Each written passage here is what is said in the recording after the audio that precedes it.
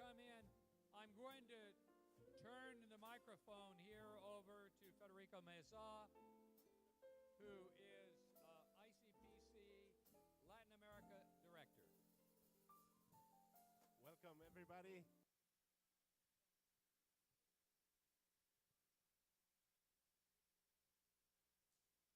Remember, do not touch anything until you're told so.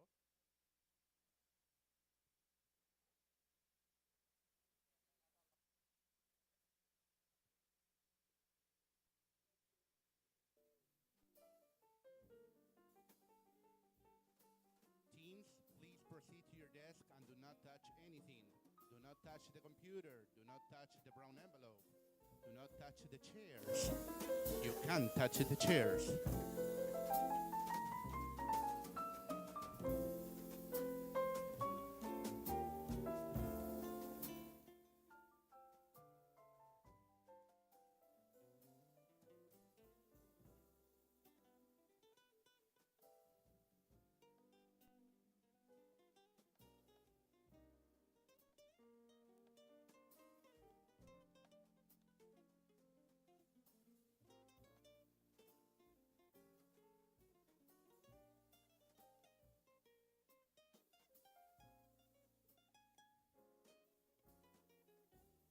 Teams, if you want to use the bathroom during the competition, you have to raise your hand, and the person in the door that you just came in is going to say to you when you can go there.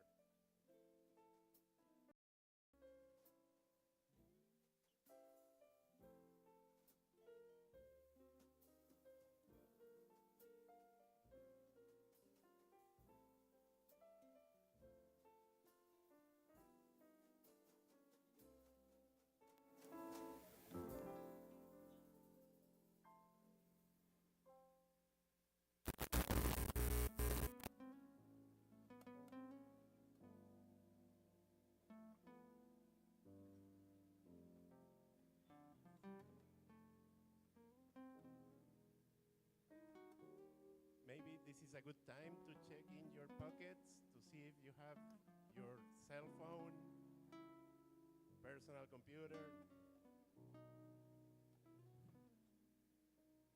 So, people, if you still have your phone, raise your hand. Any phones?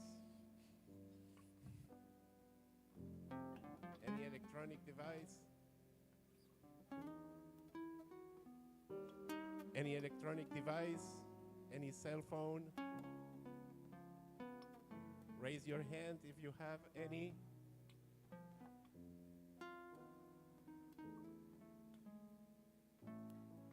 No? Okay.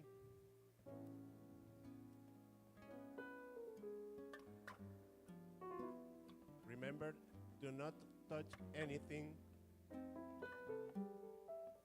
So let's make a test. Raise your hand if you like pão de queijo. Okay, someone are listening. Raise your hand if you have your cell phone.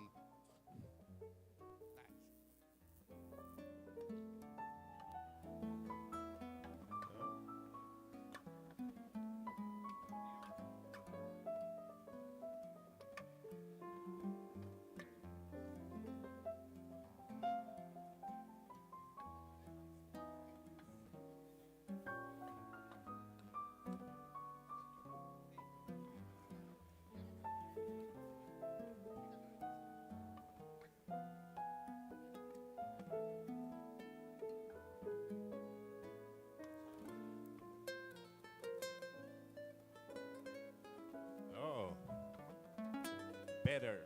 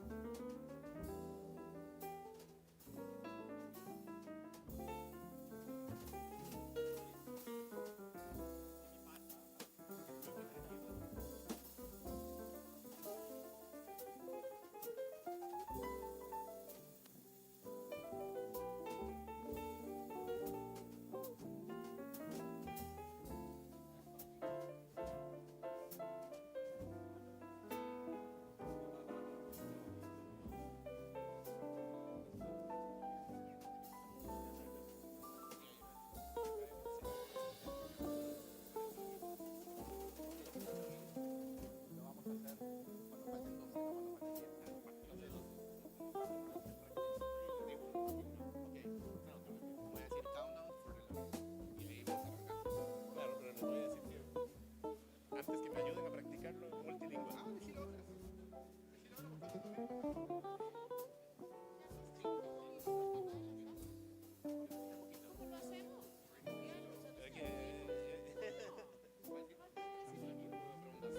Sí, sí, sí, ok, vamos a pedir. A los 12, ¿no?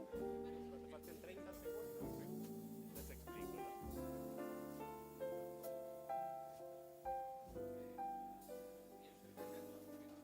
Ok.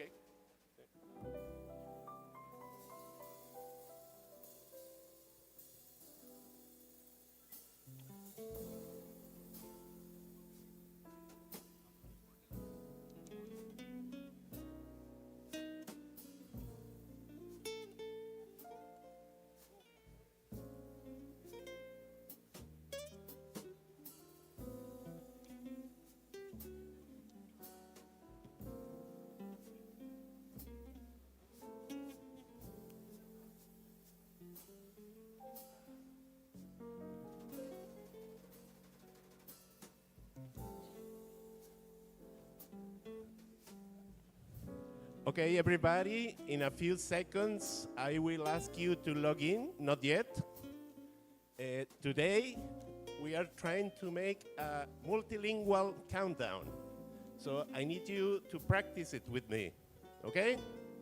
We begin with English, then Spanish, then Portuguese, all right? Okay, let's go with me. 10, 9, 8, 7, 6, 5, 4, 3, 2, 1. You can log in. You can log in. You may not do anything else. Just log in.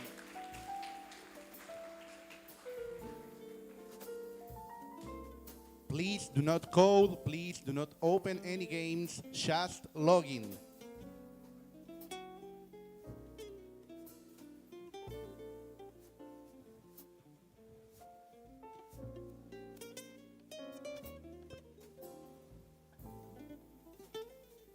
Just log in.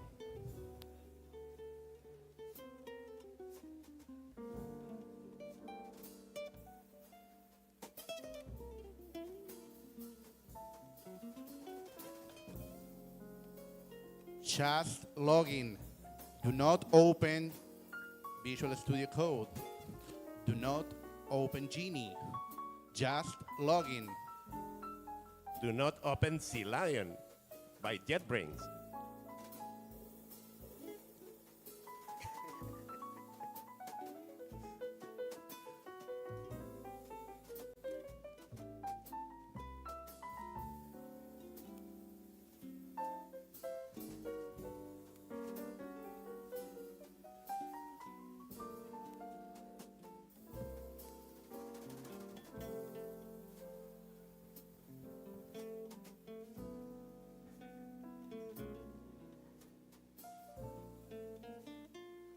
Passwords should be under your keyboard. Please raise your hand if you cannot find your password. I can, yeah. Okay.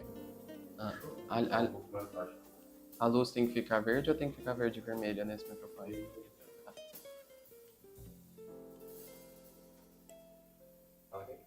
Yep. Hello, guys. Bruno, so are all the teams logged in? We have a Can we- hand raised here.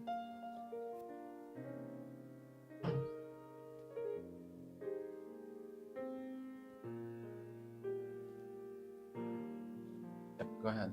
Hello? Hello everyone, how are you? Welcome to a new edition of ICPC Latin America Championship Please do here not in touch Salvador de anything. Bahia in Brazil. We're really happy to be with you, to be together once again. My name is Marcos Colodny. I'm from Argentina, and I'm pleased to be here with Rafael. Hi, Rafael. Okay. How are Hello, you? guys. It's very nice to be here in this season of the competitions here in Latin America. I think that Salvador is like one of the best options that we have for this season. It's being very nice. The city is very welcoming. Yesterday we went to the middle of the city in Pelourinho. We got to party together. It's been very nice here in this competition. Yeah, my name is Rafael. I am a Brazilian. I have already been an ICPC competitor.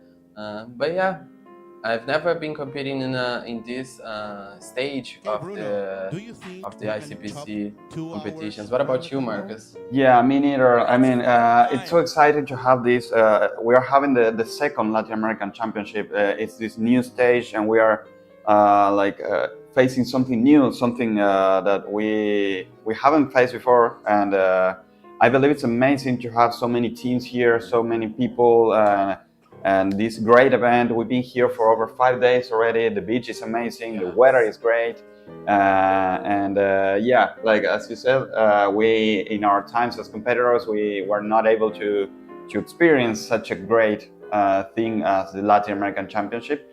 I certainly miss those days, like when I was competing. But yeah, anyways, a lot of people here. We have 42 teams competing, like leaving where we lived 5-6 years ago. Yes. And I'm super happy for them. We were talking to them for like the last 5 days, and they are all really looking forward to solve some problems here, to interact with each other, and to learn more about other universities, other countries, and everything. So we are really happy to be here, and we'll be like along all of you in here, bringing you all of you to this beautiful university, to this beautiful city, so you can experience in a close look how the teams are facing a really hard problem set. We also been part of the judges, so we can bring you some insights on how everything was prepared, some of the solutions to problems. We'll be also interviewing different people, directors, sponsors, judges, so it will be a really interesting event. Yeah, so throughout the whole streaming, we'll be going over the problems. We'll be seeing how people are solving them live with some different point of views. We have this one from the above the stage. We have another one that will close up on first solves, and everything that we find interesting. We will make sure that we are looking to the chat. So in case you want to Yes. ask some questions, feel free to ask them in Portuguese, English, or even Spanish. I Yeah. am not the one who's going to read the ones in Spanish, but fortunately we have Marcus Yeah, here. we cover the three languages, Yeah, so it's yeah. okay. It's okay. We're fine. We're fine. Yeah. So yeah, like And any feedback is appreciated in case you guys are noticing something that is out of sync. Please go ahead and type it in the chat, and we're going to make sure that we will see it. yes. So again, feel free to drop the support for your favorite team. You can also post who's gonna win. Like, who do you think is gonna win? We have really strong teams today competing there, and they're all fighting for a few spots in the next World Finals. Yes. Like, we'll talk a bit more also about like how this World Finals thing work, like how like What the you have to do qualification to and get- everything. Yeah, what you have to do, like the previous stages, what the teams went through already, and the next steps also, like events that happens, like Yes. training camps and things that the whole community in Latin America is creating. So we have a lot to talk and only 5 hours to say everything. Yes. So like keep posted, and we will like again interact with us from the chat. Send support, send questions, send if you have any questions for us as judges, or if you have any curiosities you want to find out about, just we're here for it. So bring it on. Yeah, this is the opportunity for us in the organization to connect with the community. So please go ahead and make it happen. Actually, we are having already a question. Like Okay. it says, like, how many spots are available? Yes. Like and, For the World yeah, Finals, for the right? World Finals. This is not confirmed yet. There are rumors like there will be less than 20 for sure, but it can be 16, 17, 18. It's not fully confirmed yet. So this will be announced ideally at the end of the competition, but we don't know that. It depends on external factors. So yeah. Teams are really nervous because of this, because well, it's not a trivial to when you need to outperform to not be on the cut in there. I still remember that it was like a really stressful to wonder about the situation of us not like my team back then not qualifying. So it was like aiming for the best and like trying not to be dominated by the stress and everything. So there's no room for you to give your enemies a chance. Yeah. Because if you give them the chance, they will beat you and they will score more problems than you. Absolutely, course, yeah. But anyways, like again, the event has been great. The organization has been doing an insane job in here. Yes. All the staff of the hotel, of the organization, everything has been great. And we hope as a judge that the contest is going to be smooth, it's going to be as nice as we planned. We have done lots of work to make sure that the problems are well setted, the problems are very nice, the problems cover the topics that we find interesting for today and for the competitors today. But yeah, I think everybody. It's been a few months already. I think that everybody has been putting a lot of effort to make it happen, Teams, and it is happening. People on the stage, they are now. really happy. Boca, But yeah, please let's raise your make hand. sure that the contest runs smoothly and nicely as we can. Yes, we've been working for, as I was saying before, we've been working for a few months already on this problem set. I really hope there are no issues. Like we aim for that. We cover many things, and well, we will have one judging here, another judge with us, Giovanna, that will be joining us at different moments of the streaming. That will also tell us like she's a great problem solver, so she will also tell us like how is the process of coming up with a solution, how is everything from the start, from zero, like when you have nothing, and then you need to create a story and come up with everything. So yeah, we'll have all the insights, all the point of view, like from directors, even like Bill Poucher, like the executive director of ICPC, will be with us here to comment how his experience has been in Brazil and how he sees everything since the moment he joined ICPC, since the moment he founded ICPC a long time ago. So Marcos, we're probably starting in less than a minute. Yes. Right? Yes. So let's focus on the stage. Let's go with the guys competing there, and we'll get back as soon as the contest starts. Right? Yes, like we wish the best of luck to all the teams. We have like minus 40 seconds to start, so we'll go to the arena and see how everything will be for the teams. Good luck, teams. We'll be back. We'll be back.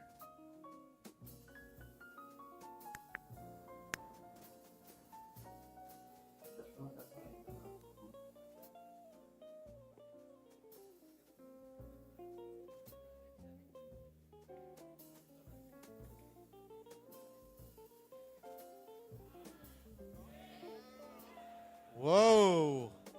Just false 5 alarm. minutes. Everything is okay, don't worry. So remember, it's not 10 and 9, it's 10 and 9. And then oito. And cinco is the same in Spanish and Portuguese.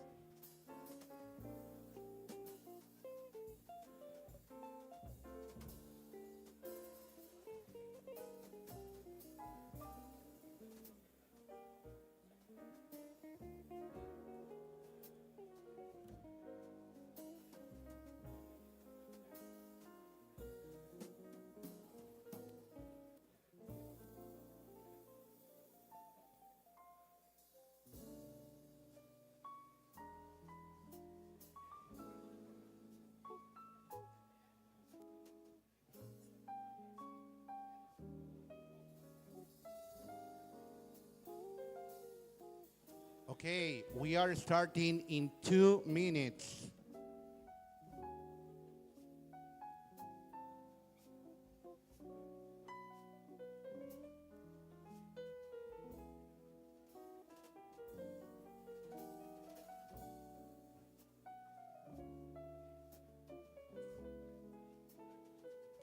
Anderson, are operations ready to go? Operations is ready to go.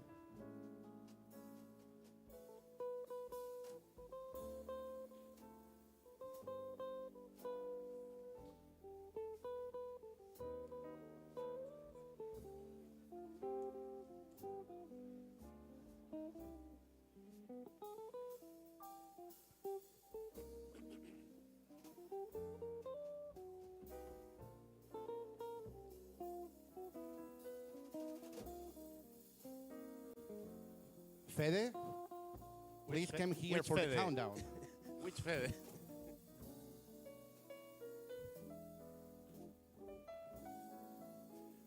Fede Colin Fede. Bruno, are systems ready to go? Systems are ready to go. Excellent.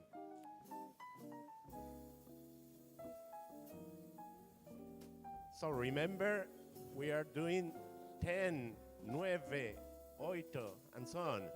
Okay?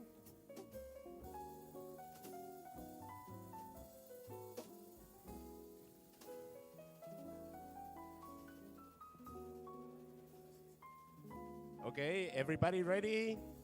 Let's go. 10, 9, 8, 7, 6, 5, 4, 3, 2, 1, go. Competition is running. You can open your statements and touch a computer.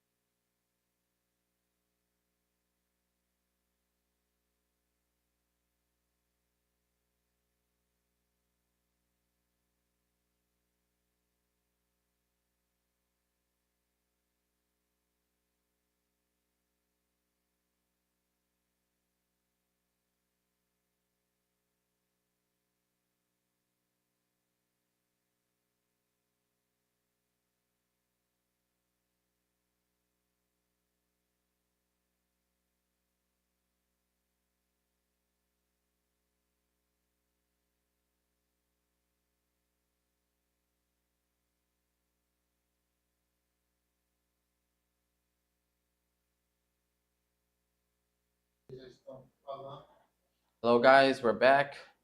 This is the standings. No, not really. No, yeah, this is the standings for the. Yep.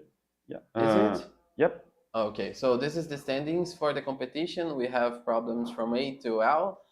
I think they have a lot of problems to solve. I don't know if they will be able to do it in 5 hours. Yeah. We've seen the countdown. We've seen teams nervous, and now they are not nervous anymore. They are in automatic mode. Yeah. We're waiting for the first submissions. As we know, as everyone has been watching ICPC before or has been part of ICPC, there will be a first submission, a first accepted submission. We will see it live. We can see the list of teams here, where we see that we have 42 teams competing again today here for the glory, waiting for the first balloon to be delivered. Like we know that it's a whole ceremony when this happens, so that's great, right? Let's stick to the first to solve. It's 3 minutes already, and they haven't. It's too much to read the whole page on the problem standings, the inputs, the outputs. Yeah, as you know, like problems are not sorted by difficulty. Yeah. So given that this is happening, they have a bigger challenge in here. Like not only detecting which one is the easiest one, but also like they may be wrong about it. Like yes. they need to actually understand. Most of the time they are wrong, right? Yes, absolutely. I've been wrong myself, and probably you too back then when we were competing. So I think that the teams need to try to train this a lot, because sometimes you can see the problem, you can think like, oh, this is, I don't know, let's say like one topic, like greedy solution, yes. But it was actually dynamic programming or something similar, and you were very wrong. Mm-hmm. And in here, you need to be careful about sending like wrong submissions, because you will like pay with penalty yes. points on this. And well, penalty points means you go lower and lower in the scoreboard. So yep. There's a point where you are with so many penalties that you doesn't matter to doesn't matter anymore. There is this edge between like we need to solve. Well, we need to clarify this. Like in here, the team that a team will beat another team if they have more problems yes. than the other one. So it's better to have more problems. Yes. So if at some point, as you said, like there are like 10 submissions, wrong answer or time limit or whatever, and you need to score one more problem because your penalty will be too low, then it doesn't matter. Like it's trying everything, and like especially in the last 5 minutes, 10 yes. minutes, it's like sending. We always see like the queue goes like crazy in that moment. So yeah. Yeah, we're making sure that the queue is going to work. It's not yet, but be sure that no one has submitted any try yet. But yeah, let's go. Let's go. It's been 5 minutes. There are some people in the chat. Dovier, he's saying that he thinks that the first AC is going to come at 7. Well, but for now, we have already have a submission from University in Brazil, Cash Overflow. Let's go. Let's go. We see that they submitted problem C. Can we? So we'll see if it's accepted or not. Blocker. Yep. Yeah. So you see? We see. Yeah. We see in there. It's a question mark. Question mark means it's being judged. So we will know very soon whether they have the first accepted submission in the whole competition. So yeah, like hopefully they will. Do you think this problem C is one that is worth trying here at the beginning of the contest? I have to check. Yeah, we'll have to check actually, because like we've been so focused on the names of the problems when we were preparing them that yeah, like I believe this is one of the easiest problems of the set. So it's a nice try. They are really trying to solve. Yeah, cool. Why is it taking so long? Yeah, I mean. But they are the only one trying.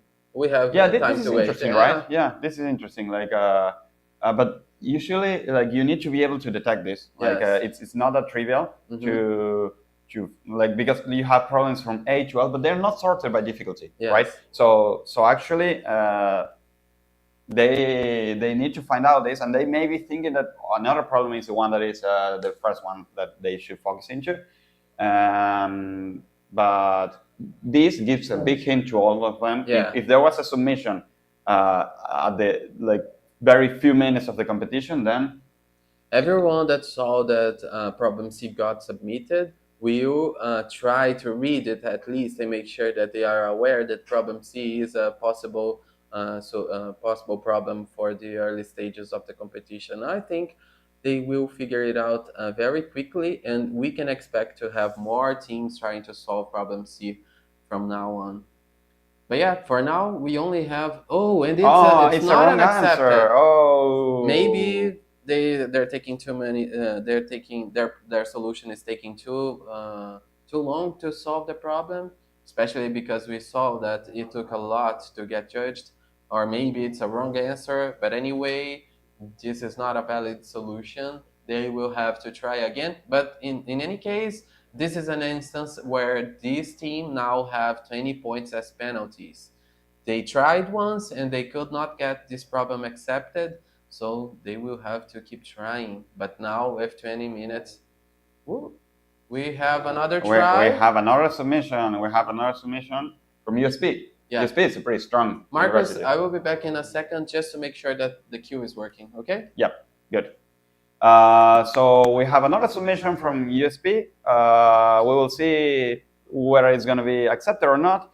Yeah, usually we have some delay on this, so like the systems were working perfectly, and yep, we're trying to get a better feedback on this. But yeah, there are always delays in the scoreboard. Okay, we see again it's reset. Sorry for this is again something. Sometimes we work on this, but there are some issues always.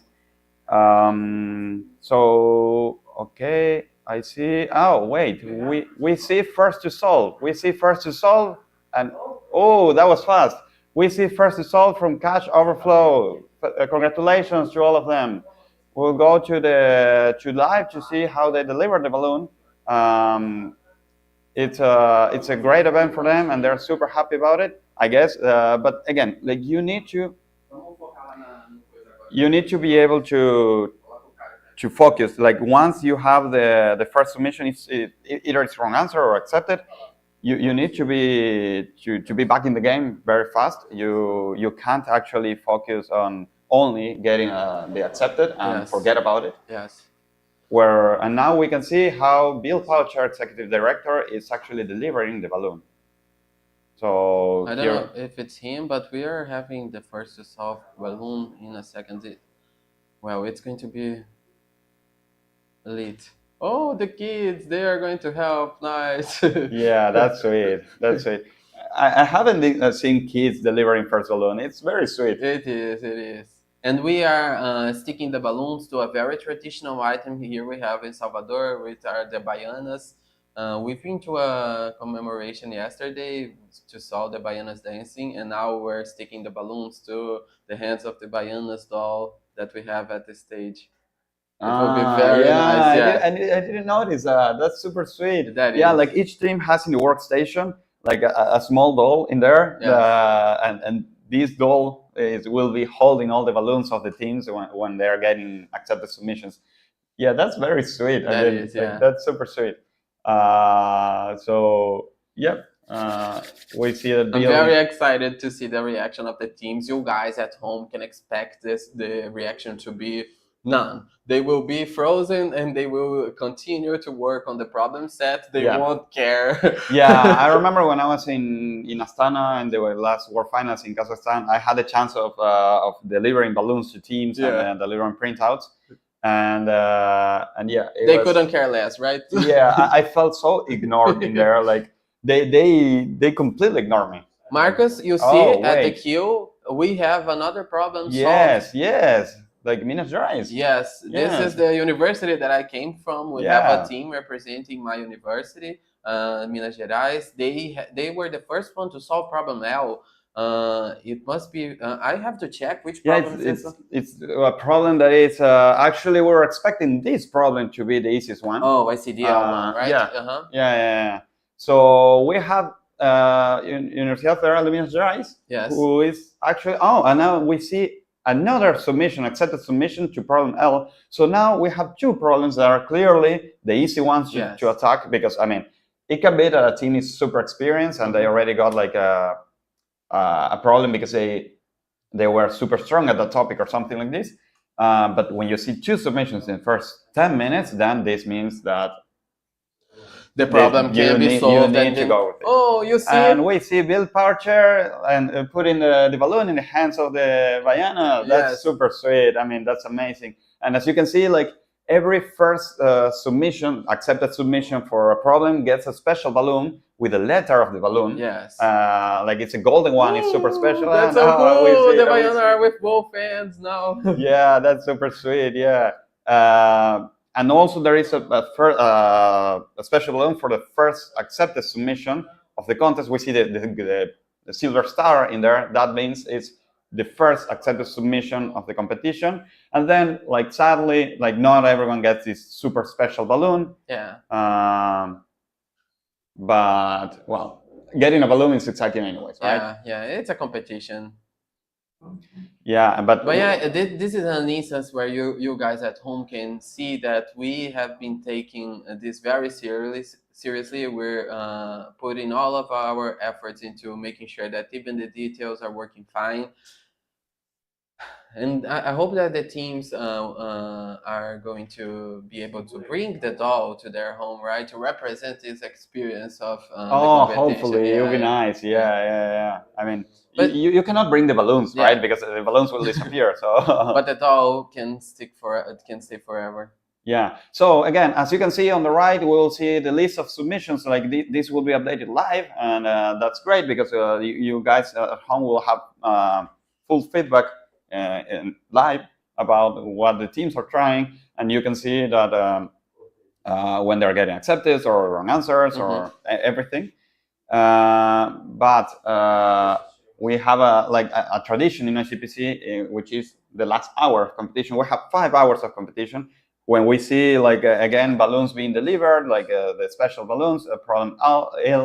This is another force to solve for the Minas Gerais University. No, it is for the L problem. It's another it's the first one for Minas Gerais, but it's the second first to solve of a problem in this competition. But as I was saying, we have a tradition here. This tradition is that the last hour is 5 hours of competition, but the last hour you won't be able to see what we see in the right of the screen, which is the balloons or if the problem was accepted or not.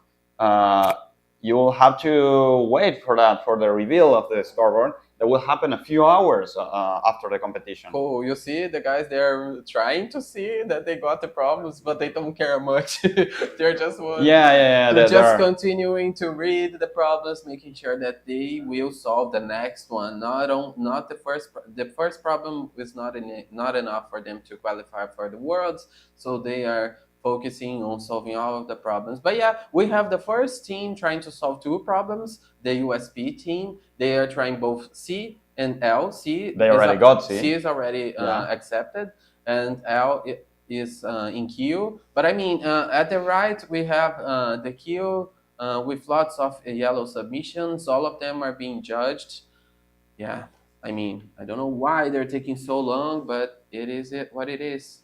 Yeah, problems are hard to solve. Yeah, at the beginning of the competition, there's also the thing that everybody's trying to solve. Yeah, everybody is trying to solve something. So it's a rush of sending, which I actually when I was a competitor, I never agreed on being fast at solving because as some may know, when you submit a solution and it's wrong, you actually lose 20 minutes of penalty. And these 20 minutes, you can actually wait maybe 5 minutes to be sure that your code is correct and submit and avoid this wrong answer. It's 20 minutes that, I will save 2 minutes by submitting it fast, but then you ended up gaining 20 minutes as penalty, so it's not worth it. But people, they have been trying, they have been training, they have been doing their best before the competition, and they are surely thinking about all of these details. They are shaping their strategies to what they think is the best for this contest, and you sometimes you have to change your strategies to focus on solving some problems. But yeah, right now They're just making sure that everything that they have trained before is getting to action, and they are trying to do the best that they can. We already have a female team that solved the problem, which is the team from Colombia. We have a lot of people here in the chat going for the Colombian team. Oh, really? Yeah. Well, that's nice. That's we cool, have a lot of support from Colombia. Yeah, and they are in the top 10 for now, right? Let me check. Yeah, I see. They're in 9th position right now. So that's great. Yeah, that's great. Well, everything changed. Some submissions got. Can we, pode colocar no placar agora? We are seeing in the screen also like a team from Peru, like Unrated Legendary Grandmasters. And now we can see the scoreboard. We have 3 teams with 2 problems already. Yes. I mean, clearly the easiest problem was problem C. And I believe that actually I was thinking that maybe problem L could be the easiest one, but it requires careful implementation. Yes. Like and problem C, it's more straightforward. Actually, like it was thought to be one of the easiest. So until now, us as judges, we have correct estimations of problems. So we were expecting something like this to happen. Cool. So yeah, hopefully like things will follow as expected.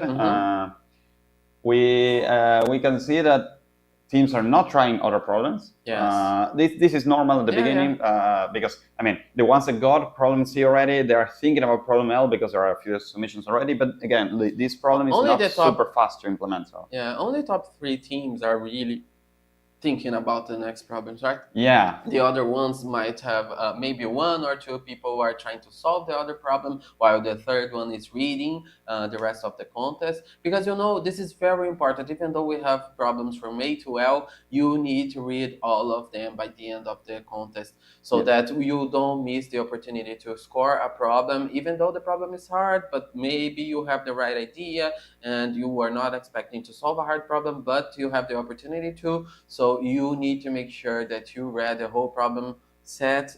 They are trying to do this now, right? Yeah, but when I was a competitor, we always had this rule of trying to read all the problems. Yes. But when the problems are hard, you see, I mean, it's still something that needs to happen. Yeah. But in that moment when you're trying problems and you see that other teams are getting these problems and you're not, it's really hard to focus on a problem that is not the one that you're supposed to solve right now according to the scoreboard. Yeah. But we'll see. I mean, it's a challenge, and every team works in a different way. But when I was a coach, I was training teams, and to all of them, I was always insisting so much on, hey, please read all the problems. Yes. It can happen that there is a problem that has a similar idea to something you've solved before, like that you've seen before. And it's like maybe not instant solve, but like it will give you a huge advantage, like compared to other teams. So, but at the beginning now, like, and also there is also another thing that is not trivial at all, which is if you are on the top of the scoreboard, because if you're lower in the scoreboard, you know what you should be focusing into. But if you are on the top of the scoreboard, you don't know, you don't have feedback, you don't have balloons from other teams indicating like, hey, you should focus on this problem right now. So it's a bigger challenge because, well, I've been part of competitions or testing competitions in the past where given that I didn't have a scoreboard, I didn't know whether a problem is easy. And sometimes, as we were mentioning before, you can be really wrong about it. About your guesses. The teams that are leading the scoreboard, they need to be bold. They need to think about what are the next problem to solve. And I mean, the next problem to solve for them might not be the same as the other team. So now we might have room for different teams solving different problems. We have a submission to problem H. We have a submission to problem H. Yeah, it's a very good university in Brazil. Maybe this is going to be unaccepted. Let's go ahead. It's the wrong answer. But this is now other teams know that H is maybe a solvable problem because other teams have tried it already. But yeah, let's see it. Oh, but wait. Yeah. Problem H is very tricky problem. Is it? It's a very tricky problem. So you think they are baiting, maybe? No. I think it's a really tricky problem and easy to get it wrong. I see. Yeah, it's a problem that we'll be discussing, we'll be mentioning along this streaming. We'll be mentioning ideas, Yes. expectations, but it's a spoiler that for problem H, teams need to be very careful. Like it's not going to be trivial for them to get accepted on this. It's really easy to have misleading approach. But do you think the Brazilian team was really trying to solve the problem? They have an idea of a solution and they just need to shape it out? Why? I mean... because they maybe are trying to bait teams to read this problem and... I never heard of that strategy. Have you tried it when you were No, not really. I'm just thinking okay. But I mean, I think they are good to they can solve this problem, but it's just a matter of what are the strategy they are using right now. Yeah. Maybe. I mean, we'll see. Yeah. So, without giving much spoilers or anything, do you think who's gonna be the winner of the contest? No, I have no idea. I know that the Brazilian teams are very strong because this is the region that I follow the most. But I'm impressed with how good other teams as well are as well. They have been trying and they have been training for the last couple of years. So everybody here has lots of teams here have this chance of winning. But I don't know. I can't. I'm cheering for my team, my university, but I mean, yeah. Sadly, I can't do the same. My university, like have not qualified. Córdoba, they couldn't qualify, so that's sad. In the screen, we have the team from UNAM, from Mexico, Rocky IV, and Mexico was the host city, this host country for the last. Yes, in the city of Guadalajara. That was a great event, our first Latin American championship, and they handled it really good. Yeah. So Brazil had a high pressure in here, like from the previous experience, but I have to tell that they have done a great job in here, and everything is going smoothly. So I need to congratulate all the staff, all the organization, because they actually did a great job in here. Cool. There are some people in the chat asking for the problem set. We are not sharing it yet, but we will make sure that the problems are available later. Yeah, they will be shared. I mean, we can't share it through YouTube, but we're sure that at some point of the competition, we'll talk to the judges and they will actually release this problem set. For now, it's better to not do it, in case something goes wrong or anything. We prefer it to be smooth. But yeah, and they will also mention that there may be a mirror contest or not. Well, no, for now we decided not to go with the mirror. We prefer the problems will be uploaded, they will be public, and we will be able to solve them. And you will see, you'll have the chance of submitting your solutions, but after the contest. Yeah, we're just making sure that everything is working here because today the focus is on the contestants that are here on site. But we will make sure. Oh, again, the same university that tried it was L, right? H, they are trying other problems now, but they missed it again. Yeah. Oh, that's a rough start. Yeah, that's a rough start. But they will figure it out. They will. Yeah, so they already have two two penalties. Yeah, 2 penalties. That's a rough start. I remember it happened to me in Russia when I was competing. We had a first hour, we had over 4 problems and 0 accepted, 0. So that was super stressing for us, and we had to manage to really forget about the stress, to forget about what the situation that happened, and to again focus. And I remember we stopped and said hey, let's stop everything we're doing and head back to 0 from start. So I think this team should be doing the same, right? Yeah, the harder the problem set, the more you need to be creative and to think about other strategies and come up with a unique way to handle the problem. Yeah. And also sometimes you need to forget about a problem. Yes. You need to be able to say hey, maybe this problem I can't solve it now. Maybe this was too hard. Yeah. And we actually should leave it for now. Maybe we can come back to it later. But but it's not trivial to say like mentally, like forget about it. Yeah. Forget, this is not happening anymore. Now I fully focus on a new one. Yeah. So the mind games are insane here. People, they need to be prepared because everything can happen now. yeah, you need to be like really strong Yes. in your head. Yeah. But I still, like when you start the competition, the clock starts. For me, I remember I was entering in automatic mode. I see. I completely forgot about everything and I blinked. I see. And 3 hours of the competition disappeared. I agree. It always Yeah. happened in the same way with me. Oh, we have another team scoring 2 problems.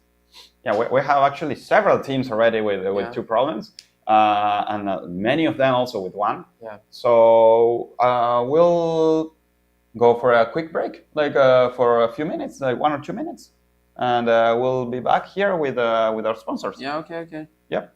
So see you in a few minutes.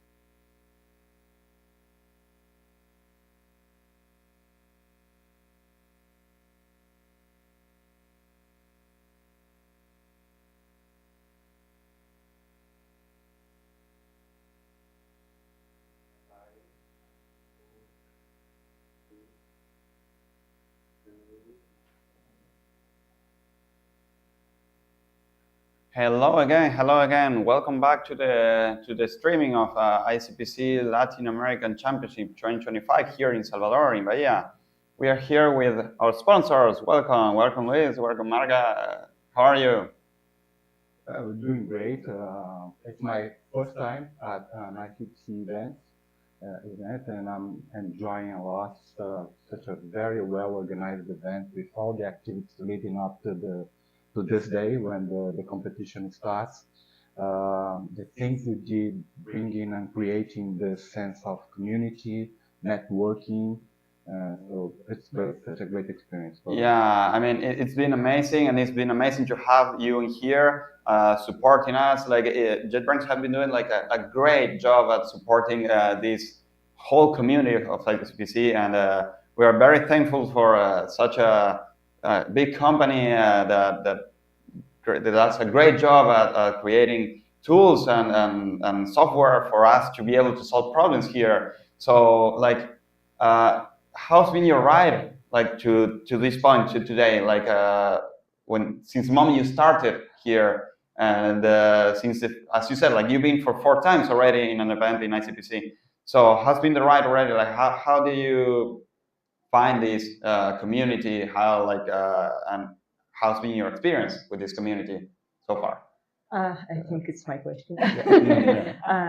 So JetBrains is the global tool sponsor for the ICPC since 2017, but we support local competition. We start support local competition one time before it, at the beginning on zeros. And starting 17th, we supporting world finals and regional competition, and after that we started with championships. So it's second time championships here. So, and we're so proud to be here. Last year, actually, we didn't, because in some point we can do this. But this time we're so happy that we're here and we have Luis here. It's like our the main representative JetBrains in Latin America. So yeah, it's like his first meeting with the ICPC community, and I'm really like that he enjoyed it. Yeah. Yes, so main goal for us here to increase numbers of the participants who solve problems in Saline, for example, in PyCharm, in IntelliJ IDEA, and I really hope that they will do it. Because there is something that some of our viewers may not know now, but actually there is a nice thing about this competition, is that teams are actually using your tools to solve the problems. So it's not only like you're a sponsor and you're supporting the event, but you're also supporting the teams to be able to come up with balloons and solutions to problems so they get their way to the World Finals. So, like, how has it been? Like, how do you think teams are handling the tools? Like, and which tools are they using? You can tell us a bit more about this. Yes, actually, I think that we are not the regular sponsor, because our goal is here not to hire a lot of people, and our goal is here to help participants to solve problems, because we really believe that in some point they may do it better and easier using our tools. For example, I know for sure, and I saw these statistics, and I counted that during World Finals, for example, previous World Finals in Astana last year, 1/3 of participants who solved problems in C++ did it in C-Lion. So I think it's really good statistics. And thank you. And maybe there's these teams who get medals after all, so I don't know. So we are proud to do things for the community, and I think our tools is part of this. So we're part of this community, and we want to help participants to do it better and better. So it's our goal here. It's not that usual to see something like this, a sponsor involved in the details of the technology that the teams and their whole organization here, the whole competition is relying on. So, Luis, you said that, you are in Latin America, so like, how do you see the growth of Latin America in terms of ICPC and in the software engineering world in general?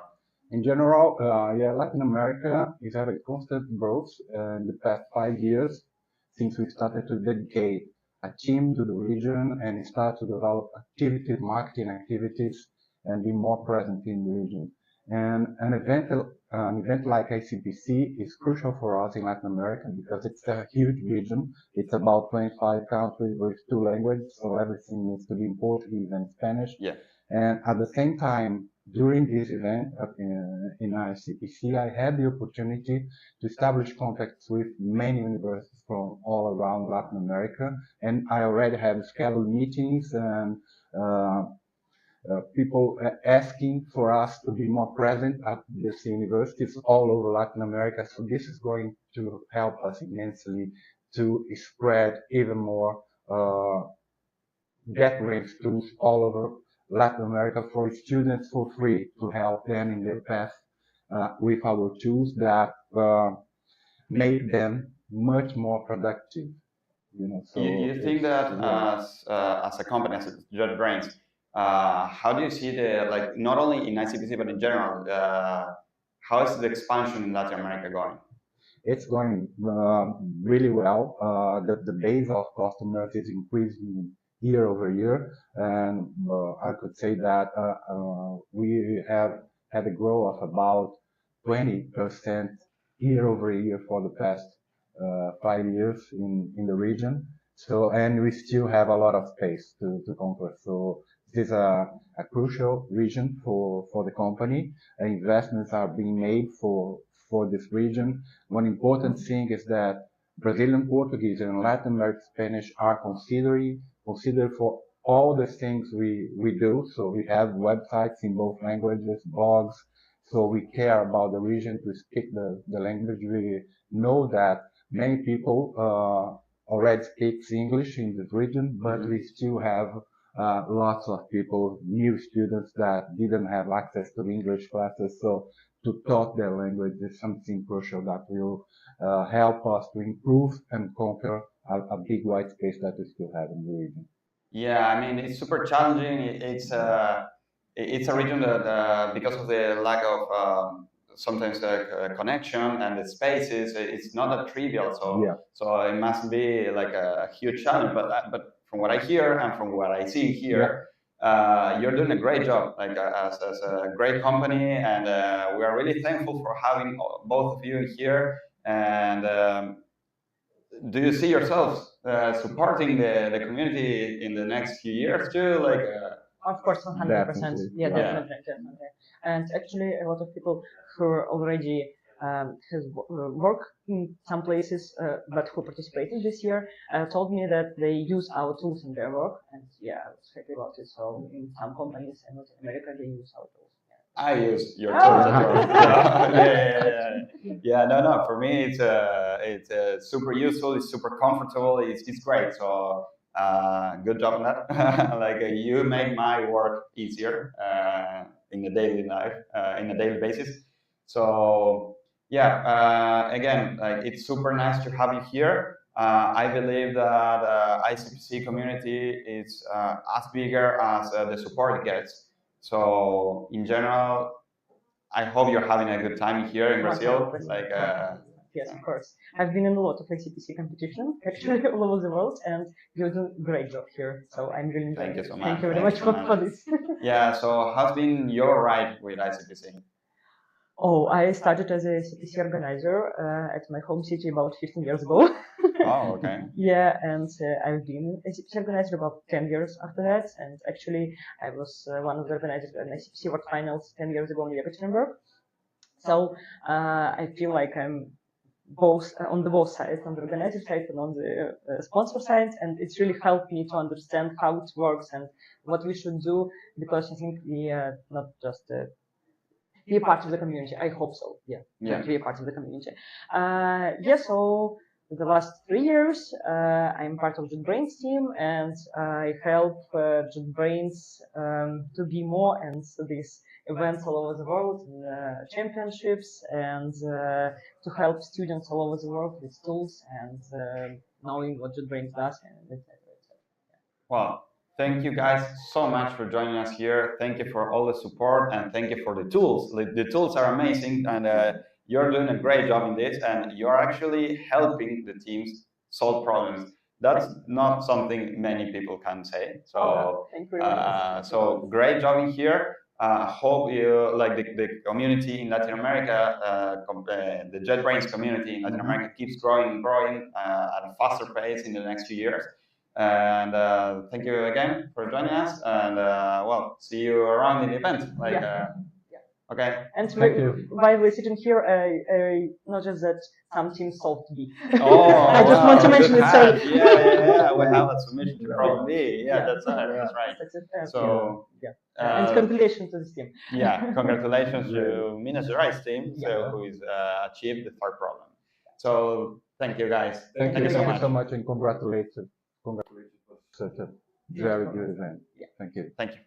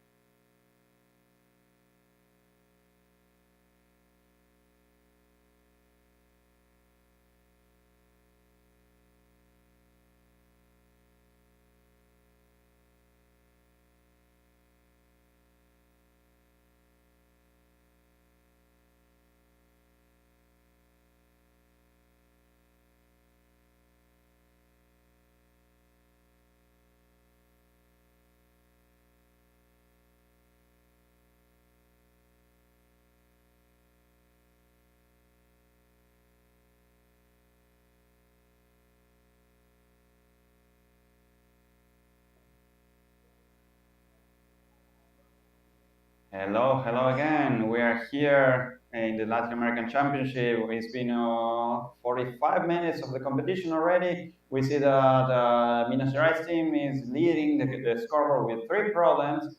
And then we have Sao Paulo University with 2 and already an attempt that is being judged. So maybe the things will change in the next few seconds if Sao Paulo gets it right.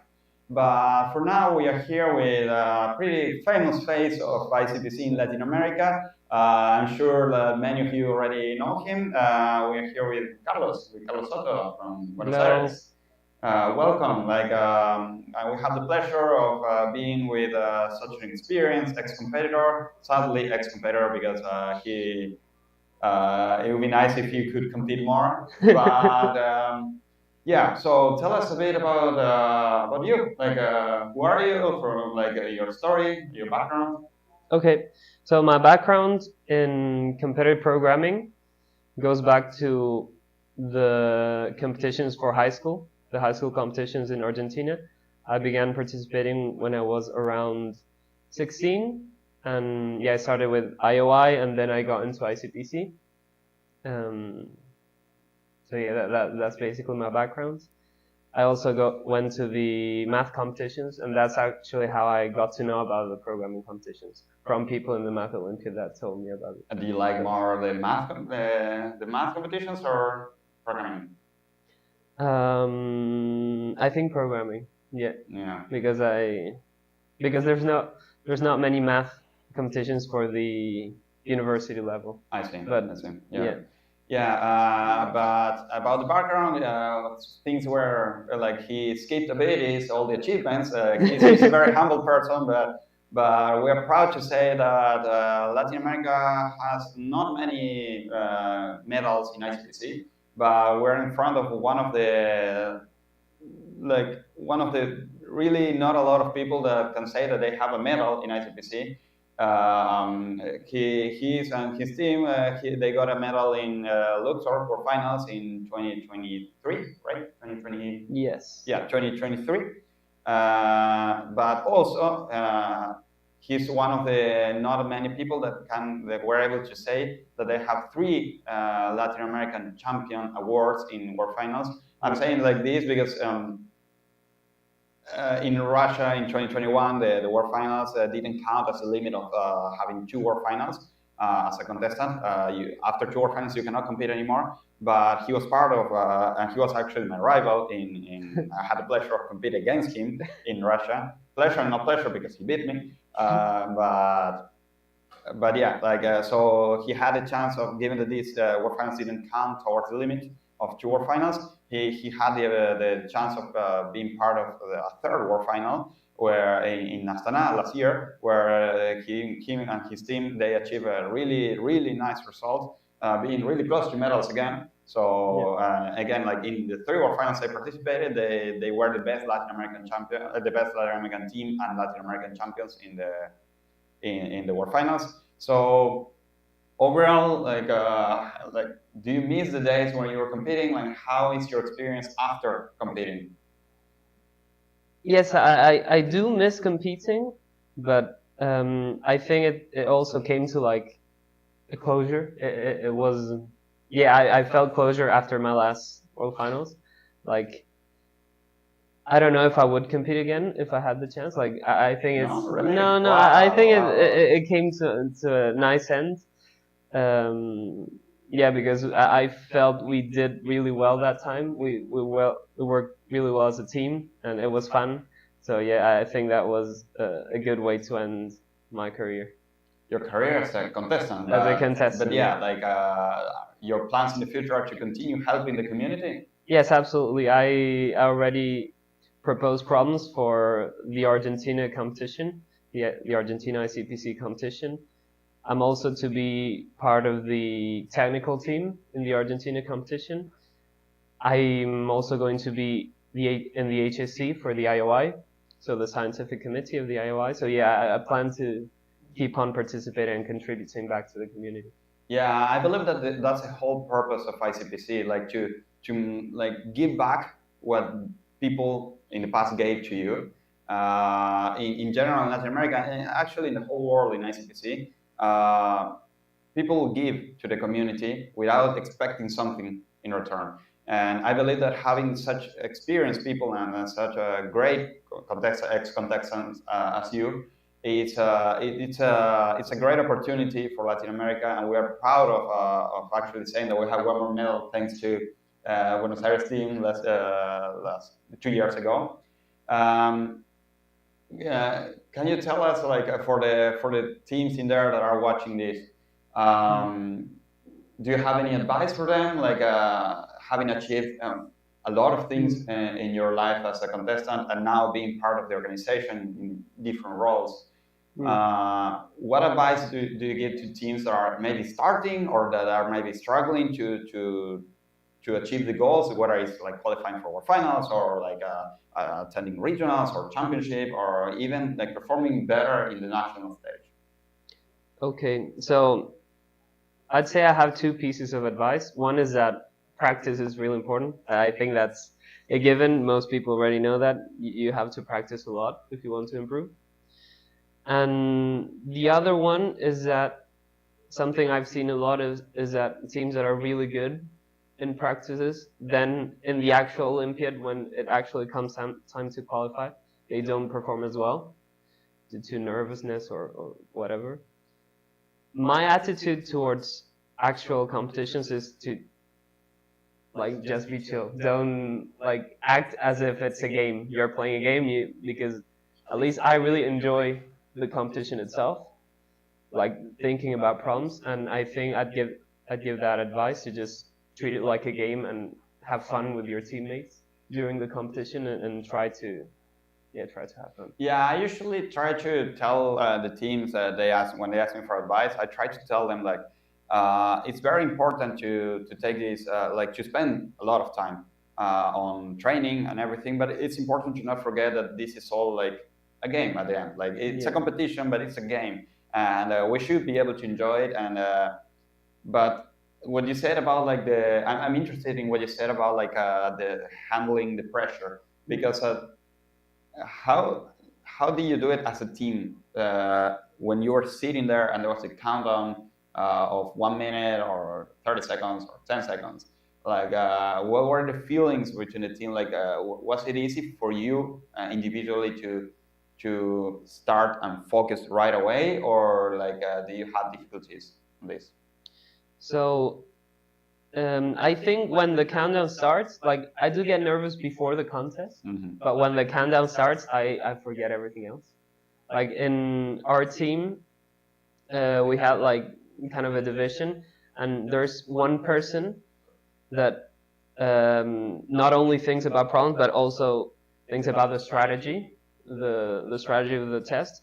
And Ivo, and I only ask him, like I ask him what to do, and I do not look at the scoreboard, or I don't look at how everyone else is doing, our rivals are doing.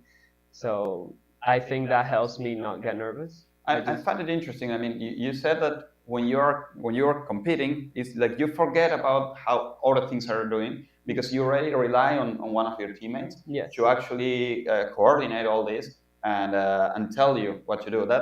That's a big thing. I actually never heard of that strategy, and I believe it's great because when you have experience and you are like, let's say, more experienced than other of your teammates in certain areas, you need to be able to exploit this as a team. And I believe that that's something really interesting, like having a coordinator. Hopefully the coordinator doesn't get nervous, because if that happens, then like the whole team will struggle. Yeah. But that's a really good piece of advice, actually. Like I find it really curious. And in general, how do you see the community being part of it for so many years? Do you think it's growing? What do you need? Would you like it to grow more, or do you think it will grow more over the next few years? I mean, from all the graphs I've seen, there was a significant setback during the pandemic. Yeah. Like my period of time in the community was primarily during the pandemic. So yeah, that was a definite setback, but it seems to be growing. It seems to be rebounding, and actually, I think this year we've had more competitors than every year before. So it seems to be it was a growing record, right. Yeah, hopefully this record will continue to overcome itself like over the years. Yes. But yeah, like I believe that this is not only part of just teams joining, but the work of people like you that are like helping the community in any way they can, like spending time, energy, and resources on being here, on supporting teams, or actually, as you said, like helping with the systems or the background things that are happening that like many people don't see. Like the viewers sometimes they see the event, and the competitors they see like the computers and everything set up, but being behind that, it's a lot of pressure, right?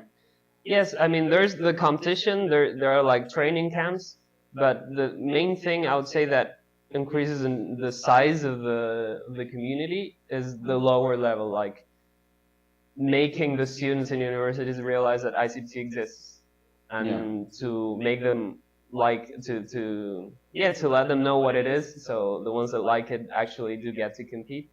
One of my teammates was two of my teammates actually. My two teammates are working in their respective universities to try to do that, in outreach programs, I would say, to get more people into the first stages. Yeah, and actually one of your teammates is here in this event as a coach. So, yes. So it's a circle too. Like we have one of you that is helping the systems and organization, the other one as a coach, the other one also trying to grow the community in the university and to create like handling the training camps in Argentina. So it's great to see people like you giving back what you experienced so many years before. So. Yes. And I want to thank you for like being here with us, for joining us. I believe that if more people like you continue joining the community, we will like soon become like way bigger and bigger. So thank you again for everything that you've been doing, and congratulations for all the achievements you've been having since you joined the world of competitive programming and even Math Olympiads, because we didn't talk about it, but you also have achievements in there. So thank you for being part of the community, and again, congratulations, and see you around. Thank you, Marcus, for this opportunity. Okay, well, we will go back in 2 minutes. So thank you, and see you very soon.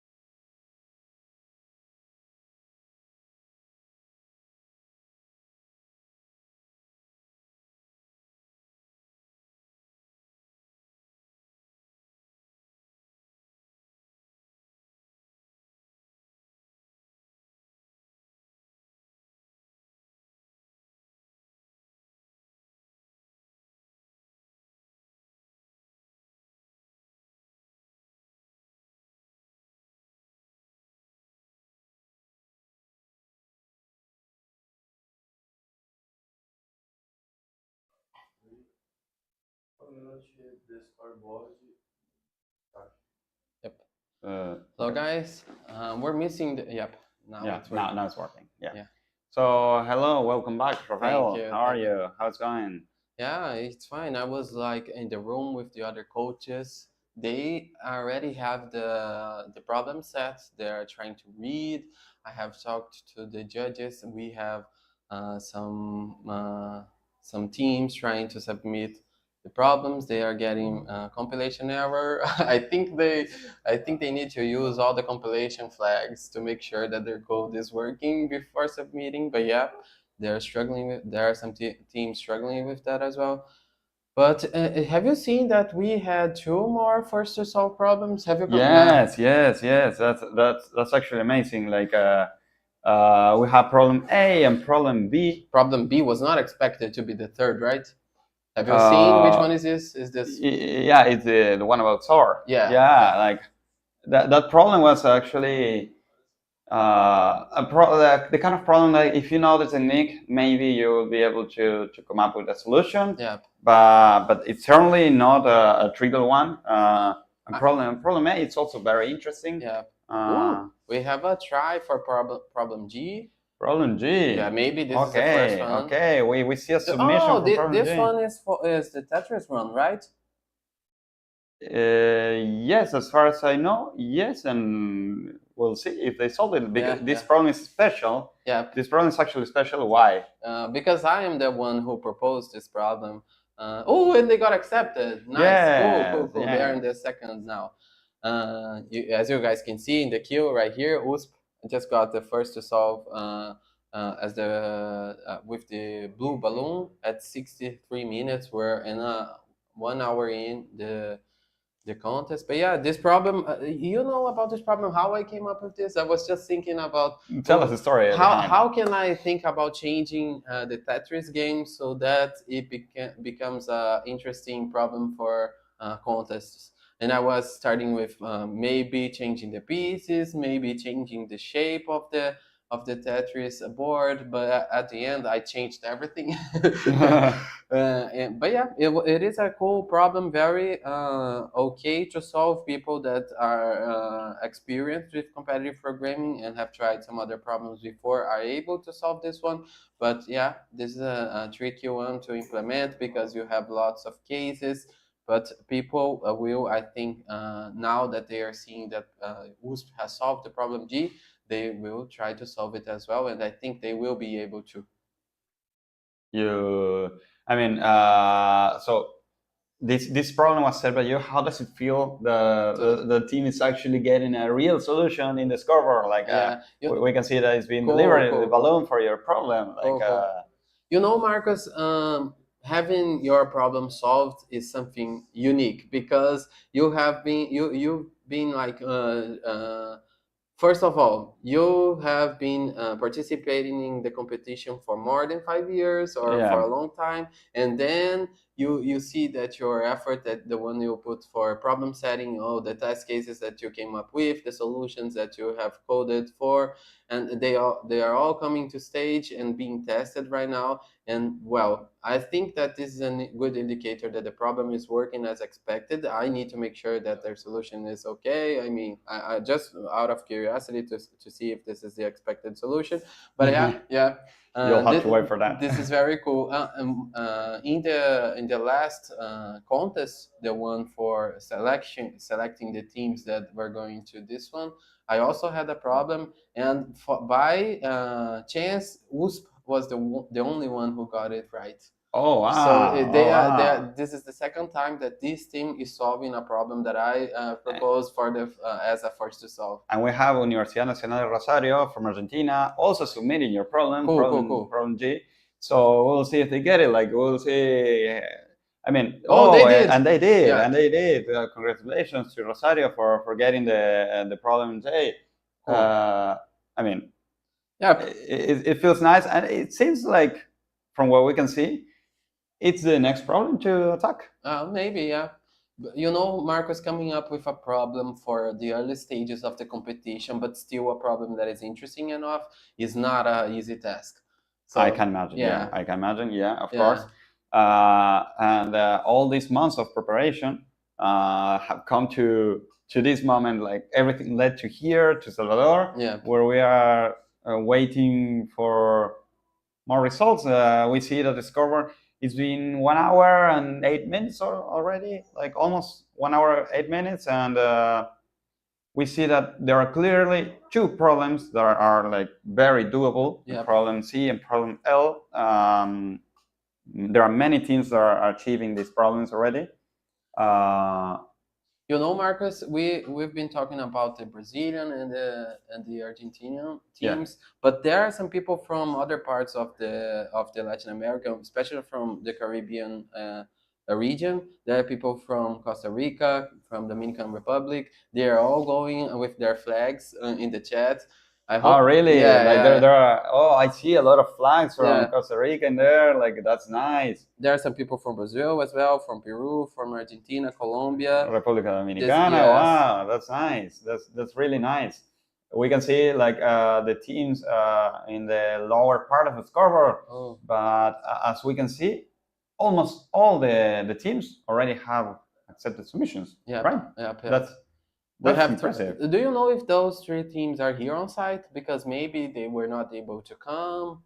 But yeah, we have to check. Yeah, we have to check. But yeah, I mean, I believe that this competition is challenging for everyone. We know that there are like maybe 16, 17, 18 slots for the World Finals. So let's say like a bit less than half of the teams will be there. It's very difficult to actually be able to achieve a place between these. Let's say half. I don't know if people back there at home knows, but I mean, it's more than 100, more than 1,000 teams that try to come to this stage of the competition. So I mean, being the best out of 100 is nice. Being the best out of 1,000 is way nicer. But these guys are the best about like the whole Latin America.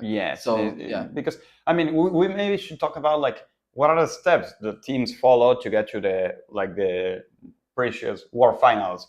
So in general, like teams, depending on each university, if an university has many teams, they may do like an internal competition in the university. So it's way more, right? Yeah. So, but this is not about every university, but many universities that have too many teams, they do like a kind of selection competition internal for them, where they choose the best teams that will represent the university in the national phase, in the national stage.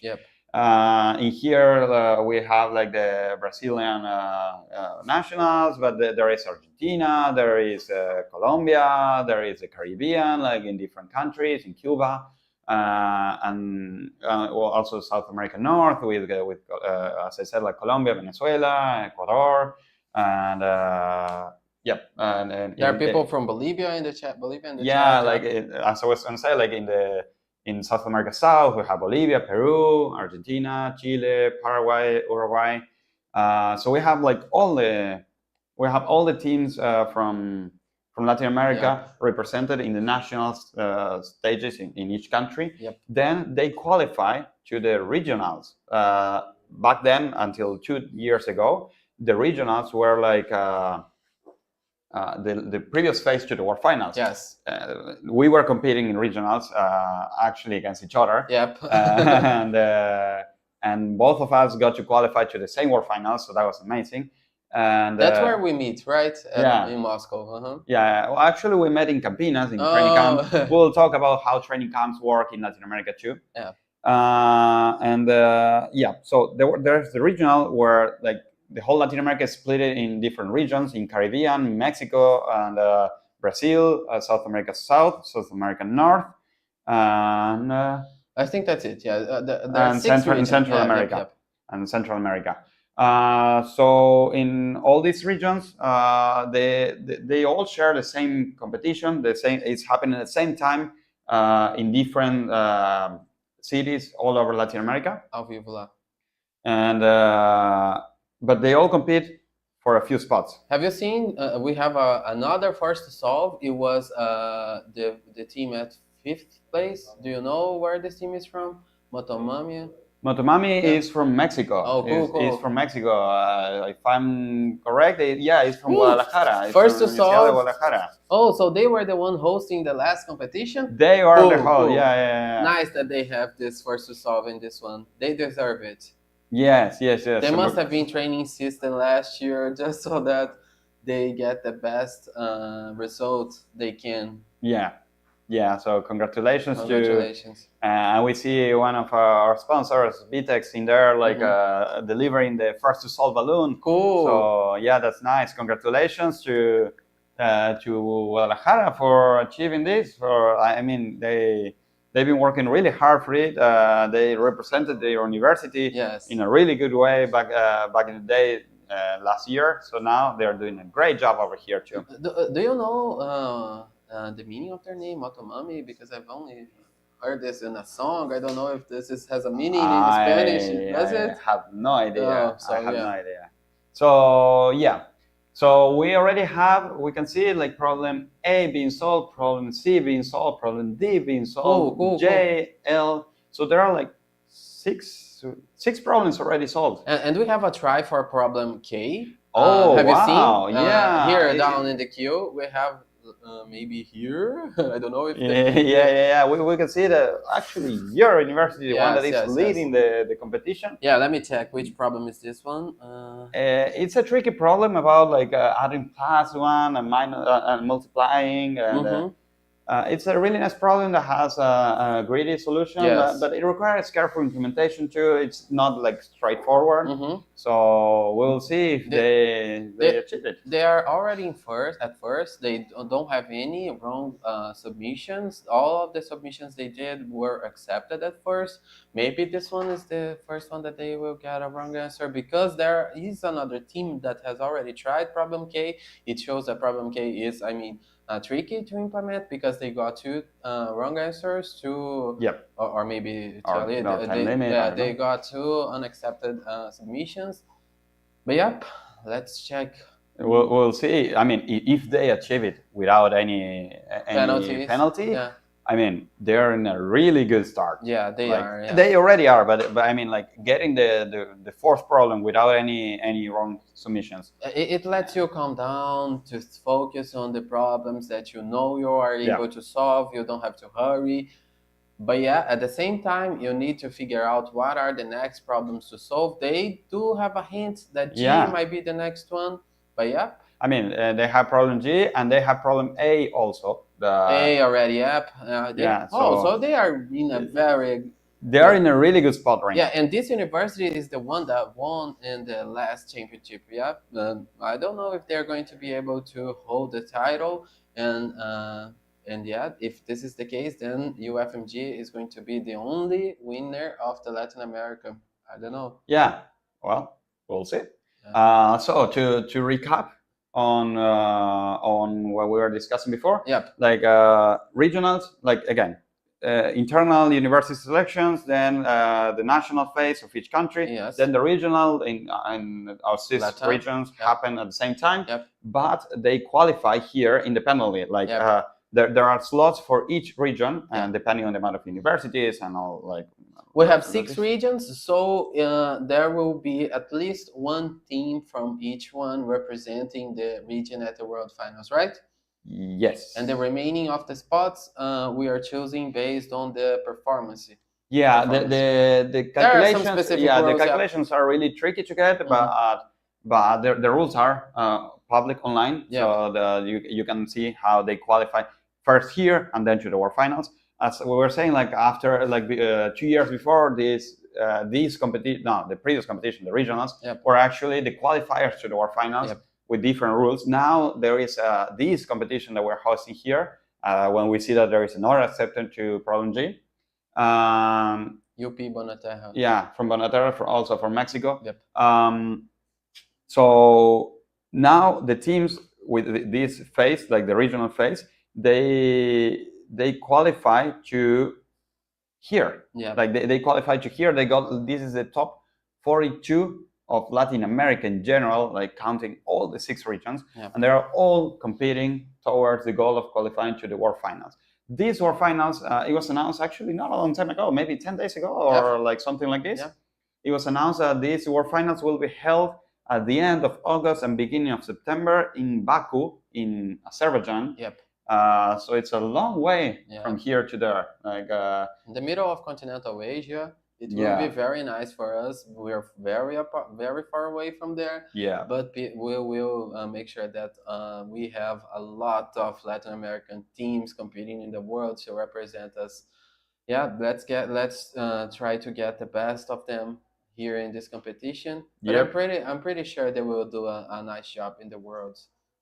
Yeah. So again, it's a long ride, a long road, starting at selections of universities till the World Finals. So these teams that we're seeing here, when we see that actually Minas Gerais got it wrong. Problem K. Wow. They didn't get it accepted. That problem is tricky. Yeah. That problem is not easy to get. It's easy to miss a case or something. If you notice, the team that is at in the 9th position, they also got another unaccepted submission. Yeah, they keep trying. Yeah. So wow. But now USP just passed. They passed problem B. Sao Paulo University. They just passed problem B after 2 wrong attempts. Yep. This is, I mean, it's really good for Sao Paulo when we see now the Minas Gerais is also attempting problem A.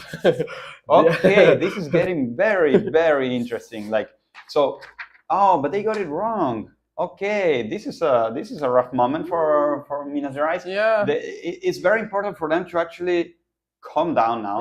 Yeah. They still, I mean, because if you see now, Sao Paulo, they got 2 wrong attempts on problem B, but all the other problems they got it like without wrong submissions. So now, because of these 2 submissions, they are losing their advantage of penalty. Yep. So, but they are attacking 2 problems right now, and they already have submission in 2 problems, as well as Sao Paulo. Yes. So Sao Paulo already also has actually more than one submission. Sao Paulo do not have a submission for K. No, for problem A. They have problem A submitted. But not for oh my God. And now there are a bunch of teams passing problem G. This is a problem that is separating the first and second positions. Well, actually the first, second, and third position. If the third team also get to pass problem G, then they Yeah, we have from Uni FC from Peru. Yeah, they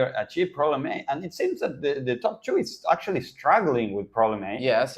So, but they're doing a very nice job. I believe that the one that has a bigger advantage right now, if they do well right now, is Minas Gerais University, because they already have submissions to 2 problems. Yeah, I mean, but actually now that I think twice, and I think it a bit more. Sao Paulo is also okay. We see another submission from Minas Gerais and another submission from Sao Paulo. Okay, this is getting very interesting. I mean, I feel like like in this beat, like the beatings, Minas Gerais got it wrong again. But I feel like in this beating, like one more and this price more, and who buys for more? Like I'm just getting a lot of submissions here. Well, at this stage of the competition, we are now already at 1 hour and 20 minutes. We will have the teams trying to solve everything that they can, because now they are aware of what are the next problem to solve. They're pretty sure that they need to solve problem A. They're pretty sure they need to solve problem G. And again, they're pretty sure that they need to solve problem K. These are the ones that they are targeting for the next round of problems to solve. But I mean, after that, they will have to come up with a new strategy, because we already have a problem. Minas Gerais submitted again problem K, and they got it, and they got it. But they already have problem D as maybe one of the next one as well, because it has already been solved by the F team, the team from Mexico. But yeah. Keep in mind that now Minas Gerais is in a really good position, because they got problem K that no one else got. Yep. No one else got, and they still haven't gotten problem G. Yep. So actually this I see. So problem G is kind of easy for them. I mean, it is we expect them to be able to solve problem G, especially because most of the teams that are on the next positions of the standing, they have solved it already, right? Yes. Yep. Yes. Makes sense. Yeah. So this is getting really interesting. We see that then now, like the top 3 positions, we have like Minas Gerais, we have like Brazil again with Sao Paulo. We have we have many teams in here actually. We see that also from Argentina, we have in 5th position from Rosario. Then we also have a cash overflow team. It's called from Brazil too. And we have like actually many teams fighting. The top 5 is shared between from Brazil, from Peru, from Argentina. We also have Unicamp. The first result.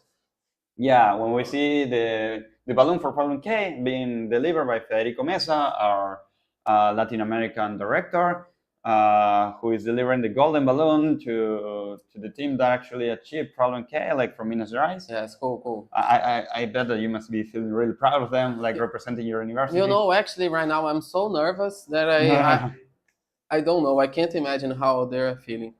Yeah. Also, we have in 7th position Bonaterra from Bonaterra campus from University from Mexico. Yep.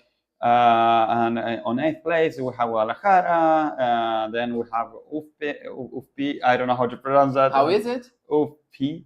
UFPI. Yeah, UFPE. Like UFPE. Yeah. Yeah, like Pernambuco University. Yeah, but I don't know how like you say UFP. UFPE.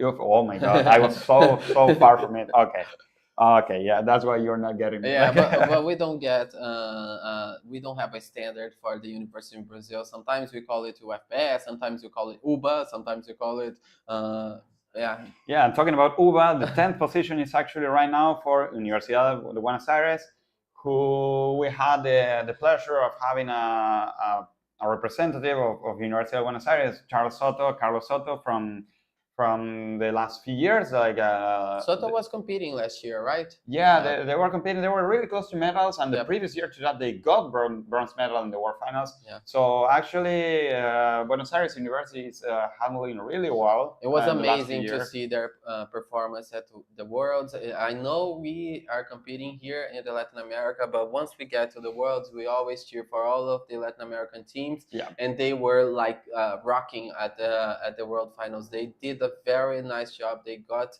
a medal, and it was simply amazing. We felt the energy of the competition at the end. It was cool. Yeah, that was amazing. I had the pleasure of competing against them in Russia. Yeah, and you too. We saw how they beat us for a few problems. So that was amazing. Amazing for them. Bad for us, but yeah, we're really proud that. At least me from the side of Argentina, we're really proud that an Argentinian team is achieving so well in the last stage of all these long road. So we are really happy to see that there are like in the top 10 we have teams again for Mexico, Argentina, we have Peru, and we have Brazil. Brazil is leading. I mean, top 2 is Brazilian, but they have Peru really close to them. I mean, and they got problem A. They still have the chance to get problem B and G. So Peru has room to go to pass USP. Absolutely, no, completely, like for sure. We see that there are more submissions to problem G, and actually this is interesting because we're seeing a submission. They got it wrong, like from Costa Rica University. Who they are not leading, so that's actually interesting. We can see actually if we go down a bit in the scoreboard, we can see that there are teams from not only the top trying problem G. So it's no, it's my problem. So we see that problem G is being attempted by several teams from the lower part of the scoreboard too. Hoping, let me see if we can go a bit down on the scoreboard. Yeah, we can. We see that there are many teams trying. So clearly, problem G is the one to come now. And there are many attempts to problem K also from lower part of the scoreboard. That's interesting. That's very interesting. Let's get to the lower part. Yeah, like if we go to the lower part in here, we can see that we still have 3 teams. Yep. With no accepted submissions, and one of them is actually trying one problem, so we know it's here. There is one team with one, and then many teams with 2. Yeah, just to make sure that the information I have right now from the chat is that both teams that have not submitted any problem yet, they are not here on site. They couldn't be able to come to Brazil. But yeah. I see. Yeah. I see. Okay, then we have only one team that is actually competing here and, that is trying to get the first submission correct. Yep. So yep, we'll see how this goes. Like for now, I hope they get at least one problem right, but I hope. But actually, I think that they will manage to get more. For now, we can get to a break, right? Yeah, we can get to a break, and we'll come in 2 minutes. Yep. Yep. With the next sponsor. Thank you, guys. See you. Thank you in 2 minutes. See you. Bye.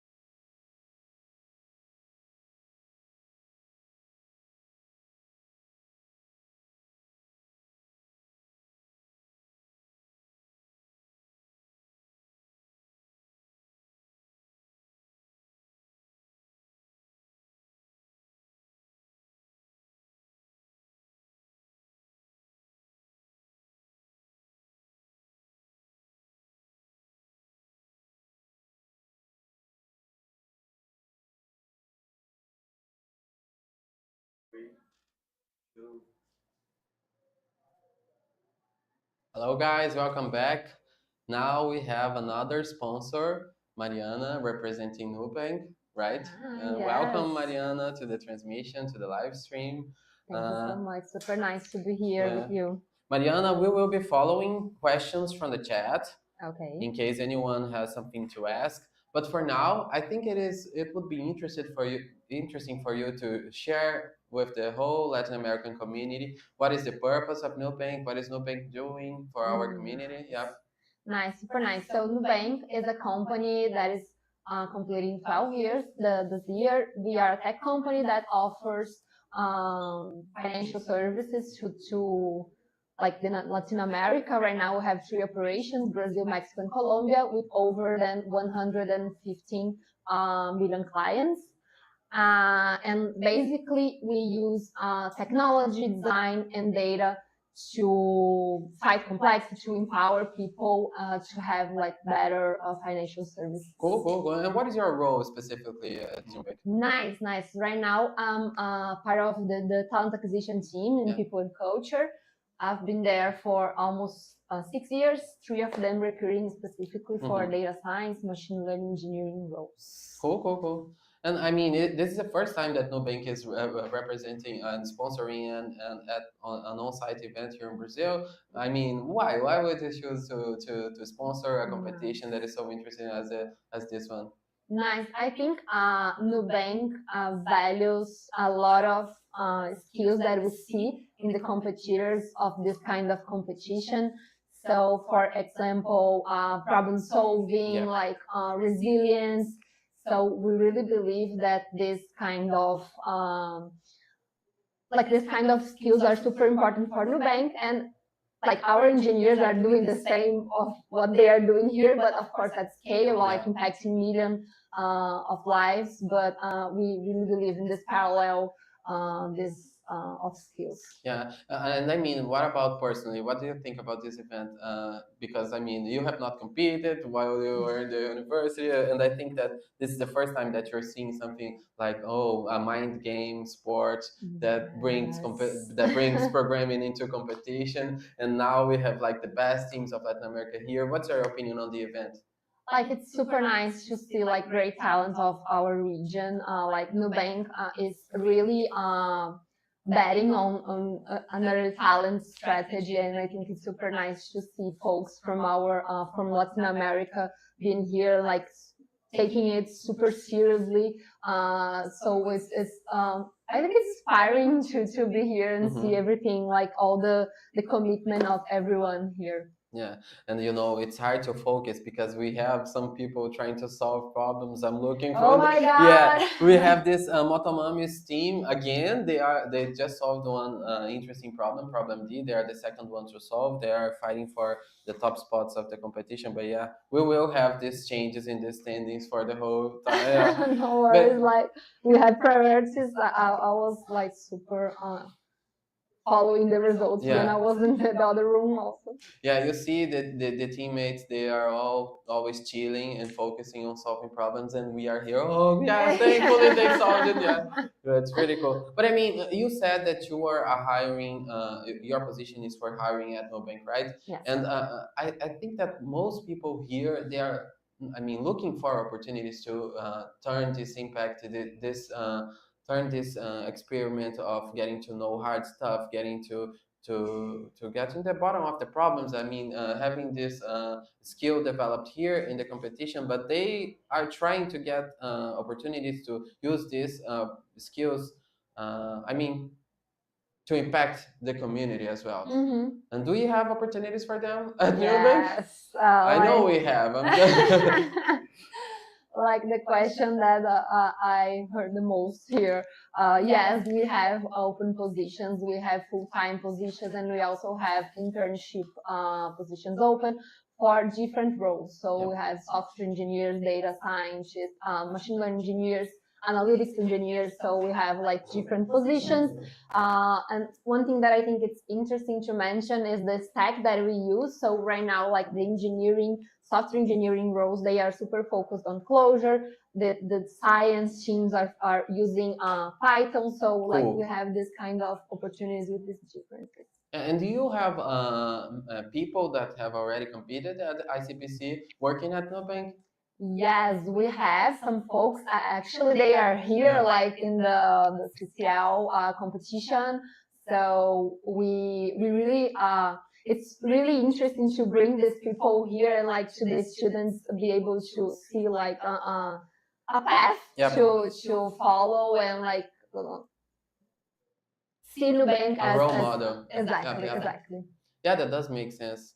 especially when you are a competitor, you are always trying to think about the next steps on your career, because we get out of the we don't have the opportunity to be competing forever, because we need to give room to new people joining university. But at the same time, we want to keep this work going, like improving on our skills to solve problems. And I think that having this opportunity will be very nice for them. I see that Nubank has been participating in other parts of the event as well. Yesterday we got the Nubank was talking to the students, to the competitors. How was it?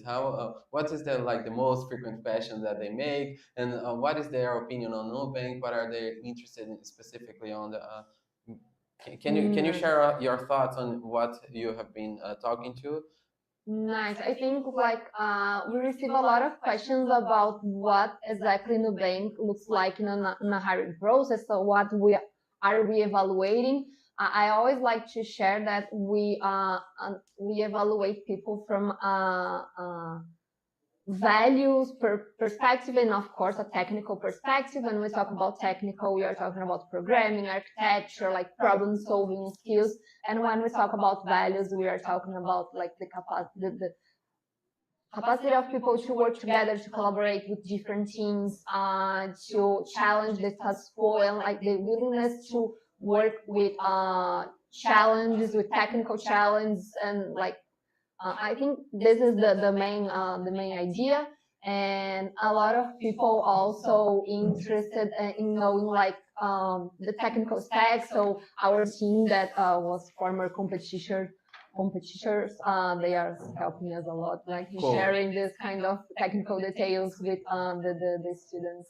They're the one who have context for the Nubank problems and the ICPC problems. Yeah. Yes, and I think we are trying to make this parallel, so like not being so technical in terms of business, and like trying to connect like the challenge, so they have like a clear view of what we are doing. Yeah, it makes sense. There's another aspect of the competition, which is that the competitors, they are forced. I mean, they have to compete in a team of 3. So communication is something that is key for success in this competition. And sometimes I feel like this is maybe, apart from the technical aspect, maybe the second skill that we maybe develop the most, like the communicating technical stuff. Do you think that this is also important for Nubank? What is your opinion on that? Yes, super. I was talking this yesterday with someone from an university. I think this is super important, like the communication, the ability to bring people together and align with like a subject with them. But I think the second thing that is super important is the ability to share technical things with people from other areas, other disciplines. So I think this is super important, and we really evaluate this throughout the hiring process. And like yes, I think both sides are super important. Cool. We have people here that have background in mathematics, people that have background in engineering, people with background in computer science, and also people from all countries, and they are all sharing a common value here. Yeah, it makes sense. The communication is, I think that not only communicating, but setting the expectations with your teammates is something that is very valuable for a good team. And I think that this is all translated very well for the markets and for the business that people are facing in the because in the reality, like the teams, they are cross-functional, so they need to work with people not only from like hard science, but for design, from like other super different disciplines. So it's super important to be able to do this connection and share like learnings and Cool. Mariana, we have some time left. Is there something that we want to stress?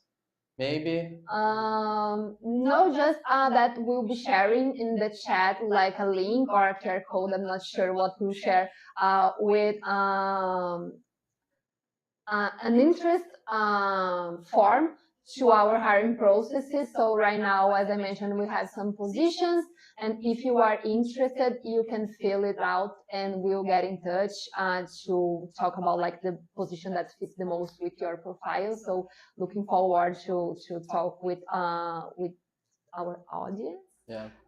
So that's it. Wow, that's pretty cool. I hope we can get this partnership to last longer in the next seasons of the ICPC competitions. But it is very nice to have you here. Thank you. Thank you so much. See you guys. Bye. We will be back in a minute. Let's have a break.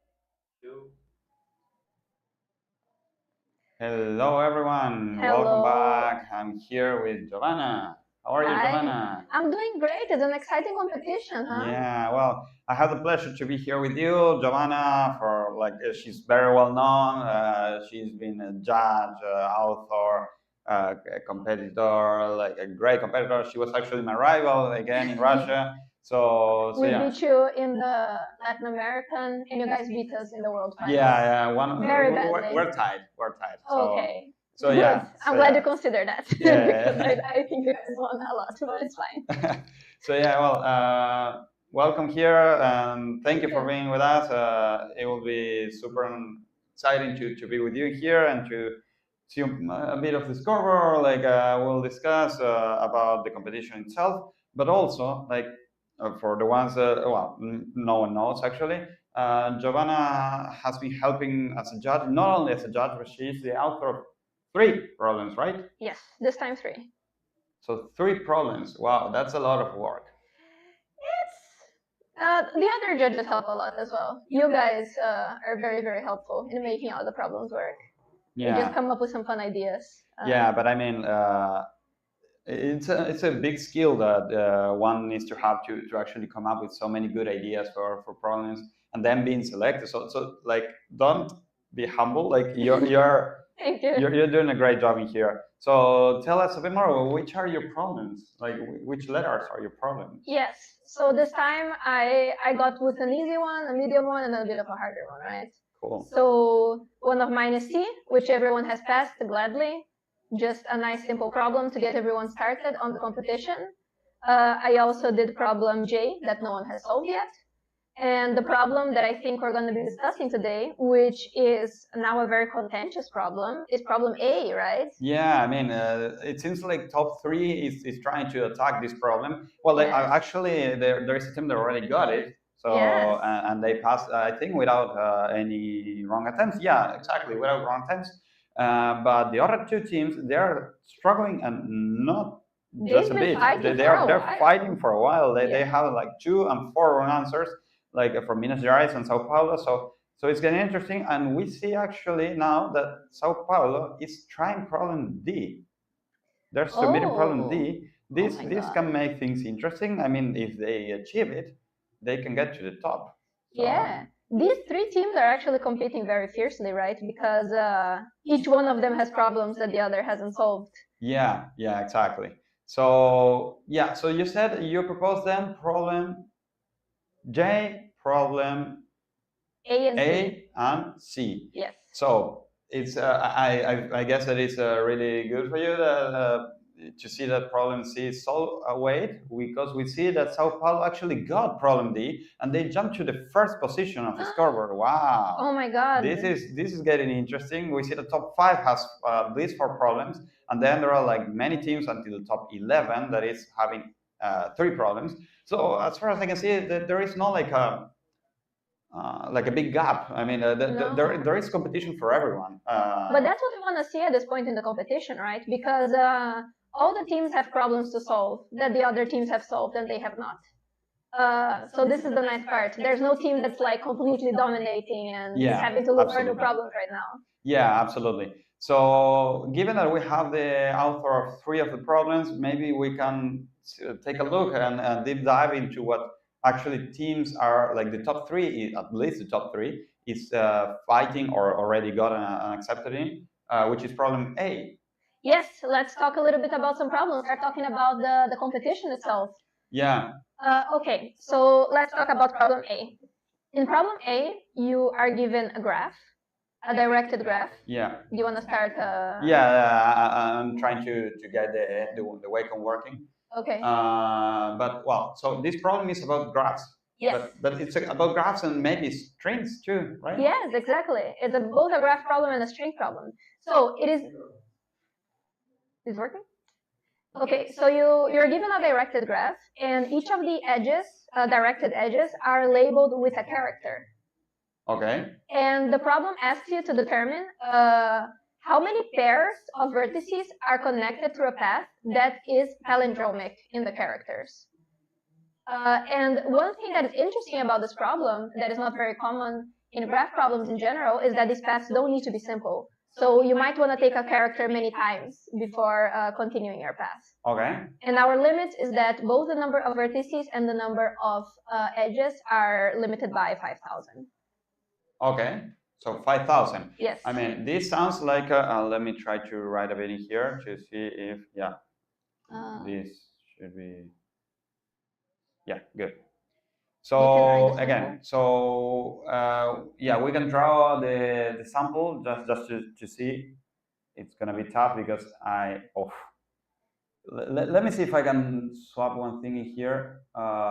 It's okay. We'll keep looking at the storyboard in the meantime.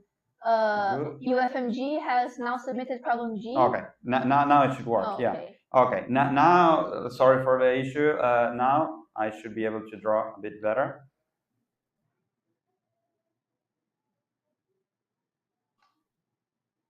So, yeah. Oh, here. So, no, this should be B in here. Yes. Then and then we you have an edge like, from 2 to 3 with label A.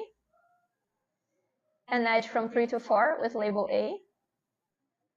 A self loop at 1 with label A. 4 to 3 with label D. And 4 to 3 with label C. So we have 2 edges from 4 to 3. So basically what we want to do here is we want to count the number of pairs of nodes such that let's say, for example, like 1 to 4 is a yeah, good one. let's say that let's take this as start and this node as end. So we want to walk from node 1 to node 4, okay, such that the string that we formed in the path, yes, it's actually palindromic. Yes.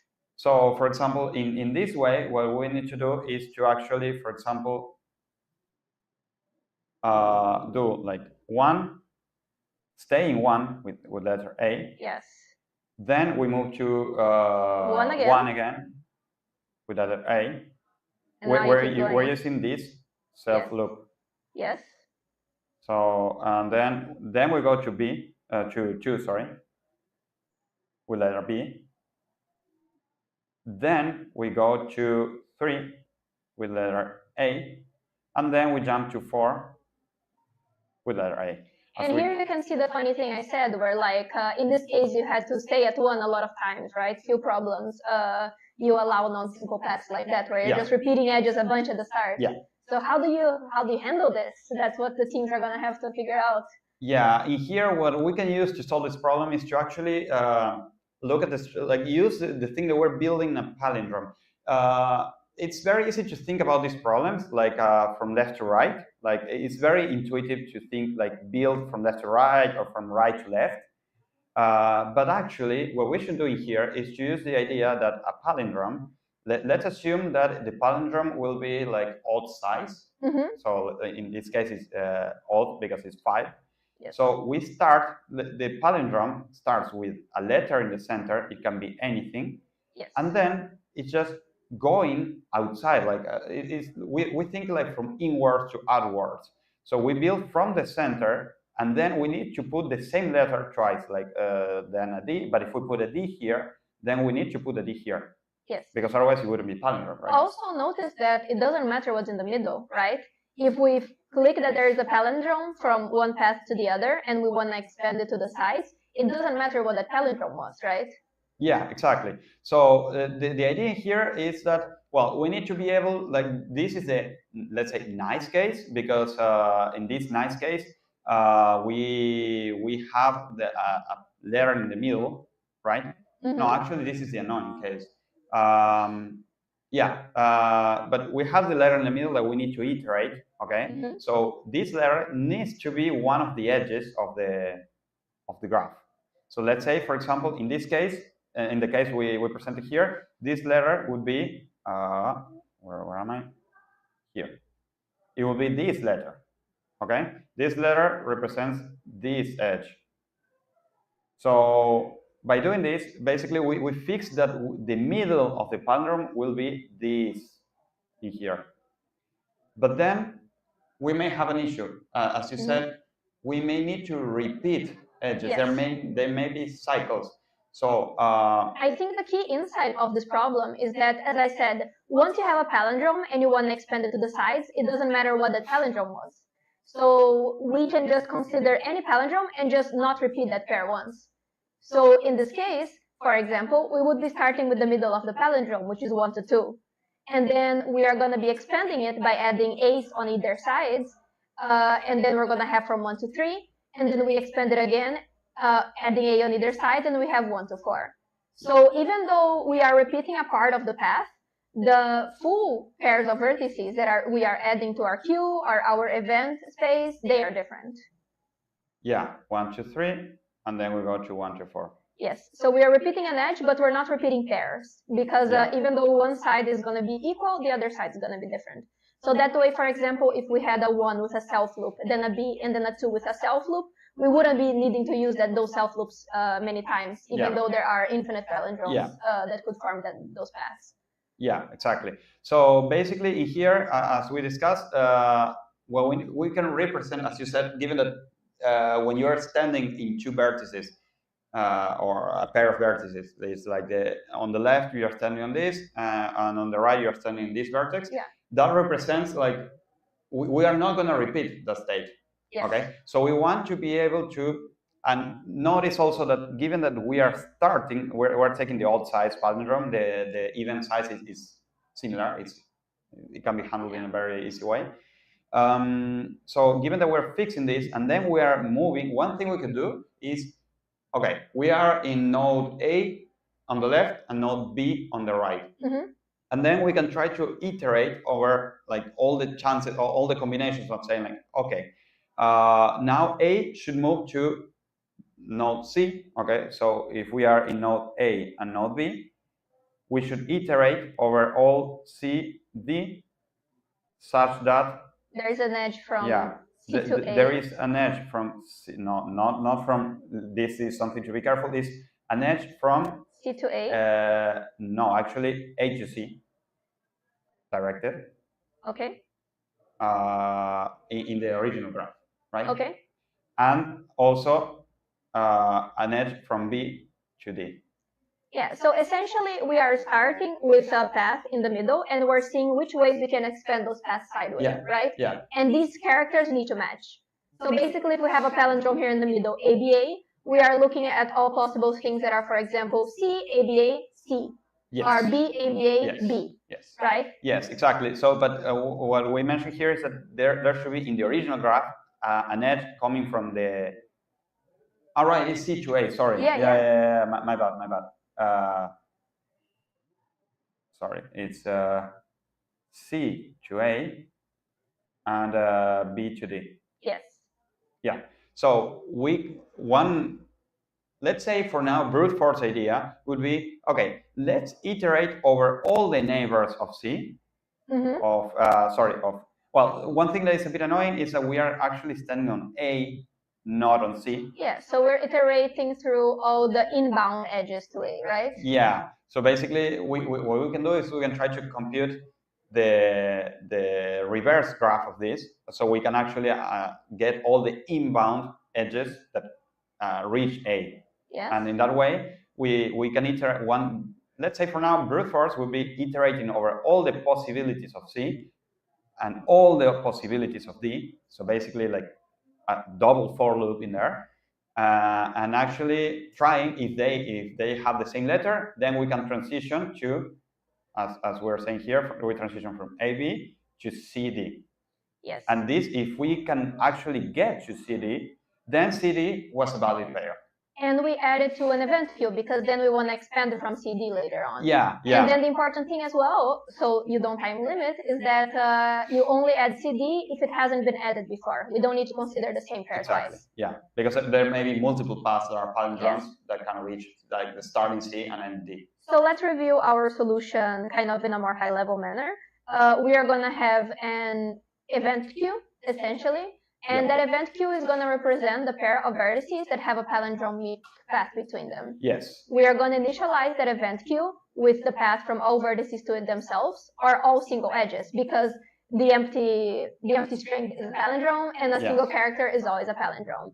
Yes. Now we start processing these events. For each event, we check all the ingoing edges from the first vertex, and all the outgoing. A in this case. Yes, and all the outgoing edges from the end vertex.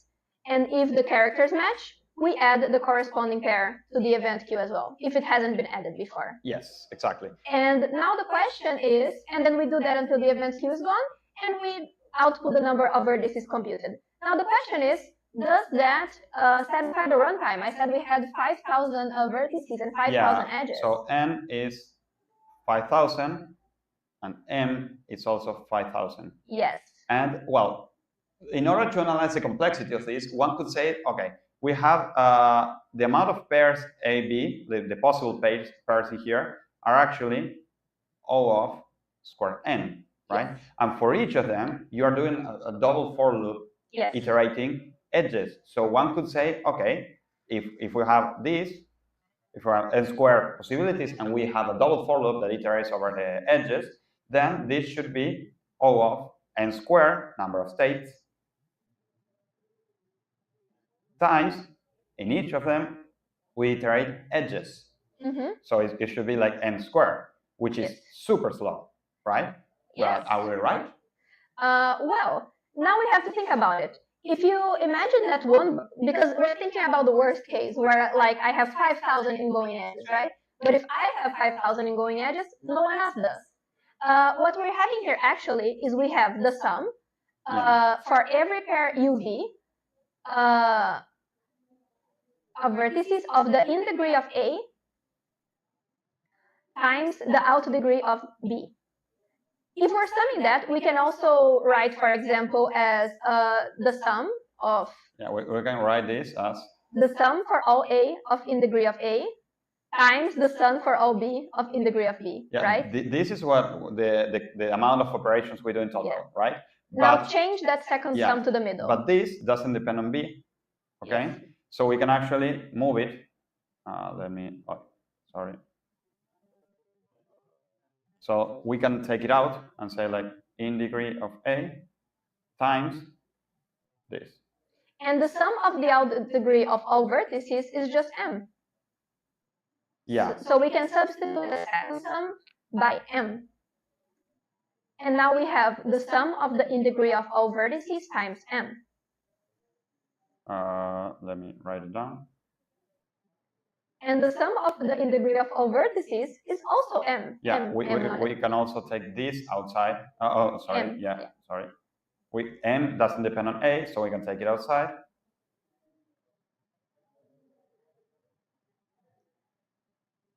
And as Giovanna said, this is also M. So we actually are saying that the amount of operations in total amortized is n squared. And since our M is 5,000, this is great. Yeah, so final complexity, if we go a bit down, so final complexity, it's the amount of states, okay? N squared. Plus the amount of operations we're doing. In total over all these states. And we just saw that this is this. So we can actually say that the final complexity is plus n squared. And if we want to talk about a little about behind the scenes, this is a particular instance of a more, let's say, generalized algorithm for all context-free grammars. So basically, any string operation you can write as a context-free grammar, such as palindromes, you can have a similar algorithm to that. In fact, you can always solve it in n cubed. So in this case, n cubed is not sufficient, but if you think about it, if m was much higher, that would actually be a better algorithm. So maybe you can leave that at home as a homework if you want to think about it. How would you solve this in n cubed, even if the constant is a little high? Yeah, so that's actually really interesting. It sounds like a very challenging problem, but it seems that for now, teams are actually fighting against this problem. Yeah, I thought it would be a little bit easier, actually, because it's generally pretty standard graph operations. And also, even though our explanation could be a little big, if you just think about what you're doing in terms of the event queue, like all these things that we calculated from the complexity, you do it on paper, right? Yeah. You don't need to implement it. It just automatically converges to n squared. So the implementation of this problem is actually very simple. Yeah, it's actually pretty simple. I mean, it's like a BFS-like queue with just a double for loop over the edges, and that's it. The teams just need to not be scared of having a double for loop. That looks like it could be quartic. Yeah, absolutely. So yes. So this problem, I mean, and the teams, they have the ideas, they're struggling to implement. So I would be curious to thinking what errors could be. What do you think could be errors that we are committing in this problem, Marquitos? Why do you think that we might be having so many wrong answers, and we have the República Café com Leite fighting for the top 2 spots? Yeah, I'm actually curious about this. I would guess that in here, it's, if you don't, like, if you try to see it like from the center outwards, it's, once you see it like this, it can be like pretty direct to go for it and achieve what we just discussed. But there is also the issue that if you try to think it as I was saying before, like from left to right, or from right to left, or from outwards inwards, it can be outward inwards can be tricked, but it's more complicated. But there is a thing that is not that direct, which is actually realizing that you don't need to do cycles, like cycles. Well, cycles, I mean, in terms of you don't need to explicitly think about them. Yeah, like one could think like, okay, maybe I need to repeat a lot, so I actually need to like this is exponential, or the length can be huge. But I think about this as like a personal bias as well, because I've been working on this. I've been writing lots of papers talking about these pairs of vertices. And a problem that I have personally is that I always write paths instead of talking about reachable pairs. We want to count the paths instead of we want to count the pairs of vertices that reach each other. So maybe if they don't think about the fact that you can just abstract everything to pairs of vertices, almost like a DP, right? Because it is a DP, which is very funny because normally you don't have DPs on cyclic graphs. I mean, I think that's the bigger challenge here, realizing that although the graph may have cycles, this directed graph may have cycles, you can tweak it so it actually doesn't have a cycles, and that's super interesting. I mean, it's beautiful, because you don't see dynamic programs like this. That's not where your brain goes to. And if you want to think like that, that's a completely valid way to envision the solution. Absolutely. So again, congratulations for this problem. It's actually super interesting one. I also really like problem J. It's super nice, but that one would be a little bit nastier to talk about. Like sadly, it's not super friendly. But you know, like there is this thing like a problem J. It's geometry.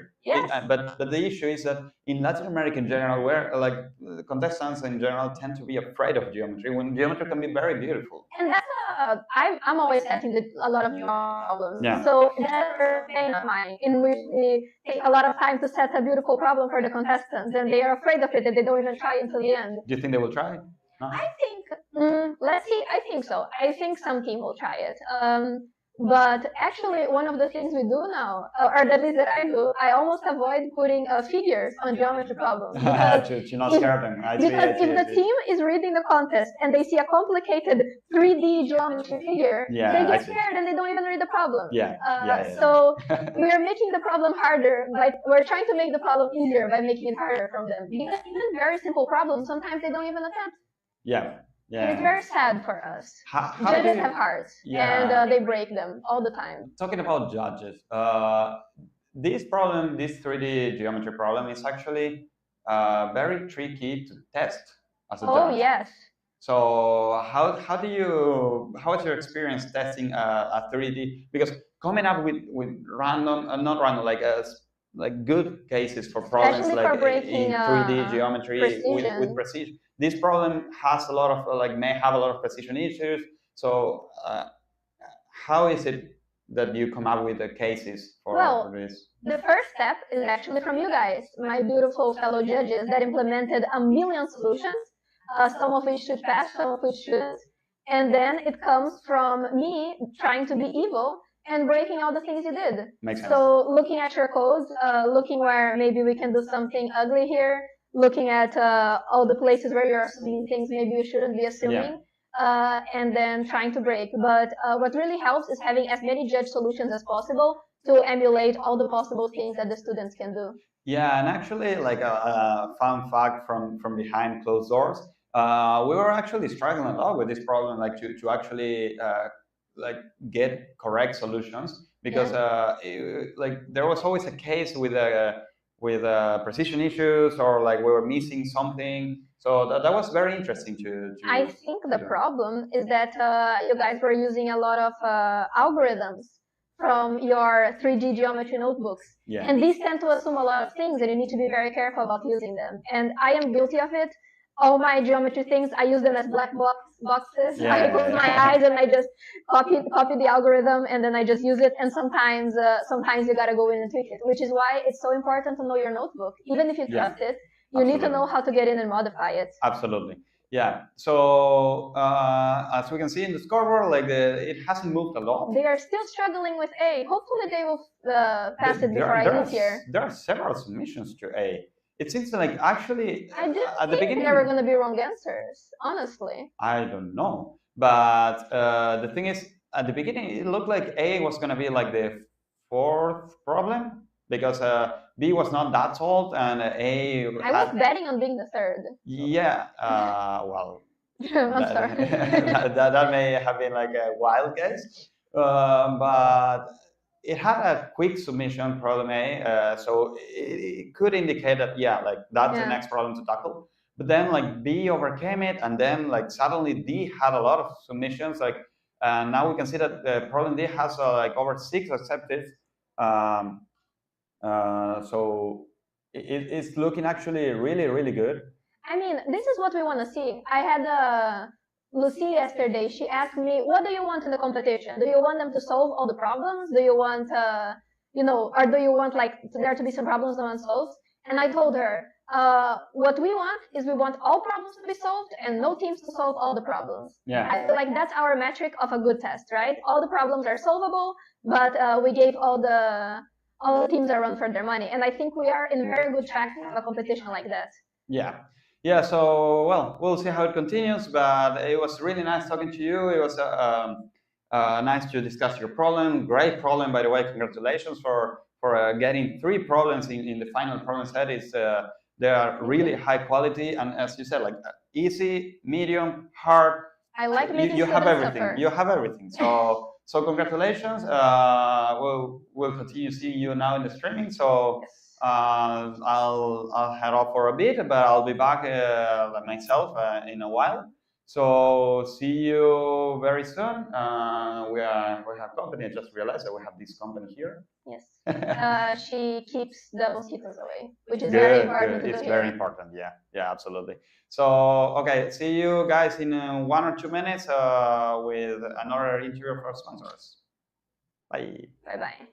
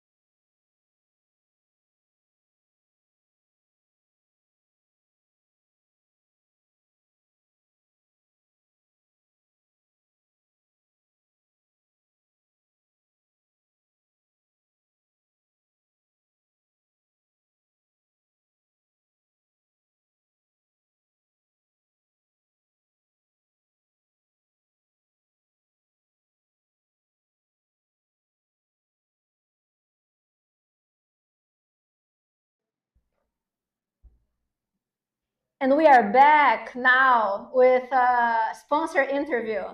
And we are actually sponsoring VTEX here. And I'm here joined by two of our representatives. Can you present yourselves? What's your name? What do you do at VTEX? And how are you finding the competition? Okay, so hello folks. My name is Fabiana. I'm a senior software engineer in VTEX. And to be honest, I've been finding the competition really interesting and exciting from my perspective. It's my first time in one of these, so really nice. What about you? Hey folks, my name is Mateus. I work as software engineer in VTEX in the same team that I'll be.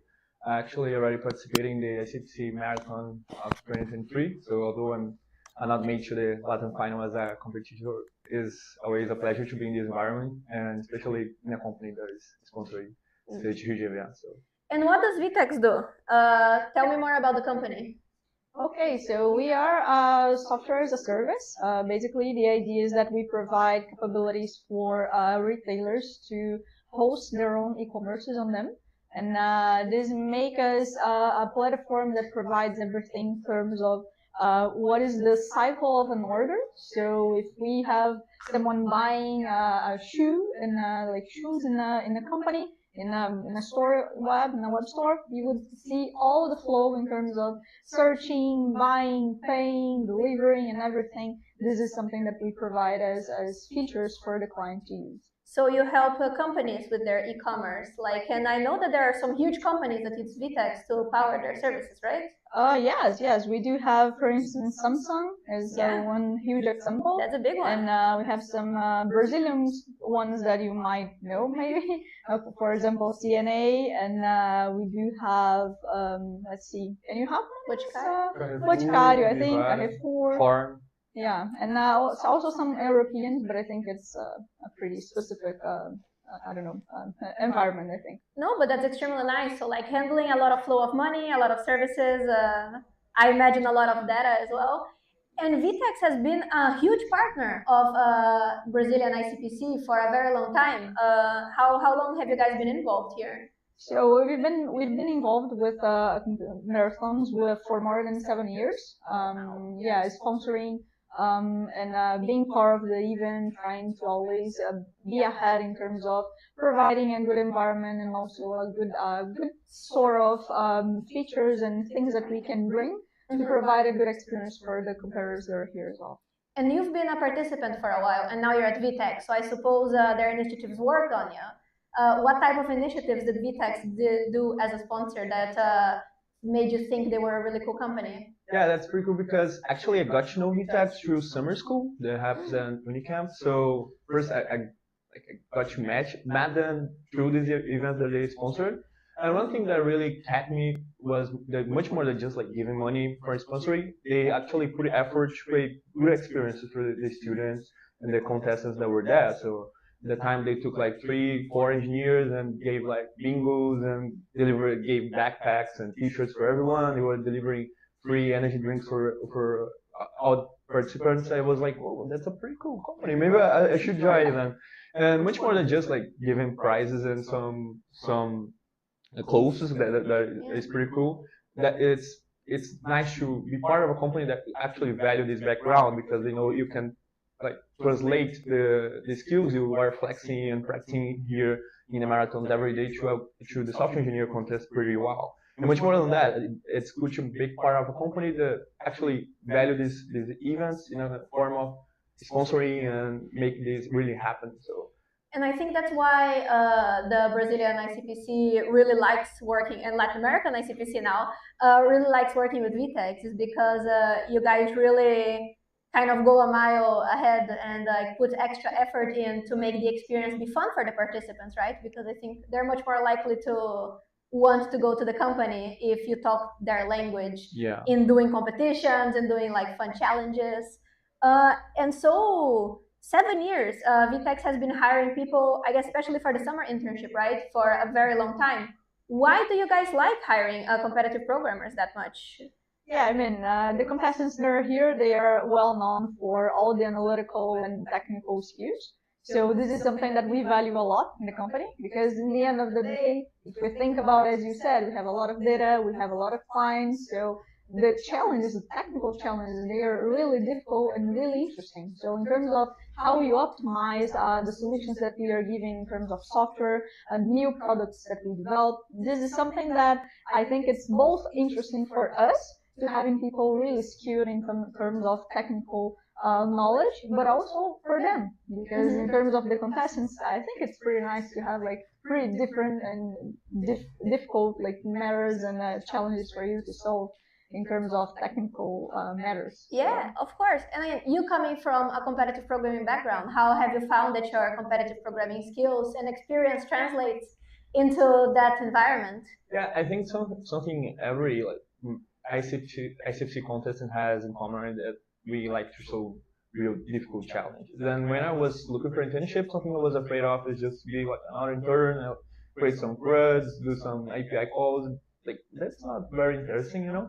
So when I got to talk with people from VTEX and talk about the projects they were working on, especially for the internships, I got very excited because it has all this intricate technical challenge that you want to work on as a ICPC alumni. So for example, my internship project was to refactor like the load test tooling for VTEX that is pretty critical considering like we are a commerce platform. And so I had to create a tool that handle like 1,000 orders per minute. And last Black Friday we handled like 2 million orders in a time range of a day. So you can guess this is a pretty critical challenge to solve, especially trying to do this in the most efficient way possible. And I think this type of challenge, not only being a difficult challenge, a challenge you have to work across the entire engineering to solve and get an efficient solution, but especially this type of challenge focused from since day one. So since you enter like an intern, it's pretty special, and I could like use much of the concepts and frameworks that I learned through these coding marathons and in competitions on this type of challenge. Because and our problems the people are solving here, you work in a pretty critical scenario. So most of the time you have to handle like a billion input size under 1 second or with like 200 megabytes, and that translates pretty well to the concepts we have, where you can do the thing as fast as possible in the least amount necessary of resources. And I think this right balance between the challenge and the effort and the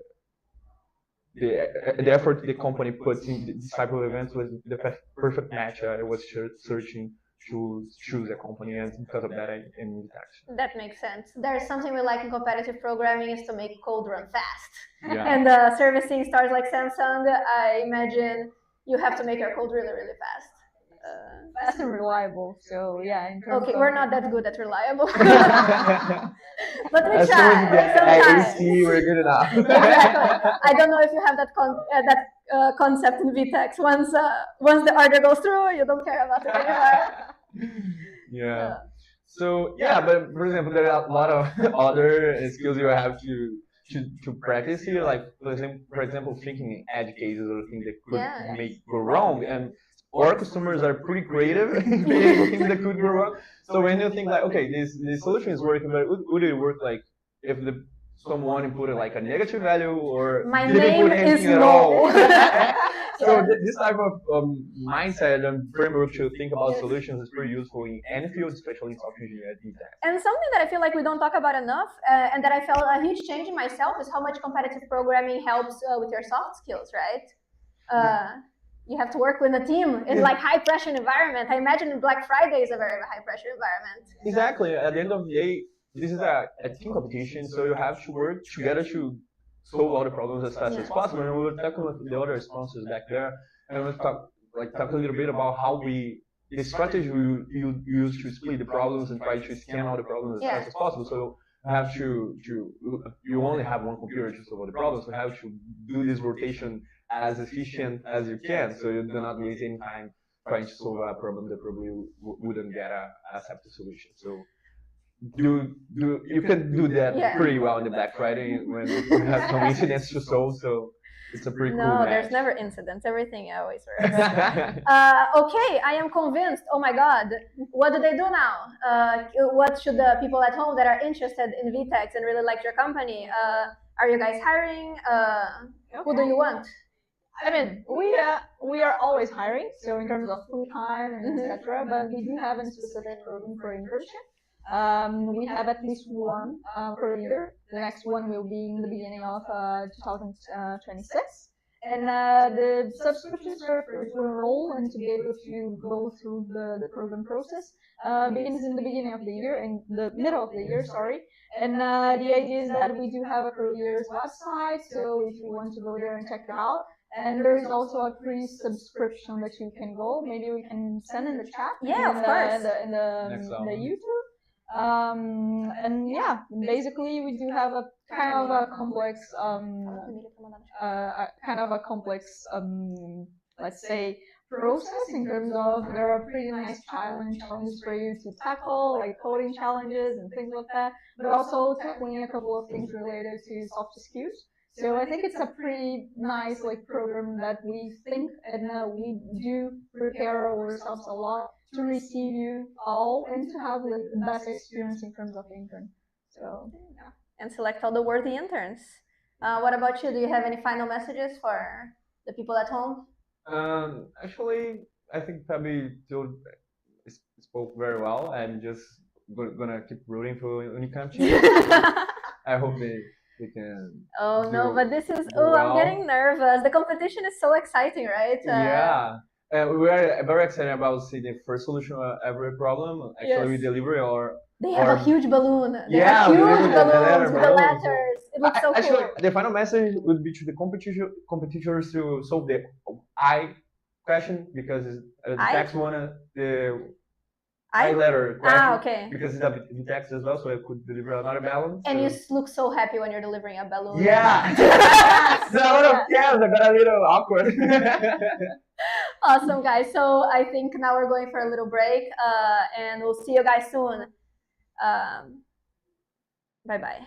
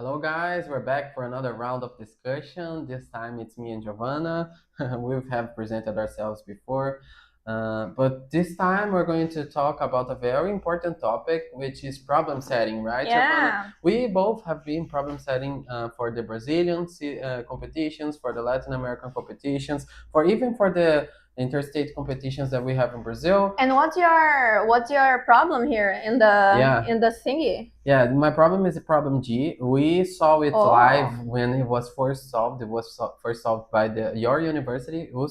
Ooh. Yeah, they solved it in nearly. And now your university is in first place. So we're here in a very adversarial spot, right? But I mean, we've always been. I have competed with you before, but at the same time, I think that we only hate during the contest. But I mean, after the contest, we try to get our differences apart. Never.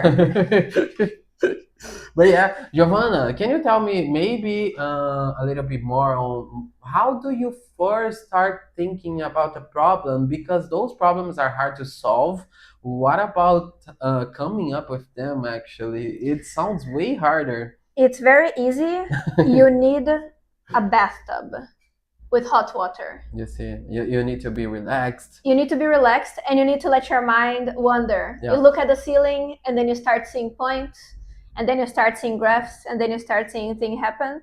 The real thing is that like inspiration can come from anywhere, and you just need to be in a mindset of creating problems. So I think it's very hard to say like, I'm gonna create a problem now and sit down and come up with something. You need to have that in mind. I've tried it before, and it doesn't work at all. Yeah, exactly. So the nicest way to create problems is when you're active. So you do a competition and maybe you think, hey, but this problem here, what if this was like this, right? Modifying some other problem. Or you're taking the metro and you're like, oh, I really wish I knew what was the shortest way to get there. Or you're waiting for the elevator and you try thinking about the algorithm for the elevator assignment, right? Like problems are absolutely everywhere. So I'm not a big fan of geometry problems, but once I was watching a volleyball match in Belo, and then I figured out, whoa, what if everybody ran at the same speed? Will them be able to cover the whole courtyard? I mean, something like this, and then turning it into a problem and I mean, this experience is very unique. We don't have much things like this in computer science, right? And I think it's beautiful because it's like a very creative thing to do, right? Like, and I think as computer scientists, people think that maybe everything is very like mathy and rigid, but actually why I think a math is beautiful and why I think computer science is beautiful and solving these problems is beautiful is that you get to be very creative. You get to come up with like beautiful solutions for problems and you really need to work on that side of yourself. Yeah, it does make sense. Yeah, but for this problem set, how many problems have you come up with? I have 3. I will discuss them with Marquitos. So it's C, that everyone has solved almost, and then A, which the teams are fighting, that both our teams here, our representatives, have not solved. So we need to talk to them later. Yeah, and I know the verdict for UFMG. They're getting TLE. Oh my God, insider information directly from Rafael. Yeah. We also have, we can discuss it later, but I know what happened with their case solution as well. They once got a wrong answer, but then like 1 or 2 minutes later, they fixed it. It was just one line of code change. And now they're winning by problem number. So they really need to get that A out there just to guarantee the top spot and then start tackling new problems, right? Yeah. So in the problem setting, the reason why you should care about this is that we actually get not that many submissions for Brazilian finals and Latin American finals. So that's why also we wanted to talk a bit about the process of problem setting. So you come up with a problem, and the way that this happens is that before these competitions, they send a call for problems. And this is going to be sent on the Telegram group, it's going to be sent everywhere. And then you need to send a PDF with your problem statement, the input, the output, and the expected solution and the expected difficulty. You just did a draft for the problem, right? Yes, it doesn't need to be a full statement. It doesn't need to be your solution. You don't even need to code it. I don't code it all the time because I come up with lots of geometry problems. So it's very easy to say like, oh, just compute the triangle. You know, it's amazing. I love solving problems like that. But once you get to compute the triangle, it's not only about computing the triangle. It's never just about the triangle. And then you send it to them, and you've actually been part of the problem selection process a lot of times. So what happens after that? After everyone sends their PDFs, is this? Yeah. I once was a part of the selection team, but for a regional contest that we have there in Brazil, We get all the PDFs and we review them. We say, oh, this problem is about this topic, this problem is about this other topic, the difficulties of them. We get a team of judges, and we somehow agree upon the difficulties that we think of for each problem. And then after that, we try to make sure that all topics are covered. Yeah. The topics that are highlighting in the international competitions, or even in some other areas of competitive programming, we try to make sure that we do have those topics as well. That's something that I think people don't think about, right? That a contest is not only about having 11 or so good problems. Yeah. These problems need to vary in difficulty, they need to vary in topic. You can't have like lots of very easy problems. I think a lot of people think that a good problem is a hard problem. No. But actually, we have a really hard time making interesting, easy problems, right? That the teams will have a good time solving. Yeah, I actually feel like these are the kind of problems that we struggle the most, because you really need to be creative. You can't rely on, oh, this problem is interesting because it has some intrinsic difficulty, because this is not the case. We want to make the problem interesting by itself, not only because of the difficulties or how it matches. Maybe some beautiful ideas, some cute implementation trick.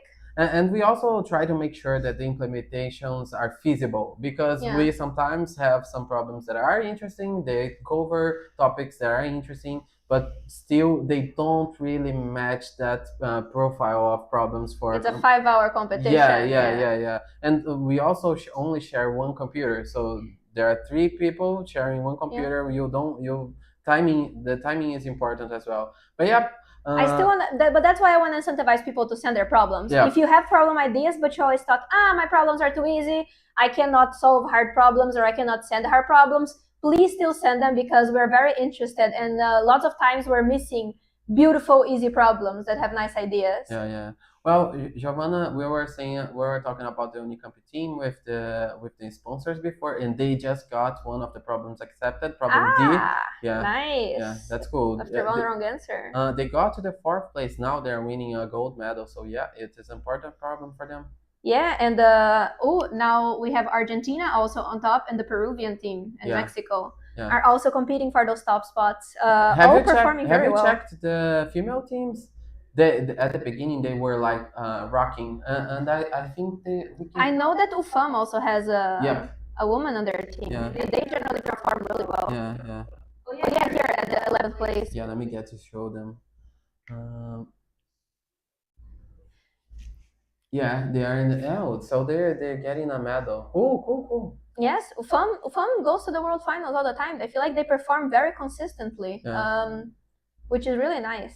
We've been to a World Finals with them before, right? Yeah, when we were in Russia. Yep. They were also right there. Cool.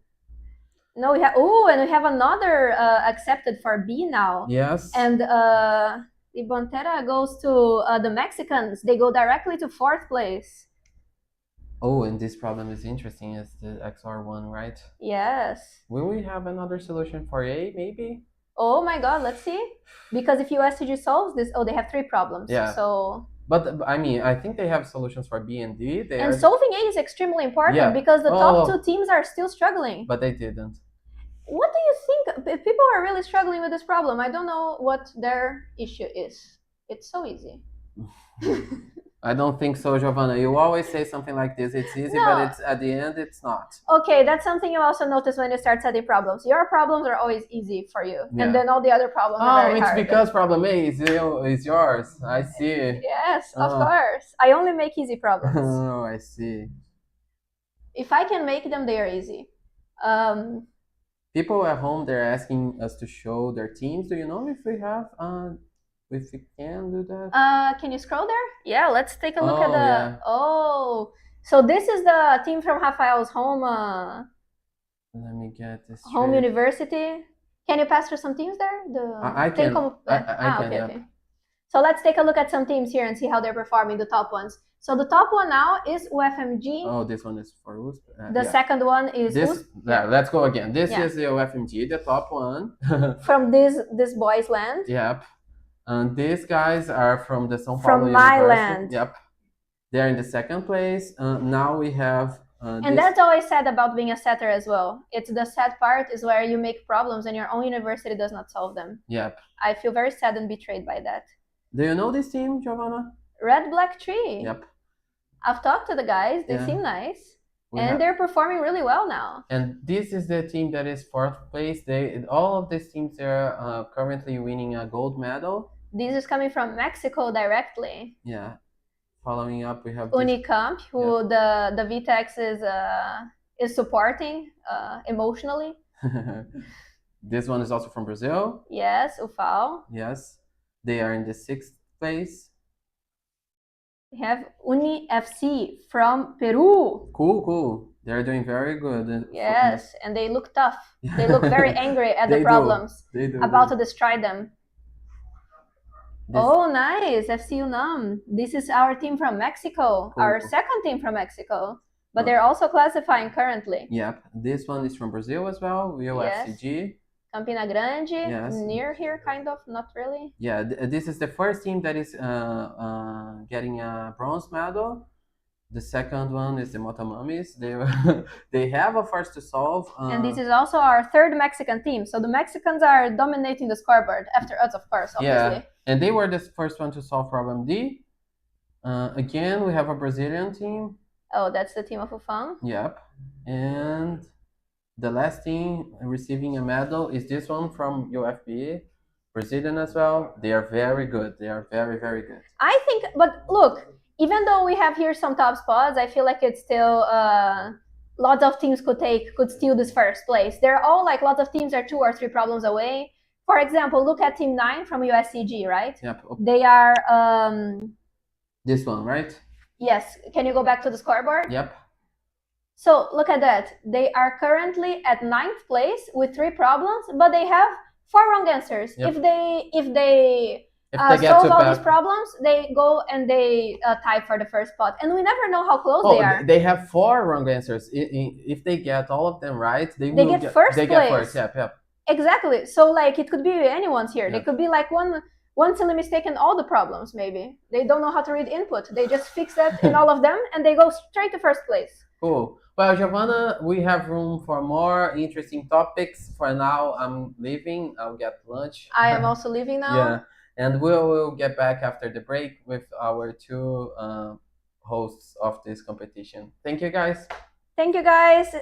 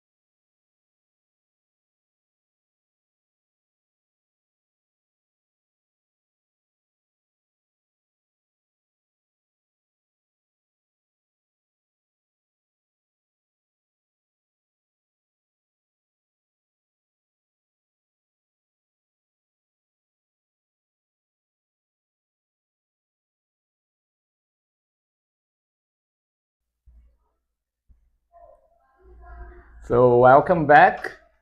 I'm Carlos Ferreira. I'm the director in Brazil, ICPC regional director in Brazil, and I have the pleasure to have here my good friend, Federico Mesa, the RCD in Latin America. Thank you, Carlos. I am very, very glad to be here, in this great party that you have. Yeah, that's. I think we had a dream some years ago. Yeah, a few years ago. Yeah, and the dream came true in Mexico, Guadalajara. We did a wonderful party in our first Latin American Championship, and now I had a dream to bring it to Brazil. Yes. So I'm really glad that you guys are here and enjoying the city of Salvador, and also. What do you think? How is the competition? Yeah, it seems like yesterday that we were thinking about what if we make a championship in Latin America, and now you go out and see all that floor with 42 teams from 17 countries enjoying, showing what they are capable of. It's really amazing. It's hard to describe unless you see the images, right? And we have probably, like thanks to Lydia, we have the opportunity to stream here in ICPC Live, and we have probably people watching from all over the world. All over the world. So we should take the opportunity to say that here in Latin America we have a very strong contest. Yeah, we were talking about this contest began almost 30 years ago with a couple, less than 10 teams. 11 teams. And this year we had almost 3,000 teams in our region, and the 42 strongest teams are here today trying to become the Latin American champion. And we have some different types of ways to come to this championship. Yeah. Yes. Let's remember that we have a performance slots. Yes, half of the slots. Right now, we reserve half of the slots to performance. Yes, we also have some rules to guarantee geographical representation from all sub-regions and countries. Those 17 countries that we have. Yeah, we have teams from almost all of the 17 countries here. Yeah, and also we have two female spots. Yeah, exactly. One from the host country, in this case from Brazil, and one from the Latin American region as a whole. And that team came from Colombia this time. That's great. Yeah.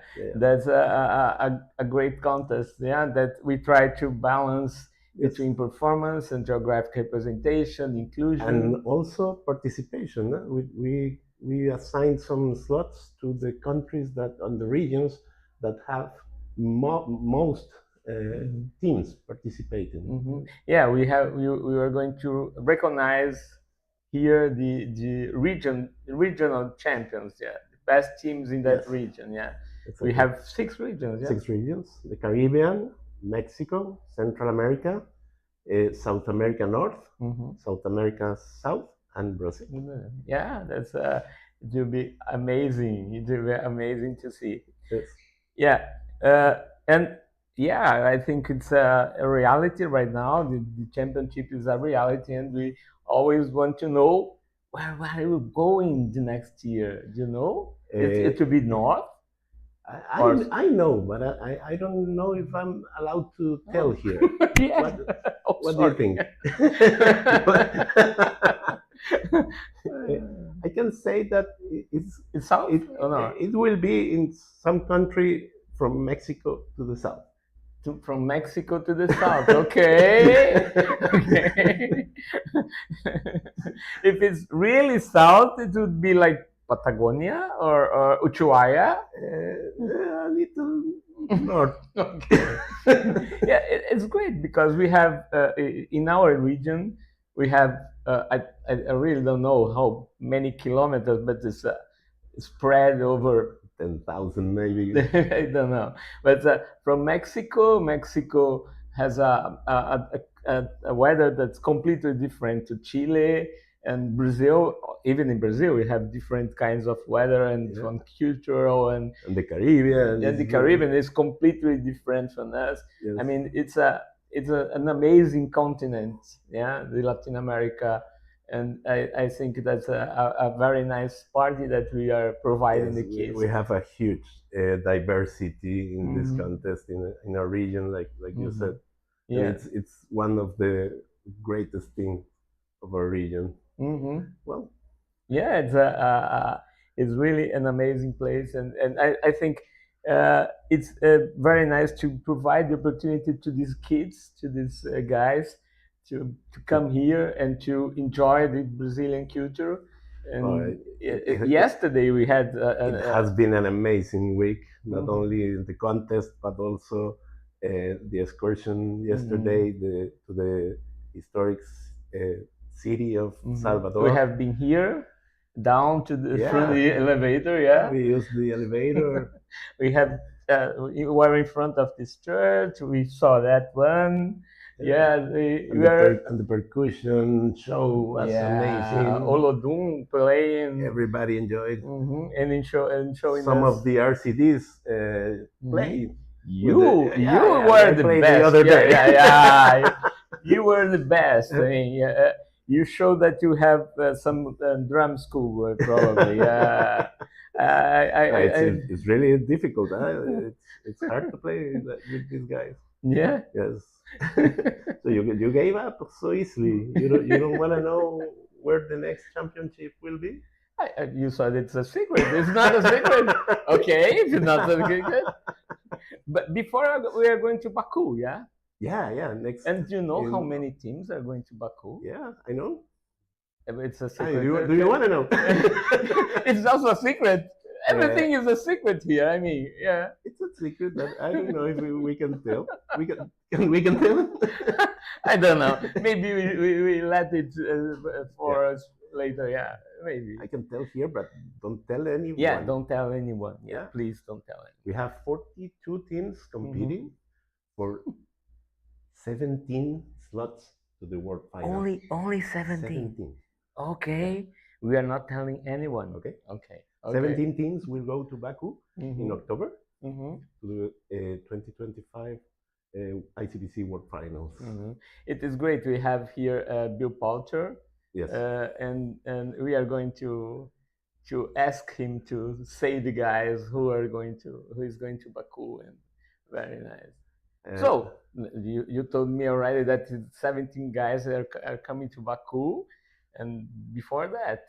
And after that, where are we going next year? Okay, next year we are going a little to the west. To the west. We need to fly above the Andes. Fly above the Andes? Yeah. Eastern Island? Not that far. We're going to Chile. Chile! Yeah. Next year we are having the 2026 championship in Santiago and Valparaíso, hosted by Universidad Técnica Federico Santa María and Universidad Católica de Chile. That's really nice. That's really nice to hear that. We are looking forward to seeing you all there. Oh yeah, sure. I heard that we have rather good wine in Chile. Yeah, I heard that.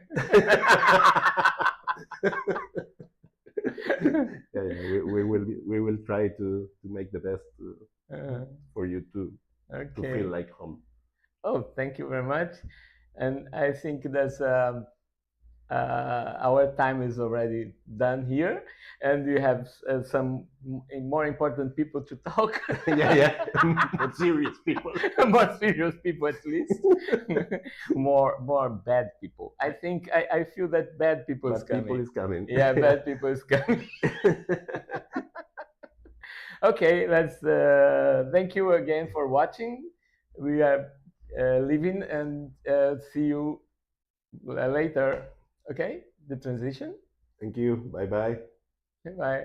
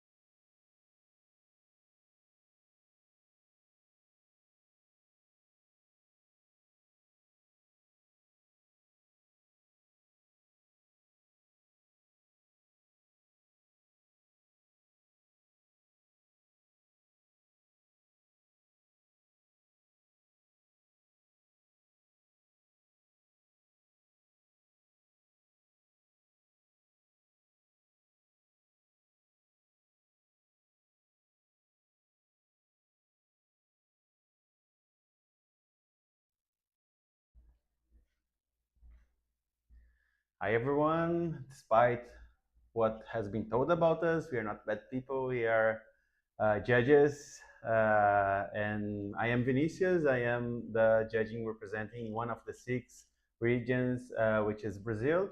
And this is our chief judge, Paulo, which coordinates the whole work on the contest.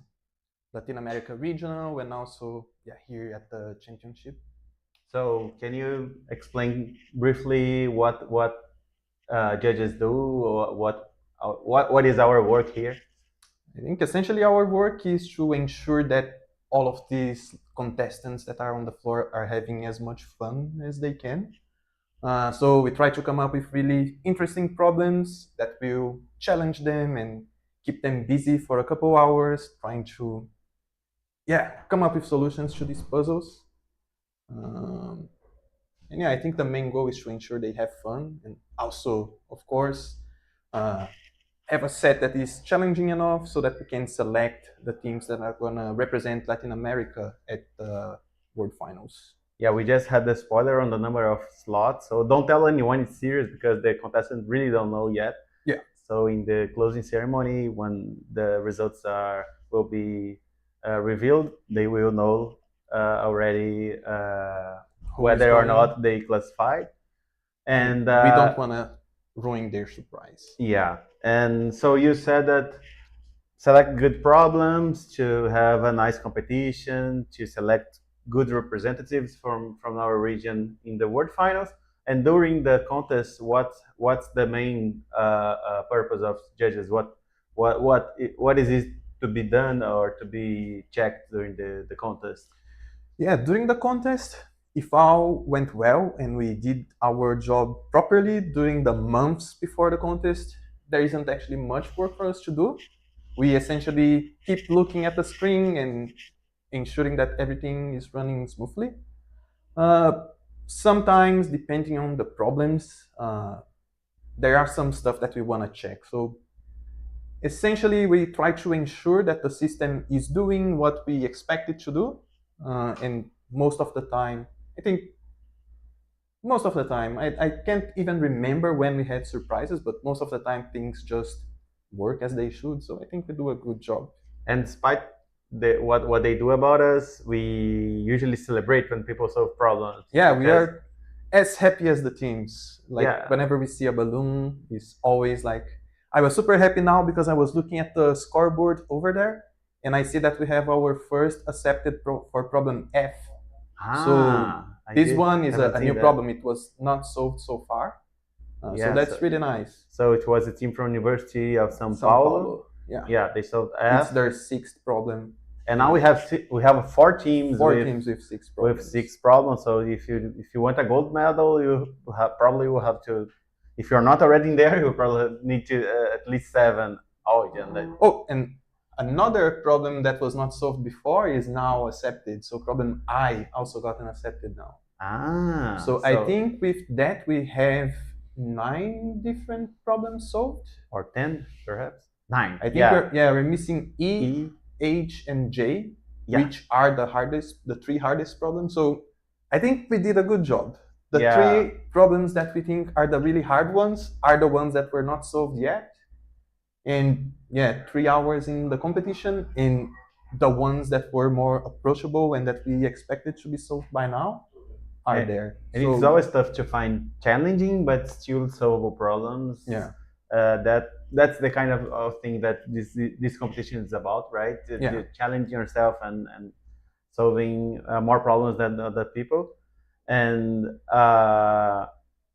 in the beginning, we are always like a bit anxious about how things will develop during the contest. So would you say that for now, with 9 problems already being solved, with 3 hours of contest, the first team with 6 problems solved, is everything more or less in what you expected? Yeah, so far I think we are pretty accurate in our predictions.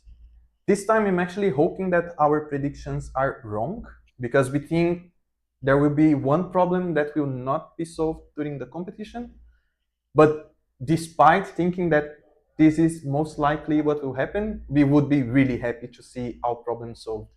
So yeah, let's keep an eye on the scoreboard and keep rooting for teams, and hopefully they will get all of them. But at the same time, we don't expect that people, like there will be a team able to solve all 12 problems. Even if all problems are solved, probably not, there will be no single team with the 12. All of them. Yeah. And any guess for the number of problems and for the champion? My bet is on 9. So I think best case 9. I think 8 is also a likely number. So 8 or 9, would be happy to see more than that.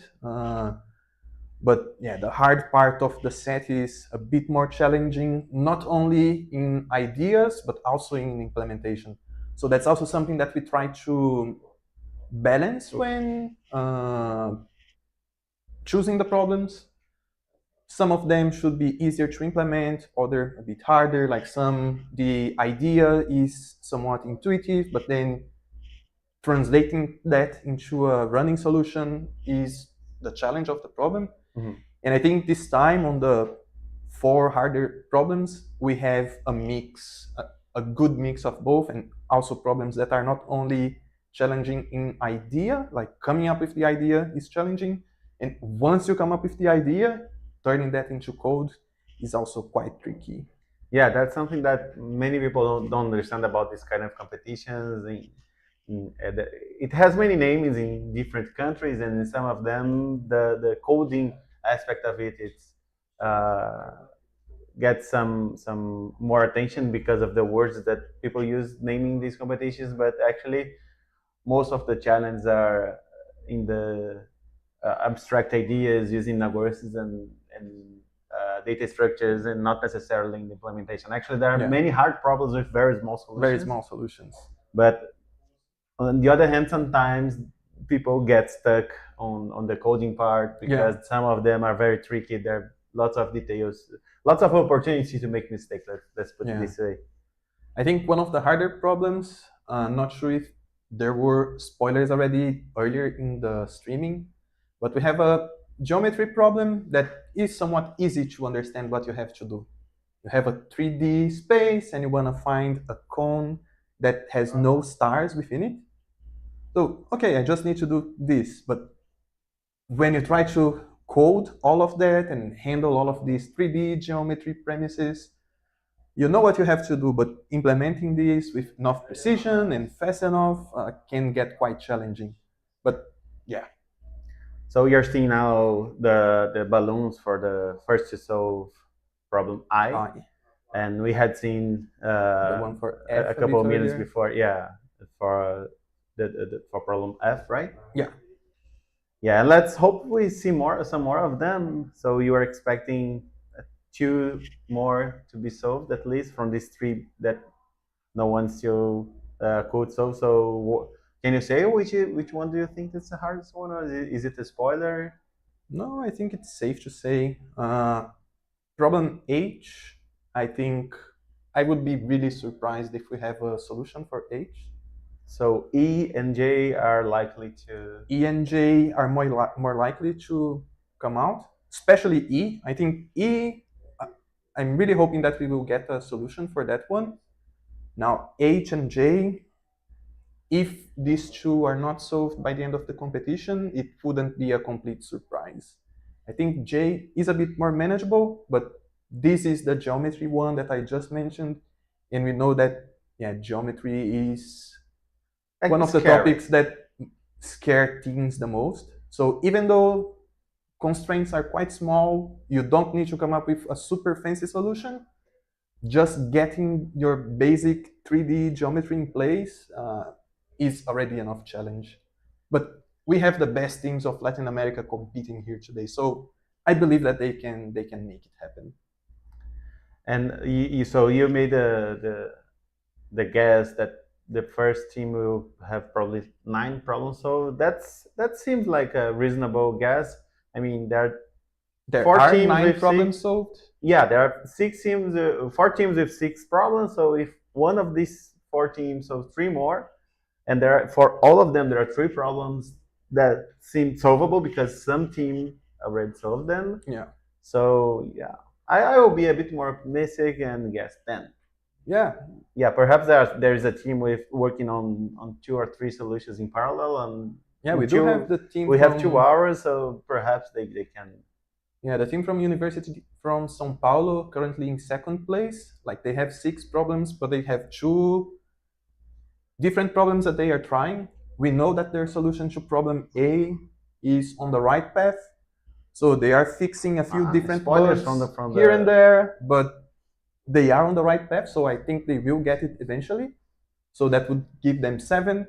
And they are also trying problem K, which is one of the medium easy problems of the set. So they should get that one as well.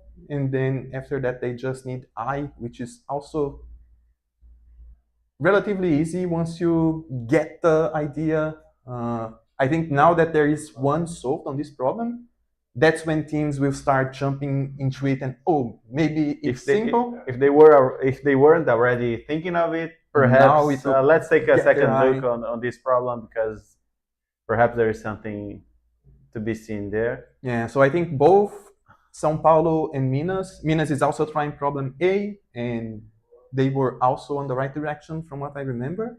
Mm-hmm. So they are really close of getting 7 each. I think is looking slightly better for São Paulo now, because they did solve F, which is considerably harder than K, depending on how you look at it actually, because F is one of these problems that the idea is actually not that difficult. Once you read the problem, you kind of know what you have to do, but writing code for that is a considerable challenge. They are probably working on this one since beginning of the competition. That would be my guess. Mm-hmm. They might have like someone go, codes a little bit, and then when someone has a easier problem, they are probably switching out, and they're just like slowly progressing, because this one does require a decent amount of code and of local debugging.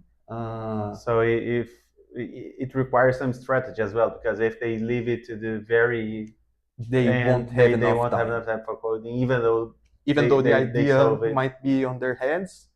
So managing to find the time to put the solution in code is the challenge for this one. They should pace so I think they are really well placed with that accepted there.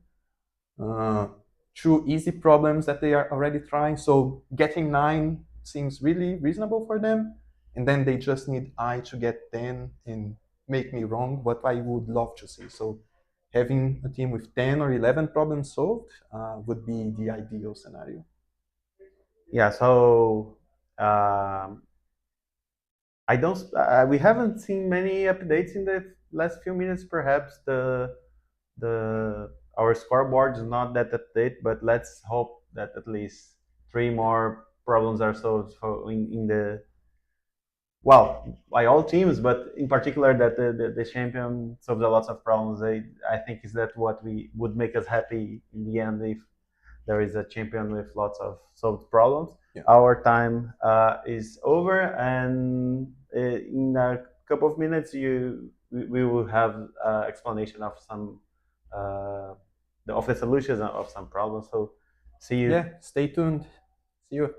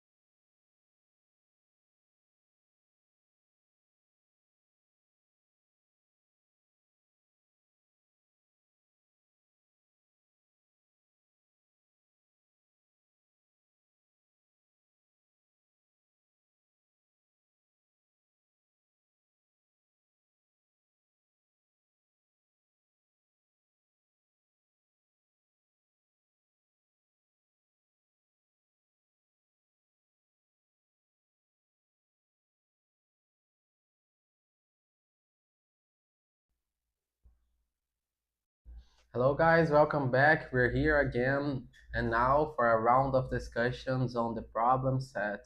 Yes, well, happy to be here again. Hello. I hope you're enjoying the streaming. I hope you're like us, really into the scoreboard, into seeing how teams are performing, and we're really excited. The competition is really tight. It seems like the scoreboard is being tough. Like, sorry, the problem set is being tough on the teams, right? Like, Can you go over the scoreboard? Yep. So we can see in there, like we have like the leader now. It's still Minas Gerais. So like they were leaders basically the whole competition until now. I may not. Hopefully, I'm not jinxing it. But there are several teams, like 4 teams with 6 problems already. Yes. Then we have 3 with 5, and then we have 3 with 4, and then a lot of teams with 3 problems. Have you noticed that at the mark of 3 hours, we got 2 first to solve? The problem F and the problem I, they got solved at the same time actually. Oh yes. Oh yes. Yeah, the problem F actually was I mean, no one was trying it even. Yes. And problem I neither. So that's actually very. Let me get to see what is the problem F again. Yes. Oh, so this one is tricky to get right? It's the add sign, the festival sign problem. Yeah, and getting accepted. Yeah. It's heavy implementation data structures. So I don't know. Like, it's not trivial at all. Like, it should be. I was expecting teams to actually struggle a bit with this. Yep. But yeah, like now we can go with problem I. Yes. Go ahead. Yes. Who actually, like a team, like the team from Peru, from UniFC, they got accepted, and it's a first result, so that's very nice. Do you want me to try to explain the problem statement? Yes. And you go over with the Go for it. Sure. So for this problem, you will receive a sequence of numbers, of unique numbers actually, and we are calling it the vector P. Right? But the thing is that this vector P not only is changing the whole time, you get to add some more new elements, you get to remove some from the sequence, but actually we are not interested in the sequence P. We're interested in the sequence P concatenated with itself multiple times. Infinite times. If the sequence is 1, 2, 3, then we will be thinking the whole time on the sequence 1, 2, 3, 1, 2, 3, 1, 2, 3 of the repeating pattern given by P. So yeah, not only we have to update this P, so if it was once 1, 2, 3, and you get to remove the element 2, it will become 1, 3, and then repeating itself, it will turn into 1, 3, 1, 3. Yep. Yeah. But you can also add a 4, and it will turn into 1, 3, 4, 1, 3, 4, 1, 3, 4. And the problem is, the trick part is that sometimes you will get asked to compute the longest common subsequence between a sequence A that you will be with subarray. Subarray, yeah, a subarray from the array A, and this infinite sequence P concatenated with itself multiple times. So yeah, it's kind of tricky to do. You cannot express P as an infinite sequence all again and again. You can't do the classical dynamic programming for, I mean, the classical checking for each index. But yeah. But what's your opinion? Okay, so going to now that I was trying to explain, I think I got some stuff. But yeah, go ahead. Yeah. So this problem, so we can see here, this is the array P, as Rafael was mentioning, and then we get several queries that can be either add a number in any place, like after any value, delete a number that already exists. Let's say like delete 3 would be like removing this and ending with 1, 2, 4. Yes.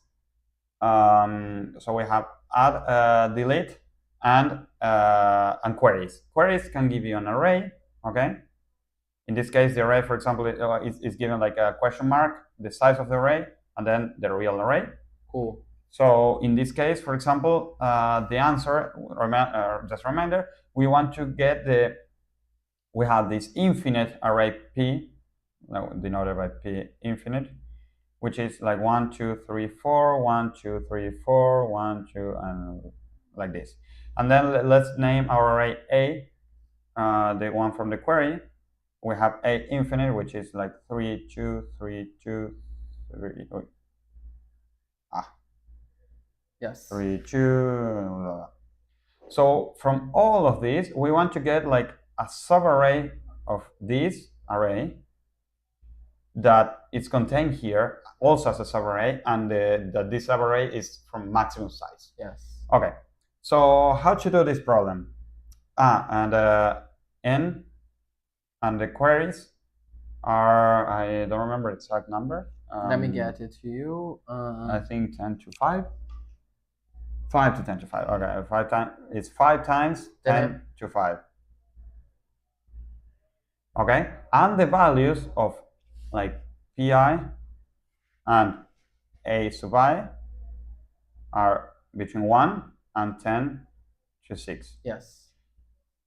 There is also another thing that this is different.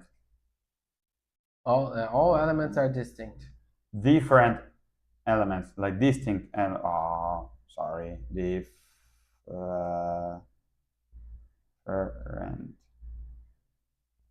It's different elements, and it's guaranteed that at all time, at all moments, it will always be different numbers.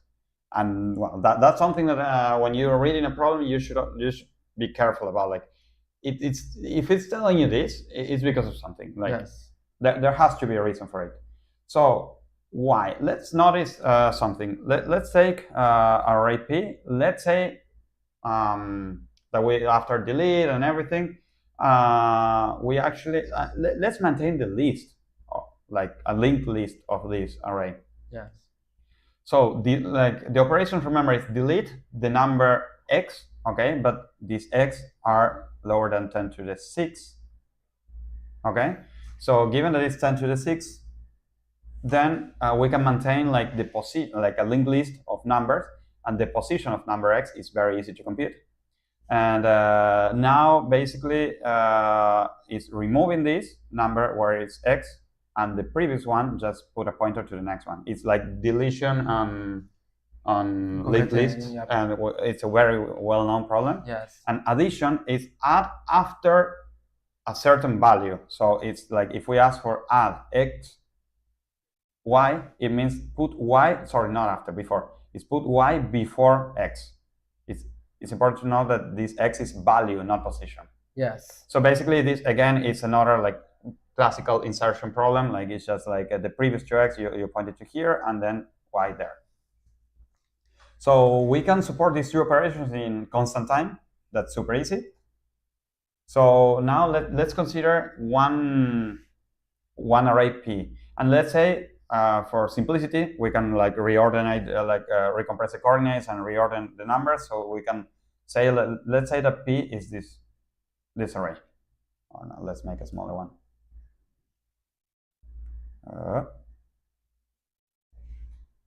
Okay. So let's say that P equals this. Okay. So given that it's all different numbers, and also something to notice is that A, the array A of the query, it's actually not necessarily unique numbers. Oh, I see. Yeah. So that can be like, you need to be careful about that. It's unique only in P, but in A there may be repetitions. So let's say so we need to do like the maximum subarray, common subarray, or print print that number, or print like, well, that's a star, believe it or not. But this print star means if like the infinite arrays are equal. Or no, sorry. Yeah. From a point on. Yeah, from point on, there is like an infinite subarray that is common between both of them. Yes. So let's deal. Well, let's notice one thing. Let's say that A has a 2, okay, and let's say that A actually has 2 repeated numbers. What does it mean? Well, this means that the answer is not infinite. Wait. No, sorry, that's wrong. If A has 2, yeah, no, but it may like let me if rephrase. A is missing an element of P, then for sure. Yeah, if A is missing an element of P, then there is nothing. Yeah. So actually, we'll think about a better approach in here. Okay. Let's assume that we fix the start in A. Okay. Okay. We fix the start. If this value is not in P, then we can ignore this. Yes. This will never be part of the answer because that value is not in P. So now let's say that it's in P. Okay, given that it's in P, let's say it was a 2. Yep. Well, the 2 is here. So now we want to, like, the next number should be 3 according to P. Yes. So there should be a 3, then a 4, and then let's say there is a 2 or 5. Let's say 5. So what we're doing here is like we mark the 2, then we check the 3 in here, and we see if it is the next element, like if it corresponds. If it doesn't correspond, then we found the maximum array starting with 2. I see. Okay. Otherwise, we increase and we continue increasing until we fail. Yes. So this 5, like we saw that the 4 is here, and now, well, given this is infinite, we continue with 1. 1 is different from 5, so we break there. So in this case, only 2, 3, and 4 would be like marked as good candidates for matching, right? Something like this. Not really. Like what we're saying is, if 2 was the start of the subarray, we iterate on A. Yes. Over the start of the common subarray. So given that 2 is, we're iterating, like fixing that 2 will be the start of the subarray. Then in order to compute like the amount, like how long is this array, we literally iterate one element by a time, like literally like a for loop. Like the next one is 3, it should be 3 here. Yes. The next one is 4, it should be 4 here. Yes. The next one is 1, we loop here. The next one is 1, and it should be 1, but it's 5. Yes. Then it means that this is the end. Like the previous one was the end element if we start with 2. Yeah, but this is also the case if we start at 3 and if we start at 4, and right? That's the observation that we need to do, cool. basically. If we start at 2, then we got 3. Like the maximum array is 3. But as Rafael said, given that the elements in P are unique, if we start at 3, it's the same as starting at, like, we will follow the same thing that happened if we started at 2, actually. So we will be blocked by the same number, the same 5, but this array starting at 3 is shorter. Yes. So we actually can ignore the 3 and the 4 because we already covered them. Yes. And we continue with 5. Cool. So, well, 5 broke it, and now we restart the count. So we go back here, and yeah, we found that for 2, the answer, or the maximum array, is 3. Okay? So we ignore 3 because we already covered it. It would be 2, which is smaller than 3. It will be 2, it will be 1, but we ignore them. Like, yeah, it will be 2 and 1, but we ignore these 2. Ignore, because they are covered by a bigger one. Cool, makes sense. And then when we find 5, now 5 broke the array of 2, so we need to start over again from there. Because there may be a chance that, for example, 5 can be in another position in P, right? Here, yeah, for example. Cool. Yeah, makes sense for me. And actually, I accidentally came up with a nice case here. So 2, 3, 4, and then we came to 1. Yes. It broke it here, so we start over in 5. We start here. So 5 now, we delete this. So 5 is here. So now we do the same algorithm. So we compute 5, and then in here it can be seen that given that we will iterate on the, let me think. Yeah, the answer will be at most the size of A. Or infinite. Or infinite. Oh, I see. So you can kind of brute force. Yes, that's the thing. We duplicate A in here. Okay, or we can, like, it doesn't matter. We duplicate A, and we try the first elements of the original array of A as starting points, or ignore them if they were already covered by another one. Yes.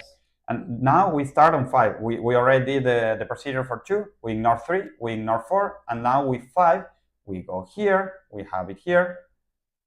So 5, it's going to be... Yeah, and now we iterate 2, I we see. iterate 3, okay? We iterate 4, because 4 is here. And now, again, this 5 is not matching this 1. So this broke it here. So now the answer for this 5 is 4, because we could extend 5, 2, 3, 4, but the 5 broke it. I see. So 4, and then this will be 3, 3, 2, 1, but we ignore them. Yes. We don't compute them, and then we're done because we only start with the first n. I see. Okay. I see. So basically, the answer in this case would be the maximum of all these numbers, which is 4. So what's the complexity of what we're doing? The complexity. For now, it's squared, right? If you get squared on the size of A, if we get to check for every initial position, it can take up to the size of A to check for how long it's matching. Yes. Yeah. So, but as Rafael said, like it can be squared, but actually it's not squared because we're skipping the elements. We're skipping some elements. The ones we already covered, we skip them. I see. So we actually are paying one element. Either we skip it because we included it. Like the amount of operations is the amount of times we check one element for match. If the element matches, it means we already included it. Yes. So we won't consider it as candidate. Yes. And if we broke it, then we start considering from there, and it will be considered only once. So basically, we're considering each element of A, element of, sorry for my writing, A only once or twice. If you fail in that element, you start over again, so it's twice. But basically, what we're doing is checking in O of the size of A, we're checking the maximum answer. Cool. So we may have only one issue, that why is this happening? Why, if we check the whole cyclic array and then we start over and it still matches, like it matches A plus 1 values, or greater or equal than the amount of values in A plus 1, then the answer is infinite. Yep. Why are we saying that? Because if we match the full array of A and then the next one is like, we can clean this up a bit here. 2, 3, 4, 5. It all follows from that property that P only has unique elements, right? This is fundamental for this problem. Yeah, it's fundamental. Like again, this is P, this is A. So we start with 2, and with 2 with 2, 3 with 3, 4 with 4, and 5 with 5. And then, given that we duplicated it, we continue with 2. But 2, again, matches here. And given that it matches, then we stop in there and we say it's infinite. Yes. Right? And it is infinite because, like you were saying, like actually here we have a unique position where the 2 is matching. But the 2 matching with the first 2, and it's matching with the next 2. Yes. Given that it's matching, then it's basically repeating. We can again match the whole array here by repeating the same process. Cool. And given that we're repeating it, we can repeat it infinitely. So in this case, basically, we do this process in O of the size of A. If the answer we found is greater than the size of A, we print infinite. Then infinite. Cool. Otherwise, we print answer. That makes sense to me. Yeah. And I think this is a problem that has a very easy to implement solution, right? Yeah. O of 1, and the queries O of A. The size of A. Then the sum of the queries. Yeah, and the sum of and the sum of everything would be in the statement it says that the sum of the sizes of all the queries is lower or equal than, I think, 10 to 6. 10 to 6, yes. 10 to 6. And we need a pre-processment of building the linked list, which is size of P, which is lower or equal to 5, 10 to 5. So basically, the overall complexity of this is basically size of P plus the accumulated values of size of A. Yeah. Maybe plus the amount of queries as well. Plus Q. Yeah. Yeah, that makes sense to me. Nice problem. Do you know who's the setter for this problem? Luis Santiago Rea. setter from Argentina, a fellow also. It was my rival in Portugal back then. Like, yeah, a great problem from Santiago. Like, congratulations to Santiago because it was a super nice problem. Cool, very nice. And now we can go to Marcos, the scoreboard. Yeah, we have some time left before the next interview. Maybe we should cover the scoreboard because we had a lot of things changing in the last minutes. Not only the UFMG is not leading anymore, but they are not even the second. They are now a third. They got Wow. Both like, things turn upside down now. Both University of the States of São Paulo, Unicamp and USP, they are now above the UFMG with by 7 problems. Yeah, by a problem. And Sao Paulo has a wrong answer on A, so they're really trying it. Watch out with that. Yeah, but I mean, UFMG as well is also trying A, and I know why UFMG is missing it. They are having a TLE. I don't know the specifics, but so Minas Gerais is having TLE. Yes. Wow. Yeah. That's interesting. That's interesting. But Sao Paulo has a bigger advantage because they already have 7 problems. Unicamp is not. So, but we can see here the top 3 is like ruled by Brazil. Yes. Then we have Red Black 3 from Argentina. Then we have Bonaterra from Mexico. And we have so many teams in here, like there's Peru in there. And actually, I think the competition is turning out to be very interesting, but challenging for the lower part, as far as I can see. Like from, as we can see here that the 13 below, they all have 3 problems at most. They're still trying problems, like they're not blocked. It's not like they're not trying, they don't know anything, or like what to do next, but it's been a rough competition. And actually, if you see this mission queue, it is now very different from the beginning of the contest because most of the results are actually access. They're actually missing the solution for the problem. And I mean, we only have one blue balloon here, and all of them are just missed tries. They are trying to, but they can't solve the problem. Yeah, but it's gonna be. I mean, we were expecting this. It's a higher level competition. It's the previous stage for World Finals. Yeah. So, I mean. Yeah, we're almost at the end of the competition. People are, I think, they are really trying to group themselves to make sure that the problems they are trying to solve are really being solved. That there's nothing missing. That people from the team they are trying to help the other teammates to make sure that no one is missing anything during this contest. But for now, I think that we can take a break. We will get back to you guys in 1 or 2 minutes. Yeah. We will get back in 1 or 2 minutes, and then later we will get back to the scoreboard. But now with the scoreboard frozen, with the frozen scoreboard, that will get interesting. Yeah, last hour. We'll see. Last hour is all about this mystery. Yeah, we'll see. We'll make some guesses in there and try to forecast. I will try to get back with some diffs with the solution. Nice. What have people changed in their code to make it pass? Sounds good. But okay. We'll see.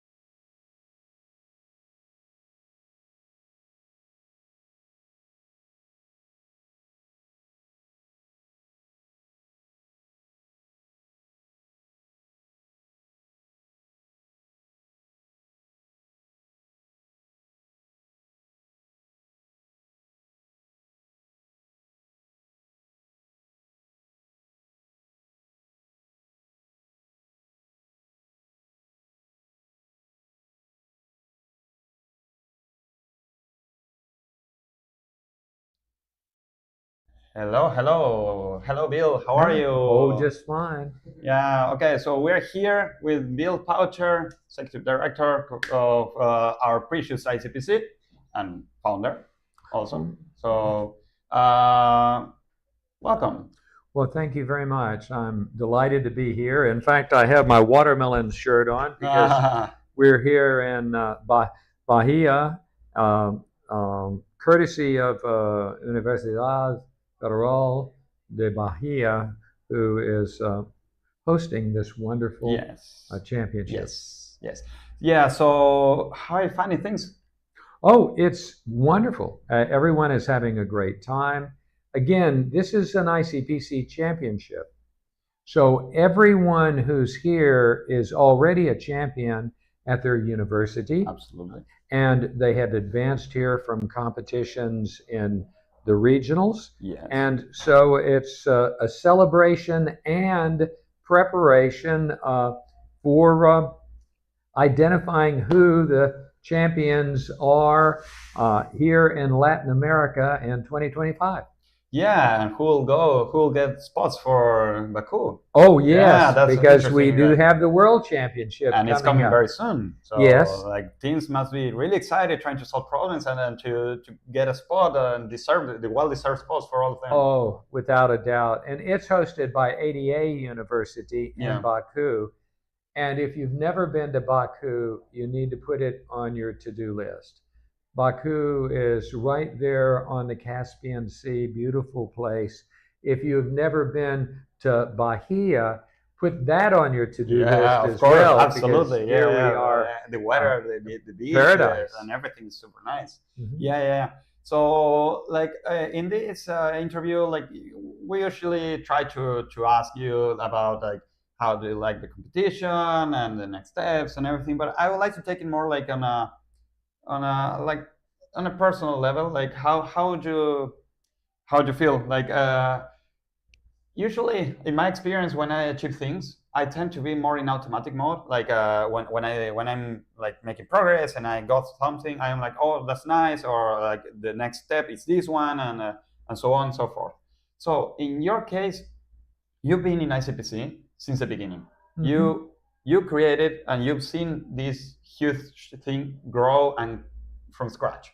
So I personally like to take some time at some points of my mind to remind myself of where I started, how everything came to this moment, and look around and like say like, okay, like, wow, like, and I believe that's something great. And if you look back, you remember those times, how do you feel about it? Well, first of all, I view myself as being probably the longest term mentor of the ICPC community, because what we did was we pulled together people who love to experience teaching students who will become performers in our discipline, and we'll create tools that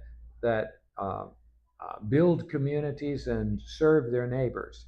And that's really what the university mission is, to pass on the best of our inheritance and to make sure that there are wonderful persons like you to build on that inheritance and do the same. We also pass on the remembrance of things that didn't work out, but not for the purpose of griping about it, just so that we don't take that road again. Yeah, but I fully agree with you. But you know, like sometimes me working in a team when I was competing or when I was coaching teams, like we're all part of a community, and that community is everything for us. ICPC is everything for a lot of people. But do you realize the impact that you cause on people? Like how much you change the lives of people? I mean, it's actually crazy the amount of people that were impacted by something that was created from you. Well, there are 450,000 ICPC alumni, but no, what makes me feel good and strengthens my belief in people is to see what my friends, what the ICPC community, what you do, okay, to make a difference in community. So I just happen to be at the right place at the right time, and I'm pretty stubborn when it comes to making sure that students are first, the faculty are first, and that industry is first, and community is first, absolutely. all within the healthy domains that we have that help us build a better world. And understand, I don't undervalue those who have to deal with other problems in this world. There are plenty of them. But the bottom line is life, and especially human life on this planet, needs to be worth building better. And you know, and you guys make that happen. And I'm blown away by what happened with this digital age. I mean, even COVID-19, even a pandemic that crosses the world gets solved within a couple of years. Yeah. When 100 years ago, it would be in a couple of decades. Yeah. And the dream of people being able to connect and communicate with each other, I didn't think I'd actually see it in my lifetime. And here it is. Yeah. People can Zoom. So one of the great things is look how human life responded to and adapted to the challenges that we have. Yeah. I only ask that we get ahead of the game, all right? Yeah. And that is that it doesn't take the threat of life extinguished from the planet for us to thoroughly enjoy our neighbors and build a better world and explore this wonderful universe that we were born into. Yeah, I mean, it's a great way to see the things in a bigger picture. And yeah, I mean, me personally, I started this journey in 2017 and came all the way to here. I've been like in different roles and everything, and I've seen the ICPC from different eyes.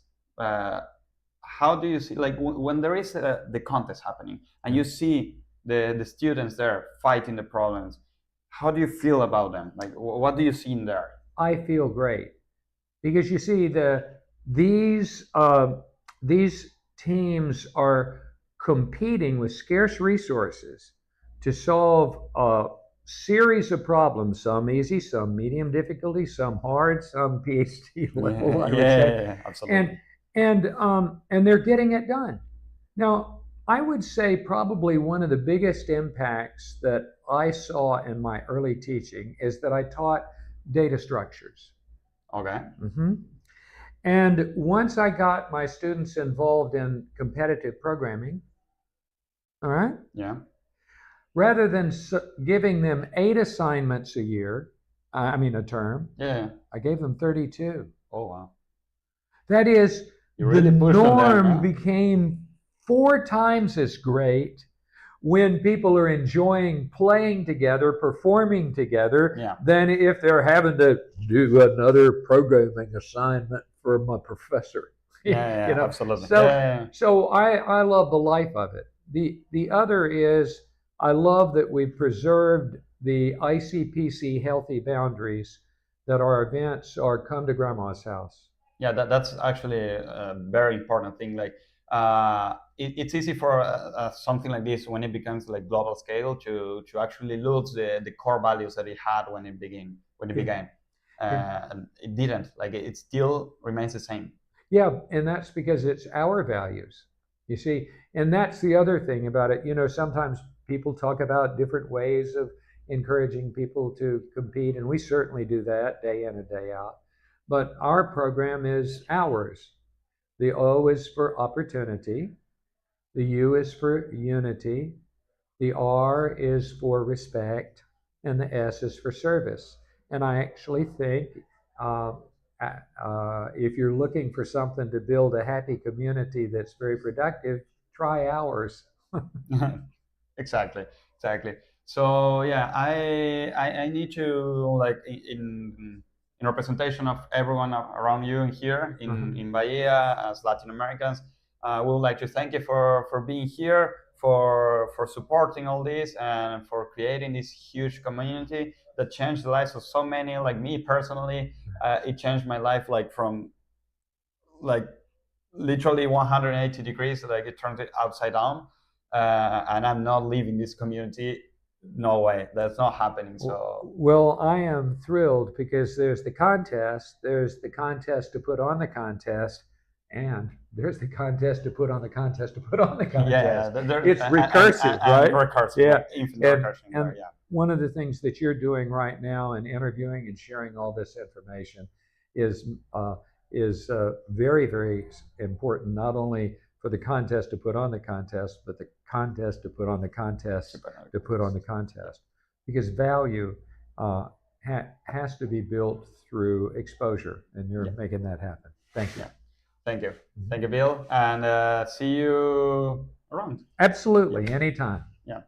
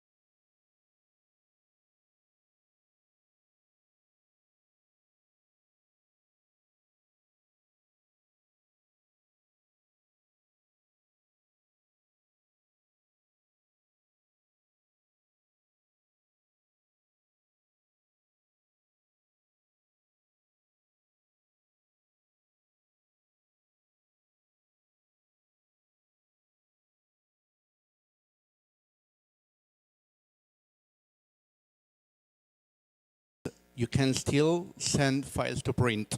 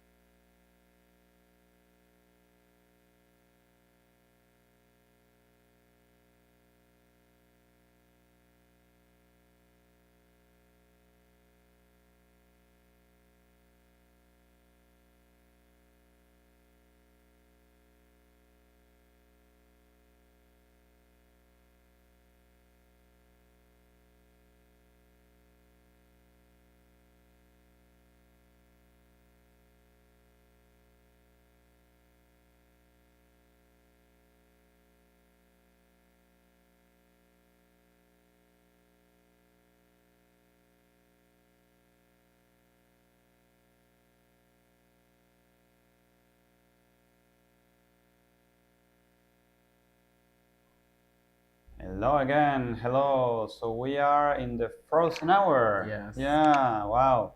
It's been so fast. I mean, 4 hours passed by like nothing happened. Like I just blinked and yeah. A lot has happened in the background, right? Oh yeah, a lot has happened. It's crazy. I mean, it's months of work for 5 hours. Yeah. But we still are having the closing ceremony later today. We'll be sharing the results of the ICPC challenge that we have Yes. Friday. Yes, absolutely. And this is also important. Yeah, we still have some scheduled for later after this competition. But yeah, focusing on the competition now, Yes. we still have some problems that didn't even get attempted to be solved, right? The H Yeah. and the J. Yeah. I think I have seen some submissions on E, but I haven't checked them yet. But yeah, well, do you think that the leading will stay the same? Because I mean, we have real FMG with 5 tries for a problem that they haven't gotten accepted yet, and WUSP with 9 tries for a problem that they haven't. I wonder what's happening. How? How? I mean, what Yeah. happened for them? I wonder. Because WUSP has a solution for F, which is unique, kind of unique. We only have UFCG with another submission, and UFMG is like, what is happening? Because we have a strike of 4 teams or 5 teams after them, with all getting accepted on A. Yep. Yeah. And getting accepted, not only getting accepted, but Fast, like easily. the first try. Like they Yeah. didn't even get going.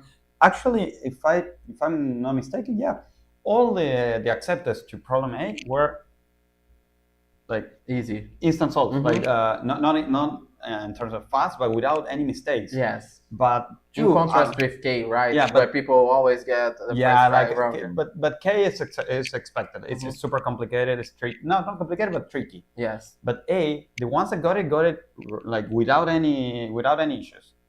The other ones, the ones that are not getting it, are blocked in a pool of wrong answers. Yes. Yeah, I don't know what's going on in there.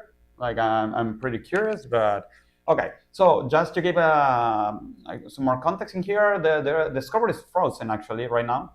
What this means that we may still, I'm not really sure, see the list of submissions. I don't think we do. Yeah. So in here we're not seeing anything else. We don't get any more feedback. This is nice. I mean, it's for the ones that are outside and the ones inside, because I remember when the frozen hour, it's like in the frozen hour, the teams themselves, they get feedback on their submissions. So they do know if it's getting wrong answer or time limit or accepted or whatever. But only their submissions. They don't know about the others neither.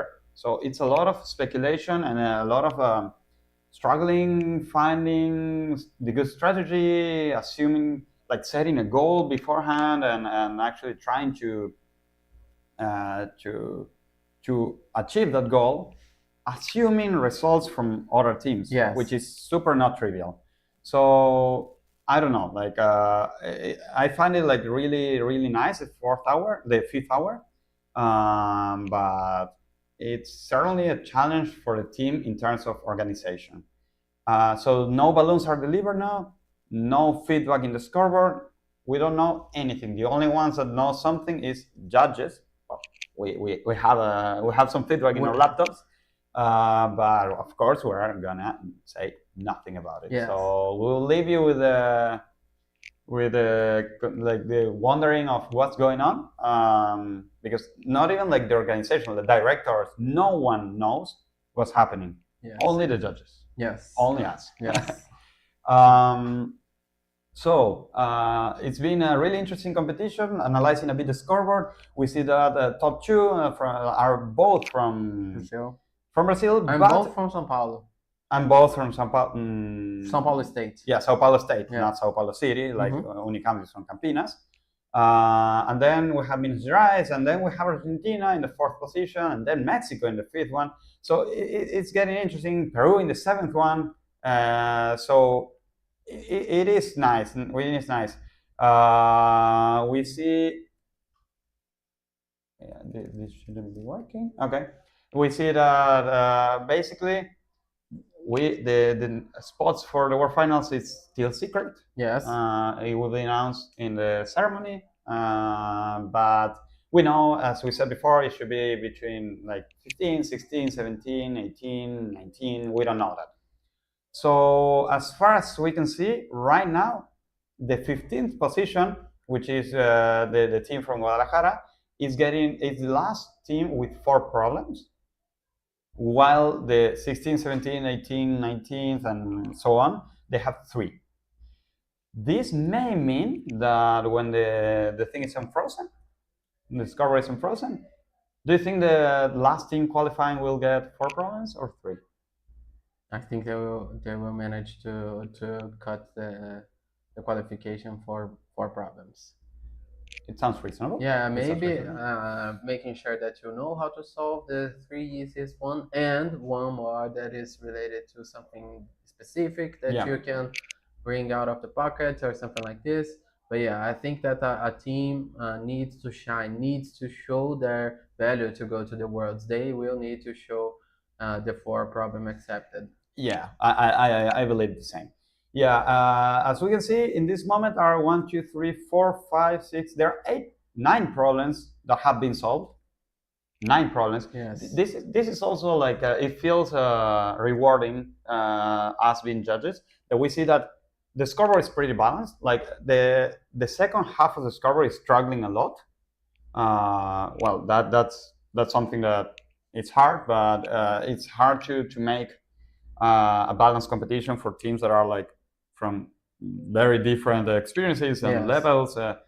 But if we see the top half of the scoreboard, the ones that are fighting for, like right now, fighting for the spots, at least with the frozen one, it's actually really balanced, and there are many problems solved. There are 3 problems that haven't been attempted at all. So I think all the teams, one of the things that us as judges try to achieve is that there is no team that has nothing to fight with at some point.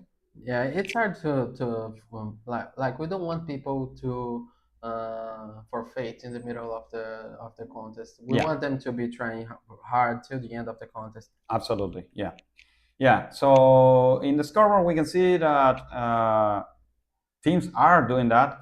Basically, as we can see, most of the teams in the top 20 have submissions. Like they are trying problems. It's not like they're lost and they have nothing to do. They are trying problems. They do have. The problem is that they have so much things to do that sometimes they even struggle to focus on, what is the problem that we need to make sure that we're going to pass? Yeah. Because right now, as you said, only passing 4 problems is enough to qualify for the next World Final. So maybe if you're trying to solve 3 problems, maybe now is the time for you to focus on only 1 problem and maybe get the second one. But now at the end of the contest, you need to make sure that you are doing the right things. You don't have more time to try things out or maybe to guess a solution for a problem. No, now you have to focus and get to solve all problems that you have. Maybe create some test cases that will help you find a bug or something like this. But now it's time for you to really put in practice what you have trained before. I mean, I think they will manage to get it done. I think they will manage to solve more problems,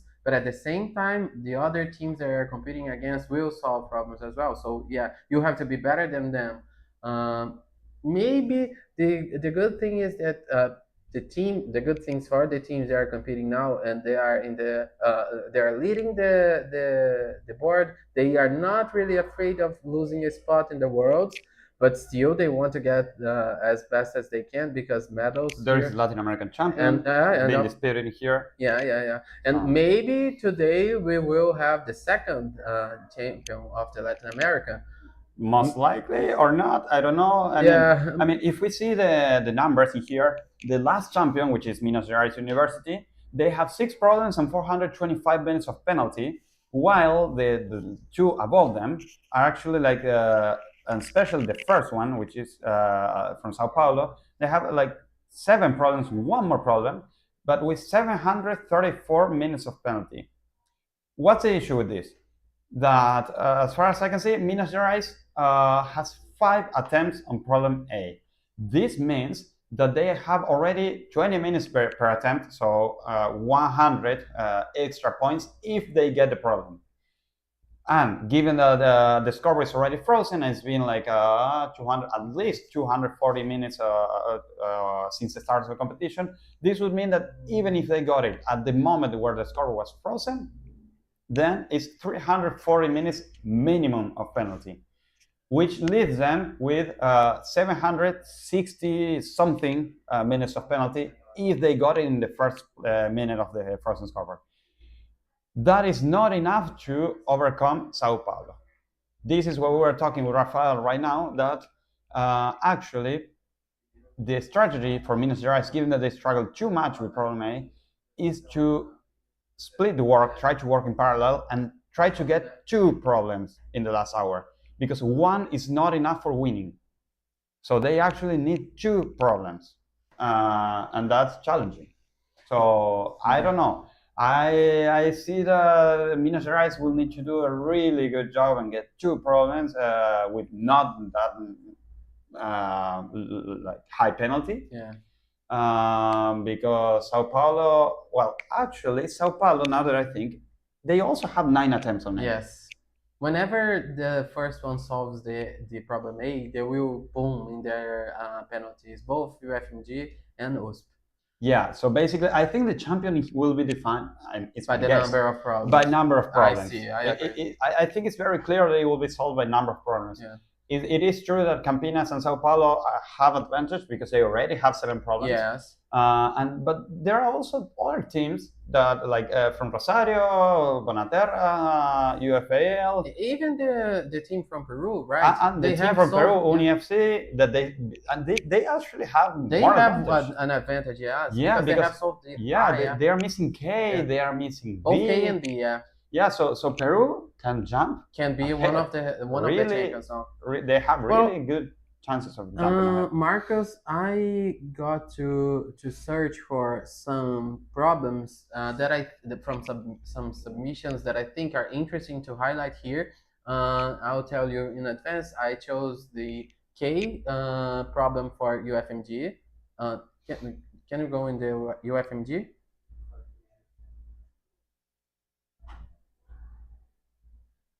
Just give me a second. But I mean, we have UFMG, Unicamp, and one from Peru. I will highlight how they struggled to solve the problem. This one is very cute.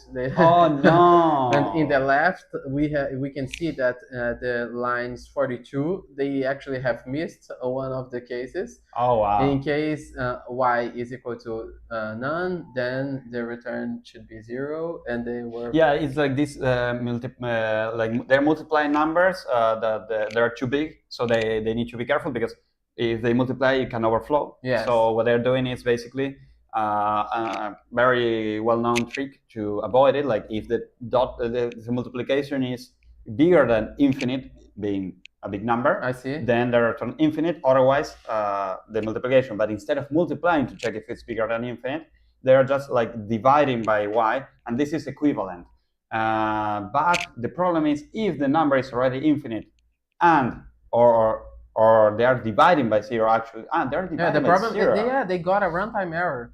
You see, the left one is giving runtime. Yeah, because if the product of if one of the numbers is 0, especially in this code, the second number is 0, then this check of dividing by y instead of multiplying x times y will give runtime error. And oh wow, that's a very small bug. Yeah, and this will make it give accepted.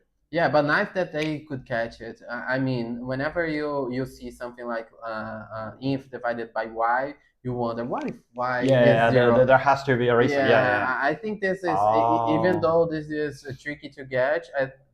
I think that teams they should get it. And it was quite fast actually. It was in less than 10 minutes. I think it was in 4 minutes. Yeah, we can go to the next one. So in case you guys at home want to understand, this happened at the 81 minutes of contest.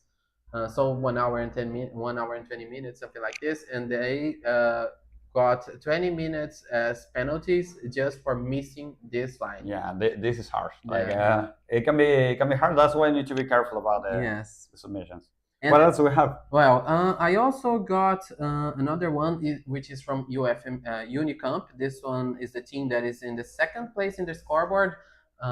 Yes, not only they knew what they got wrong because they have changed something else like in the Yeah. rest of the code, but they also send us the test case that they used to.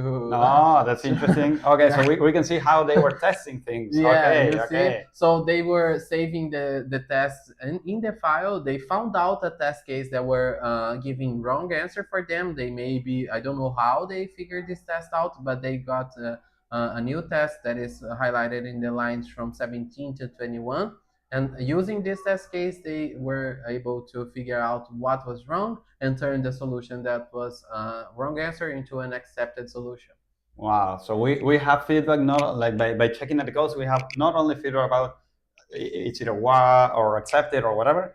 It's also about like how they are testing. Like, yes. That's interesting. Okay. And I mean, whenever I struggle this much to find how why my solution is wrong, I go over the test cases and try to maybe simulate the program that I wrote in my head, so that Absolutely, yeah.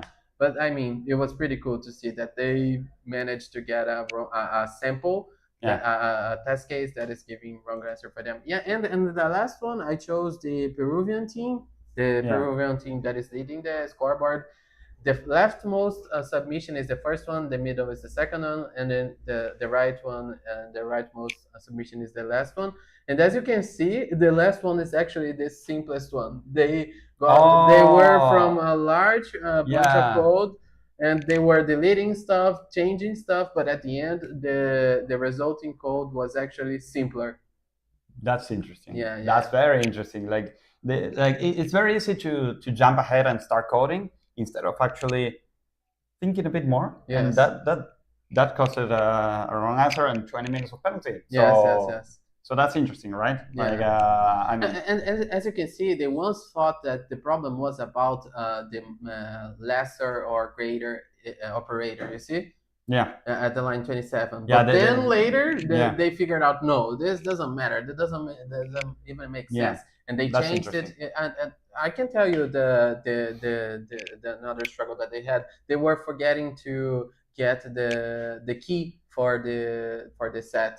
They were using the value instead of the parent of the defined parent of the value to merge. Oh. Yeah. This is quite common for this kind of problems, but yeah, they managed to solve it anyway. Yeah, that was interesting. Yeah. That was interesting. Like nice insights on how the competition is happening. Yeah. So now I think we can go for one last interview. Yeah, we can. We have special people because this will be an interview about the future, about what's going to happen next for Latin America. So stay tuned. We will be back in 1 minute for the last interview, and then final checks, and we'll go over a few of the problems and discuss like overviews on what the teams faced. Okay. So stay tuned. We'll be back in 1 minute. See you guys.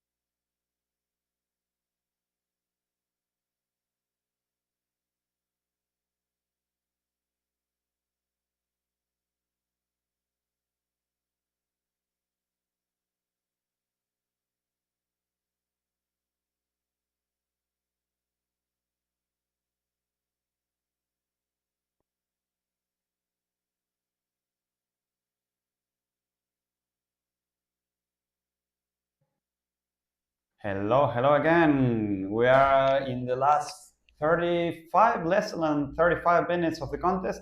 We're super excited about what's going on here. We're really wondering what's going on with the teams. Only they know what they're getting. So I don't know. Like, it's been an exciting competition, right? Oh yes, it's been 4 hours of thrilling time for Absolutely. So I'm here with a very special guest, and I would like them to tell the people why they are the special guest of this interview.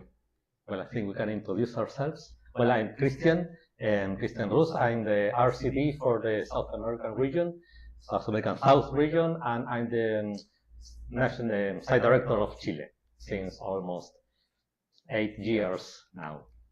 And I'm Andrea Vázquez. I'm here with Christian because I am future host of the next edition of Programadores de América that's going to be held in Chile.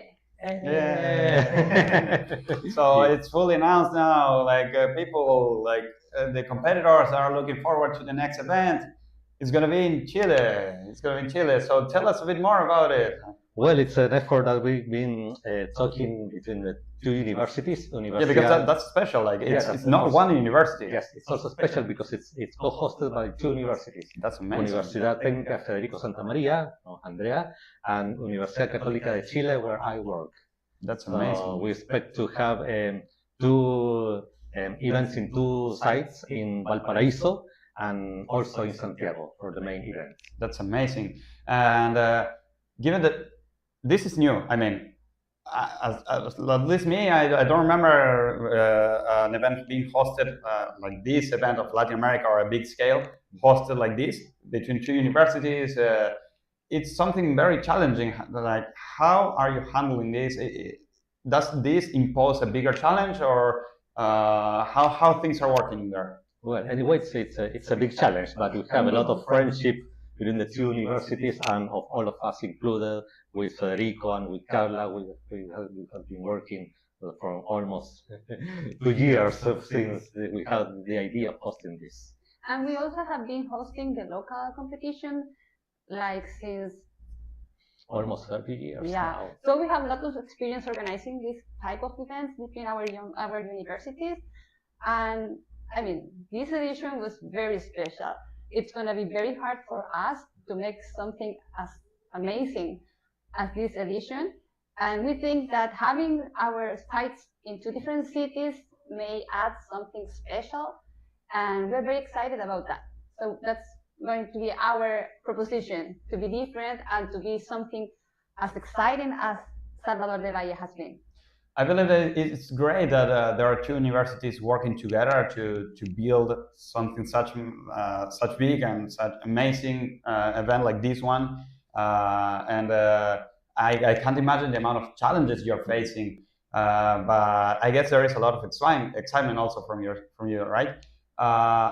From now, like until now, like what you've been experiencing, as you mentioned, Christian, like last 2 years of like having the proposal, having the idea, and getting to actually achieve this, and being able to announce here publicly that Chile will be the host of ICPC Latin American Championship of next year. Yeah, actually, we're very excited about this. Our universities are one of the top, among the top 5 institutions in Chile, and very old institutions with a lot of tradition, many students. And they also have taken part in several national events of ICPC.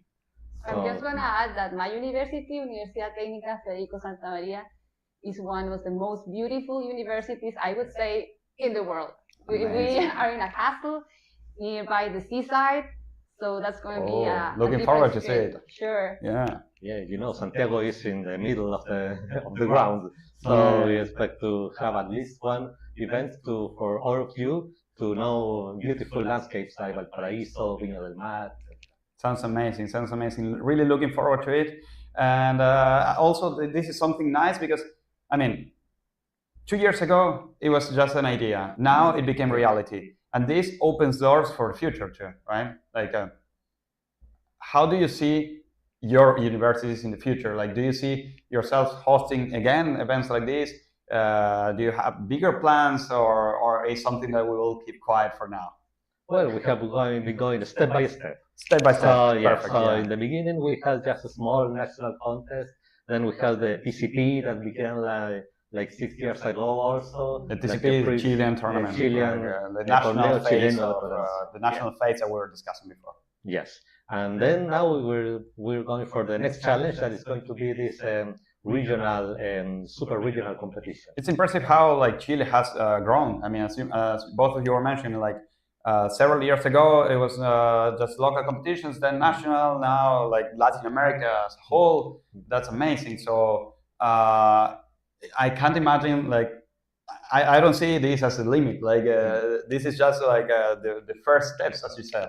That's impressive, and I would like to congratulate both of you. And I must imagine how happy you are for getting there. Like, yeah, I have to say that this also happened because of the level of our teams. Some years ago, it was very hard for teams in our country to get to the World Finals or bigger steps. Definitely. But I think since like in the last 4 years, all the universities have getting very high with their levels. And we are getting female teams only, and that's amazing too. Yeah, I think that our communities are very committed to the success of our event because they are seeing that we can make changes through programming. So not only our computer departments are involved in the organization, but it's a university. So we are really happy and excited because we think that our community is getting involved. Santiago hosted 2 years ago the Pan American Games. Yes, 3 years ago, and all the country was very excited. And we are always saying that this is going to be just like those games, but in this new context. And I think our communities are very happy to get everybody inside and to have a great time. Absolutely. Yeah. Yeah, and this will also, like as you're saying, Christian, like it will encourage the teams that, like when they see teams that are succeeding, they're reaching World Finals. Me myself, I was able to. I had the good fate of actually being able to train one of the teams that qualified to the last 2 World Finals from Chile, and they're like amazingly good. They are super nice people also, and they achieved so much for the country. So this will inspire, not only them are inspiring new joiners, but an event like this will inspire even more. Like it will create new networks, it will attract more people. That will open everything for Chile. Yes, we're very grateful to you for having helped our guys, and we wouldn't think that 4 years ago we could have 2 teams in the consecutive World Finals, or now 5 female teams participating in the national contest, and now we have like 2.5 teams in the CCL and working side and fighting side by side with the best teams. That's really amazing. Yeah. Well, congratulations to both of you. I'm really happy that we can announce this in here because it's been years of work. It took a long time to be able to now say openly like that. Well, we'll see each other in 1 year. Yes, we have here Mr. Armstrong, who's our national pet. Oh, I see. Okay, so he has also social networks. He has an Instagram. Oh, interesting. Okay. You can follow him. Okay. Social networks. That's nice. Okay, well, thank you both for being here, for offering a great country like Chile to be the next host. And we'll see each other in 1 year. Thank you very much. See you soon. Thank you. See you soon. Bye. Bye.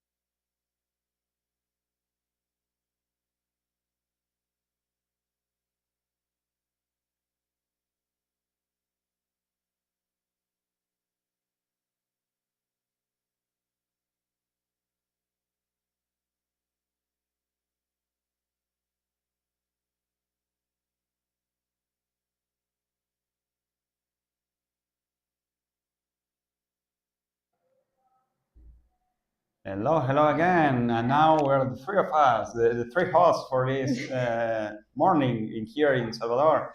So it's been a really exciting competition. We have 23 minutes, a bit more to the end. And yeah, it's been exciting, right? Yes, it's so nice. I am so nervous. There are so many teams trying to solve problems in these last minutes. I think we can have lots of changes in the scoreboard. Look at that. We have 8 teams with 6 problems, right? 8 teams with 6 problems? No, with at least 6 problems. Yes, with at least 6 problems, but that means anything can happen, right? Yeah. One more problem, they just go up here. Any team could solve 2 problems and get the first place. Yeah, absolutely. Like it was very. We were analyzing with Rafael, like for example, like in Minas Gerais, they were dominating for almost all the competition, and now because of the penalty, they may be forced to actually. They're going to have to compensate it, right? What we're saying is that they may need to try to attack 2 problems. Yeah. Because if they only get we did the math, and if they get it right, even the first minute of Frozen, they would struggle. It wouldn't be enough to overcome Sao Paulo. So, and we can expect Sao Paulo to. They've been fighting for problem A, so we can expect that then they are still trying at least problem A. And maybe but one more. If they pass, they have so many penalties, right? Yeah. So that's the thing. Like. So if anyone, for example, of the bottom teams get 8 problems, they will probably have a lower penalty. Yes. Yeah. Absolutely. That's what we're saying. Like all the teams with 6 problems should be tackling at least 2 problems now. Yeah. Hoping for Sao Paulo to maybe not get problem A or to, because for the ones that have 6 problems, if Sao Paulo gets one more problem. Let's say it's not A. Let's say it's not a problem, like E, H, I, J. They can get low penalty. Yeah. Then the contest I think is over. Yeah. Like, then it's clearly over. We know if you wanna win, you definitely have to do problem K at this point, right? Yes. And all these teams are for sure tackling problem K. But I don't know if you've seen it. The team at the 7th position, they get the problem I. Yeah, they have a big advantage. That is crazy, yes. There can be the case that they pass problem K. And they were trying K. And problem B. Because they are the highest rated team, the highest score team that hasn't passed problem B yet. So it should be out the door, hopefully. Yes. I think actually the 7th, which is Peruvian University, Uni FC, they actually have really high chances. They will need to get problem K maybe and problem B, but if they get both that are actually doable according to the scoreboard, they can get really high in the scoreboard. They are part of this South America, right? South America South. South America South, I see, yeah. And the nice aspect of the competition this time is that it started earlier than usual, right? Yes. Which means it's going to end earlier than usual, which means the teams are going to have more time to party afterwards. Oh, yes. And enjoy their victories or otherwise.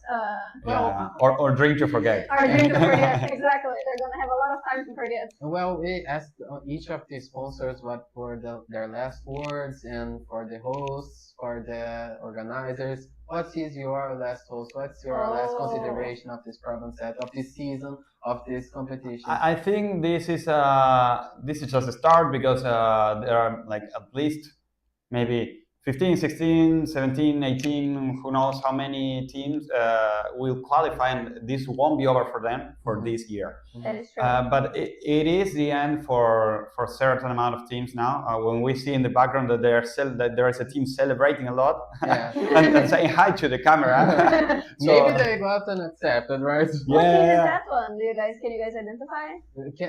Pode mostrar a câmera só deles? Sorry guys, I was asking if we could see it more clearly. Oh, there. Can you see the... Can you see this team? A gente quer saber qual que é o nome desse time que tava comemorando aí. Dessa menina e dos 2 garotos em volta. UBA? University of UFPA, maybe? You can check. Click on the UFPA. Click on their picture. Which one? UFPE. I don't see. We're trying to do some investigative journalism here. This one? Yes. No, they're not them. Try UBA. I'll check it out here. they look too happy. We need to, and Carlinhos is passing down there, looking mad, checking that everyone is always respected. mad. Giovanna, I think this is the team, right? Oh yes, Yes. it's Yeah. left P. Oh, you see? Yeah. Yeah. There it goes. Yeah. So people back home. Also, shout out to our team here that's helping with the transmission, that's manning the cameras, that's changing the Very setups. good job. This beautiful Close up.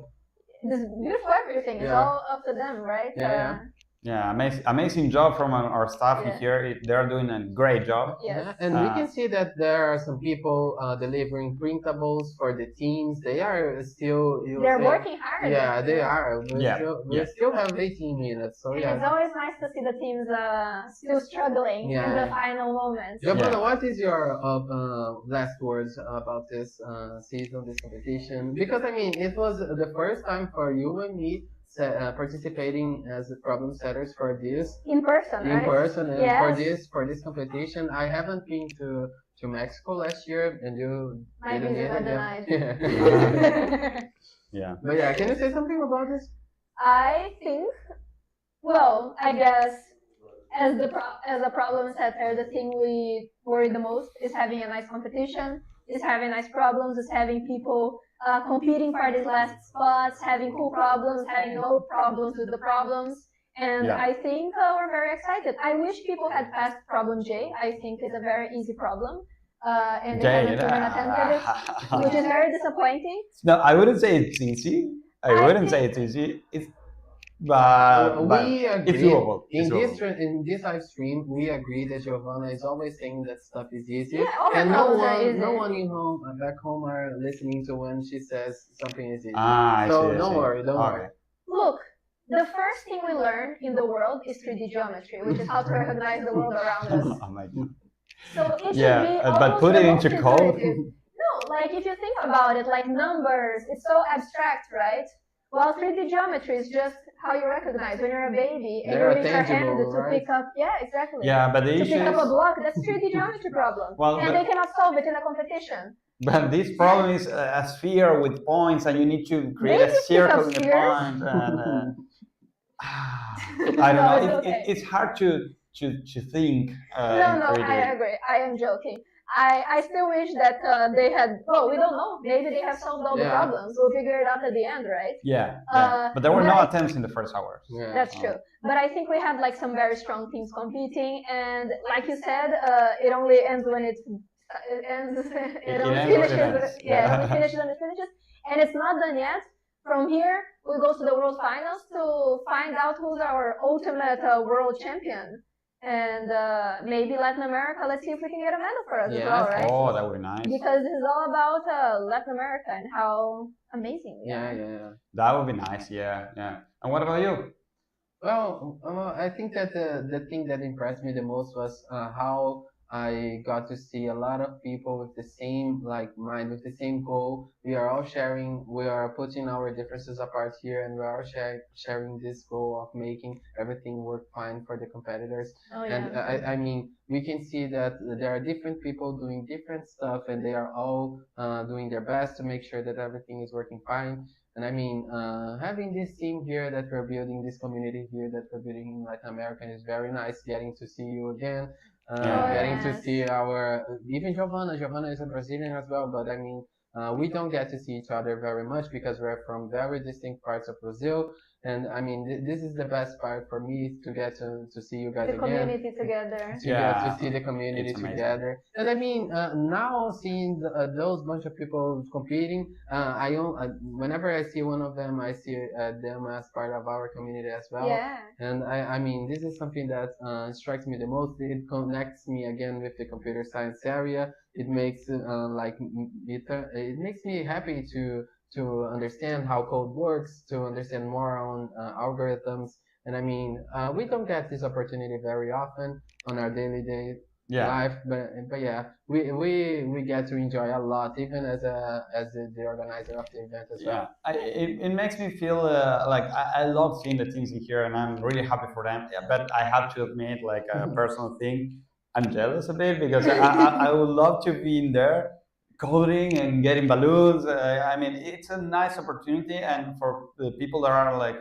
listening to us in here, if you are considering joining ICPC, so or if you're considering whether it's like worth it to invest one more year in ICPC, I would say like there is nothing that is worth more than doing this. Like it's amazing, and like what Rafael said, it's also super nice. Like being able to see all the people again, gather together for 5 days or 6 days or whatever, here, drink something, solve some problems, and work together. It's amazing. And if your time is over, it doesn't need to be over. Like keep involving. You can coach teams, you can teach teams, you can be part of the competition. We're always looking for voluntaries, we're always looking for helpers, we're always looking for problem setters. Absolutely. Like, you know, we're all here because we love this stuff, because we love solving problems, and like this makes us happy. And now we get to see these people being happy and share this love with us. And I think that's the most amazing thing of being here, is that we all share this love for problems, we all share this love of competition. And it's just a really great time to be able to, I don't know, they're so cute. Yeah, for me, like I remember many people ask me, and they still ask me, do you really ask for vacations at work to come here? I mean, last few days, I think I slept maybe 3 hours per day, and always in front of the computer, always doing something. And they say like, do you take you're taking vacations off, like days off, to go there and sleep 3 hours and be in front of a computer? What you do every day at work. So why do you do it? And I'm like, man, there's nothing better than this. Like, I can't love this more. Like, it's impossible. If there were more, I would join every event in the world related to ICPC. Yeah, I was looking for the chat if we had something interesting. Send up your questions. Or support, like for like your guesses, who's gonna win? Yeah, and there are people saying "Vamos México," Vamos México. Vamos Costa Rica, vamos UFCG. So there are people from all of the countries cheering for their teams, even at the end of the competition. Yeah, a lot of support for them. I guess a lot of families, a lot of friends, a lot of teams that didn't get to qualify to this stage. They're all waiting for them and rooting for them to see who's gonna win. And who's gonna win? That's really not clear at all. Like it's really tough. It's really tough. I still get nervous. I don't know why. There's There's no reason for me to be nervous. I think there's no, but yeah, absolutely. Like, I mean, I think I get nervous because it reminds me to when we were there, like it was like passing one problem, and especially in the Frozen, right? Like you pass a problem, you don't know if the other teams have made it or not. Suddenly you finish, or you see them screaming, and I'm like, oh no, have they done this? And it's so exciting and it's so nerve-wracking. Yeah, and like as problem setters, it's also exciting to see how the problems are being solved. And like, I mean, we work for months on these problems, and now we see the balloons in there, the stars for the first to solve, and them celebrating when they solve our problems. And we can see our tiny ideas become like stress and pain for them during the competition. Well, next time we have a hard geometry problem, I think we can only write the statements and then get to make up the test, even if a team submits a solution. I told you guys that because we have been working on making this problem work for the past couple of days, and I told you we're putting so much work in, and no one is even going to attempt it. But you know, Giovanna, there's something very special about these problems. Is the people that are coming next generation, they will use this problem to get to know more about competitive programming. They will get to use these problems to cover new topics. So even though what Marcos is saying is true, that coming up with problems and setting up the problems is hard, the impact of having these problems organized in a contest like this is very, very like... And it represents our region in some way, right? I like that. It's our... Because, I mean, when we are training, we're training with problems from, the local competition in Sweden. We know that like this area of the Middle East has like really cool problems. Oh, the Samara competition is a really good level. I don't know. So we get to know all these places in the world through their problems, through their competitions. So they will know us for these problems, for these competitions. This is also how we present ourselves, because these people that are training, they're going to be training with all the regions. Yes. That's pretty cool. Yeah. Yeah, actually, I'm super happy of the result of this competition. It was challenging for everyone, for the top teams, for the bottom teams. It was challenging for everyone, and I believe that we did a great job as an organization here. And the staff worked perfectly. Like everything was perfect. Everything was the perfect. Watermelons. The watermelons. Yeah, the watermelons. The volunteers, they were green, so they're watermelons. Yeah. They are doing an amazing job as well. Like even here with the transmission coming up with the people, but taking care of the balloons. Also, a nice thing about this competition is that you get to wear a lot of hats. I am sharing a room with Lucy. So yesterday at 1 a.m. we were putting strings around chairs to cut them, to be the strings for the balloons to be ready today. Okay. So we spent like the whole night doing like this. My arm is hurting so much because we had to get like 1,000 strings ready for today. So it's very fun. Even making the balloons is hard here, especially if you have like this many people. Yeah, all the volunteers, they came early to be filling up balloons to give to everyone. Yes. Like you don't realize how much goes into this competition, and it makes you appreciate like what everything. People have done for you in the past. Not even that. I feel like it makes you appreciate like how much work goes into anything, right? Like how so many people have to work together to make something like this be possible. Yeah, but sometimes I even get myself thinking about how did the contests that I did in the past were made. How was the people meeting to make sure that all of the problems that I have solved. And if nothing goes wrong, you don't think about it, right? Yeah. If things go wrong, then people complain. Yeah. But if they don't, no one notices that you're like. Yeah. That there are so many people behind making everything work nicely. Yeah, no, I mean, everything was great. And yeah, hopefully, well, now that we announced that it's going to be in Chile, the next one, hopefully we'll see each other in Chile. And it's sad, I mean, it's super, super nice, but it's also sad that the competition is coming to an end. Yes. Yes. And we have to go back to our home. to normal life. Yeah. And work. Yeah, but well, I mean, there is always a cycle. It always goes back we to need the to start same. thinking about problems for the next one. I was already discussing a few with you guys. Yeah, and I mean, not only that, but the nationals are coming, and then the regionals again. This is a like infinite cycle. But let's start thinking about that tomorrow. Today, we finish this. We're going to be discussing the solutions with the teams, which is also something really exciting we're doing this year. We're going to have 1 hour right after the competition where we go over all the problems, and the judges were going to tell their solutions. So hopefully the teams are going to enjoy that. And then we will party and not think about problems maybe for one afternoon. Well, going to Baco is going to be a very is going to be very important for those teams that are standing at the top of the standing of the scoreboard. And I mean, they need to party. They need to make to relax for a little bit. Yeah, to turn this into a reality, to get the things that they deserve from training hard and from putting their efforts into solving these problems. I mean, but yeah, this is the best reward there is, right? It's being able to enjoy it, being able to meet these people, being able to get balloons. Yeah, balloons. Oh, I miss balloons. I miss balloons. Do you miss someone giving you a balloon? Oh, yes. Oh, yeah.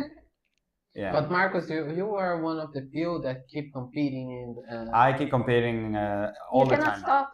All the time. Yeah. Like every weekend, I'm competing 5 hours minimum. But it's nice because I'm competing with 2 more people, and these 2 more people are judges here too. Yeah. So I'm not the only one. I'm not the only one. So. No. But you guys are not. You should compete more. Well, of course, yeah. Sometimes they do a contest with people. Now that we're back we're gonna see if we can organize another 3 contests one day, and then maybe we can participate on it. 3? Last year, no, 2 years ago in Uspi, I helped organize 3 contests in one day. We did a contest from 7 a.m. to noon, 1 hour lunch, 1 p.m. to 6 p.m., 1 hour dinner, 7 p.m. to midnight. I've done that before. Yeah, I've done that. But we were like, I don't know, 15 people all together and mixing the teams and mixing the Oh contests. no, but I haven't done that like all together like that. No, that's yeah, I impressive. bought I think 72 Red Bulls for the day, and they were all gone by the end of it. It was very exciting. There's a myth that a team has competed in 5 contests for a day once. Oh yeah, Yeah. If you need to change the time zones for that one. It's very advanced. We were thinking about the logistics already. You either need to do it when there's a change in You need to wait like for summer. sunlight zone. Yeah, the summertime Yeah. thing, or you need to cross a border Yeah. during the contest. Yeah, so it's been amazing, and I actually love this thing about competing even when we are retired, because I mean you keep the hype, you keep everything. Tira o placar. I mean it's amazing. Não, pode deixar o fundo, pessoal. Yes? Yeah, it is great. It is great. Cool. And now we can see the last 3 minutes of contest, and Let's we see how the teams are doing. I think Yeah, most of the teams are still working harder than problems, Maybe right? Yeah. we can spot a team getting unaccepted at the last 3 minutes. Oh, We're gonna will get some we? real life spoiler No. here. Yeah, because, will we? We're not supposed to know these things, but if you look very carefully, maybe you can get some privileged information. Or Yeah. someone running with a balloon. They still get balloons in the last hour, right? Yes, they do. No, The balloons, they do. they don't get balloons in the last hour. No, it's a spoiler. But I think they spoiled think it. they Yeah, I spoiled, think they huh. spoiled. But yeah, we In we the need World to, Finals, it's not like this. we need to They agree don't deliver upon, balloons. we need to agree upon the rules we're using for the contest. But because I think they do deliver balloons at the end of the contest. But yeah. Okay, let's see. This is, look at USP, they are the one that were trying, hey, maybe if it's and you can see if they solved it or not. No, but they have 2 first to solve, right? That's pretty cool. The F and the maybe Oh yeah, C or what's D. the color for A? White. Can we spot a white balloon there? I cannot see it. No. No, I'm sure they don't. I'm sure they don't. I see. Because it's a spoiler. I mean, it's frozen for Okay. something, like for a reason. But we can at least try to reach their emotional state then. We can read their faces. I already see a few defeated faces, like in the background, like they're just chilling. But a few are like, most of them are really into the screen. Like they're trying to look very closely to the screen, and Trying to find that last bug. that like last if run looking timer. closely would help, but no. Like, Sometimes it does. I think everybody now has like a submission that is giving wrong answer, because we've seen the scoreboard. Everybody has tried to solve a problem. They haven't yet. Yeah. They Yes. are all trying to fix it, and they only have 1 minute. No, some. Oh, look. They're nervous. Oh, Let's see. have they submitted something? Oh, I think they have. Let's see if that passes. Yeah, I see Volk in there. I see Volka. Well, but it We're may talking take, about the Team 41, right? yeah, Yes. Team 41. Do you think it passed? I don't think so. Oh, can we get back? Yes. Oh, they're still watching? I don't know if that's a yes or a no. Oh, they got a pop-up? Maybe it's a wrong answer? No, Yeah, I think they would have celebrated Yeah. more if that was Yeah, accepted. I think we would be able to tell because in that last one, Yeah, yeah. something that I really like about Latin America as well, because I've done contests with people from other countries, is that here we're very physical. Yeah. So this is the only place where when you Yeah. solve a problem, Yeah, you you punch put our each other friends, and everything. yes. We're all hitting each other on the Yeah. back. Yeah. Okay, 15 so seconds? 15 Let's seconds. go. and, Let's see the last second submission. and 10 seconds left, and Latin American Championship 2025 here in Salvador Bahia. 4, 3, 2, 1. Contest is over. Very good job, guys. Thank you for Thank you being guys for here. following us. Thank you for following us. Stay tuned for the final results. There will be a revelation of results. So thank you very much. I hope you enjoyed with us all this time. I truly enjoyed, and especially because of the company I have here, Giovanna, Rafael. They did a great job, and well, let's see how it goes. Well, thank you, Marcus, for scheduling, setting up your time to schedule this. And thank you for hosting everything. You've done an amazing It was a job pleasure. here. It was a pleasure. It was very nice. Yeah. Thank you. Thank you, guys. Thank you for everything. One more time, thank you. And see you in the opening, in the closing ceremony, revelation of results. And bye, everyone. Bye.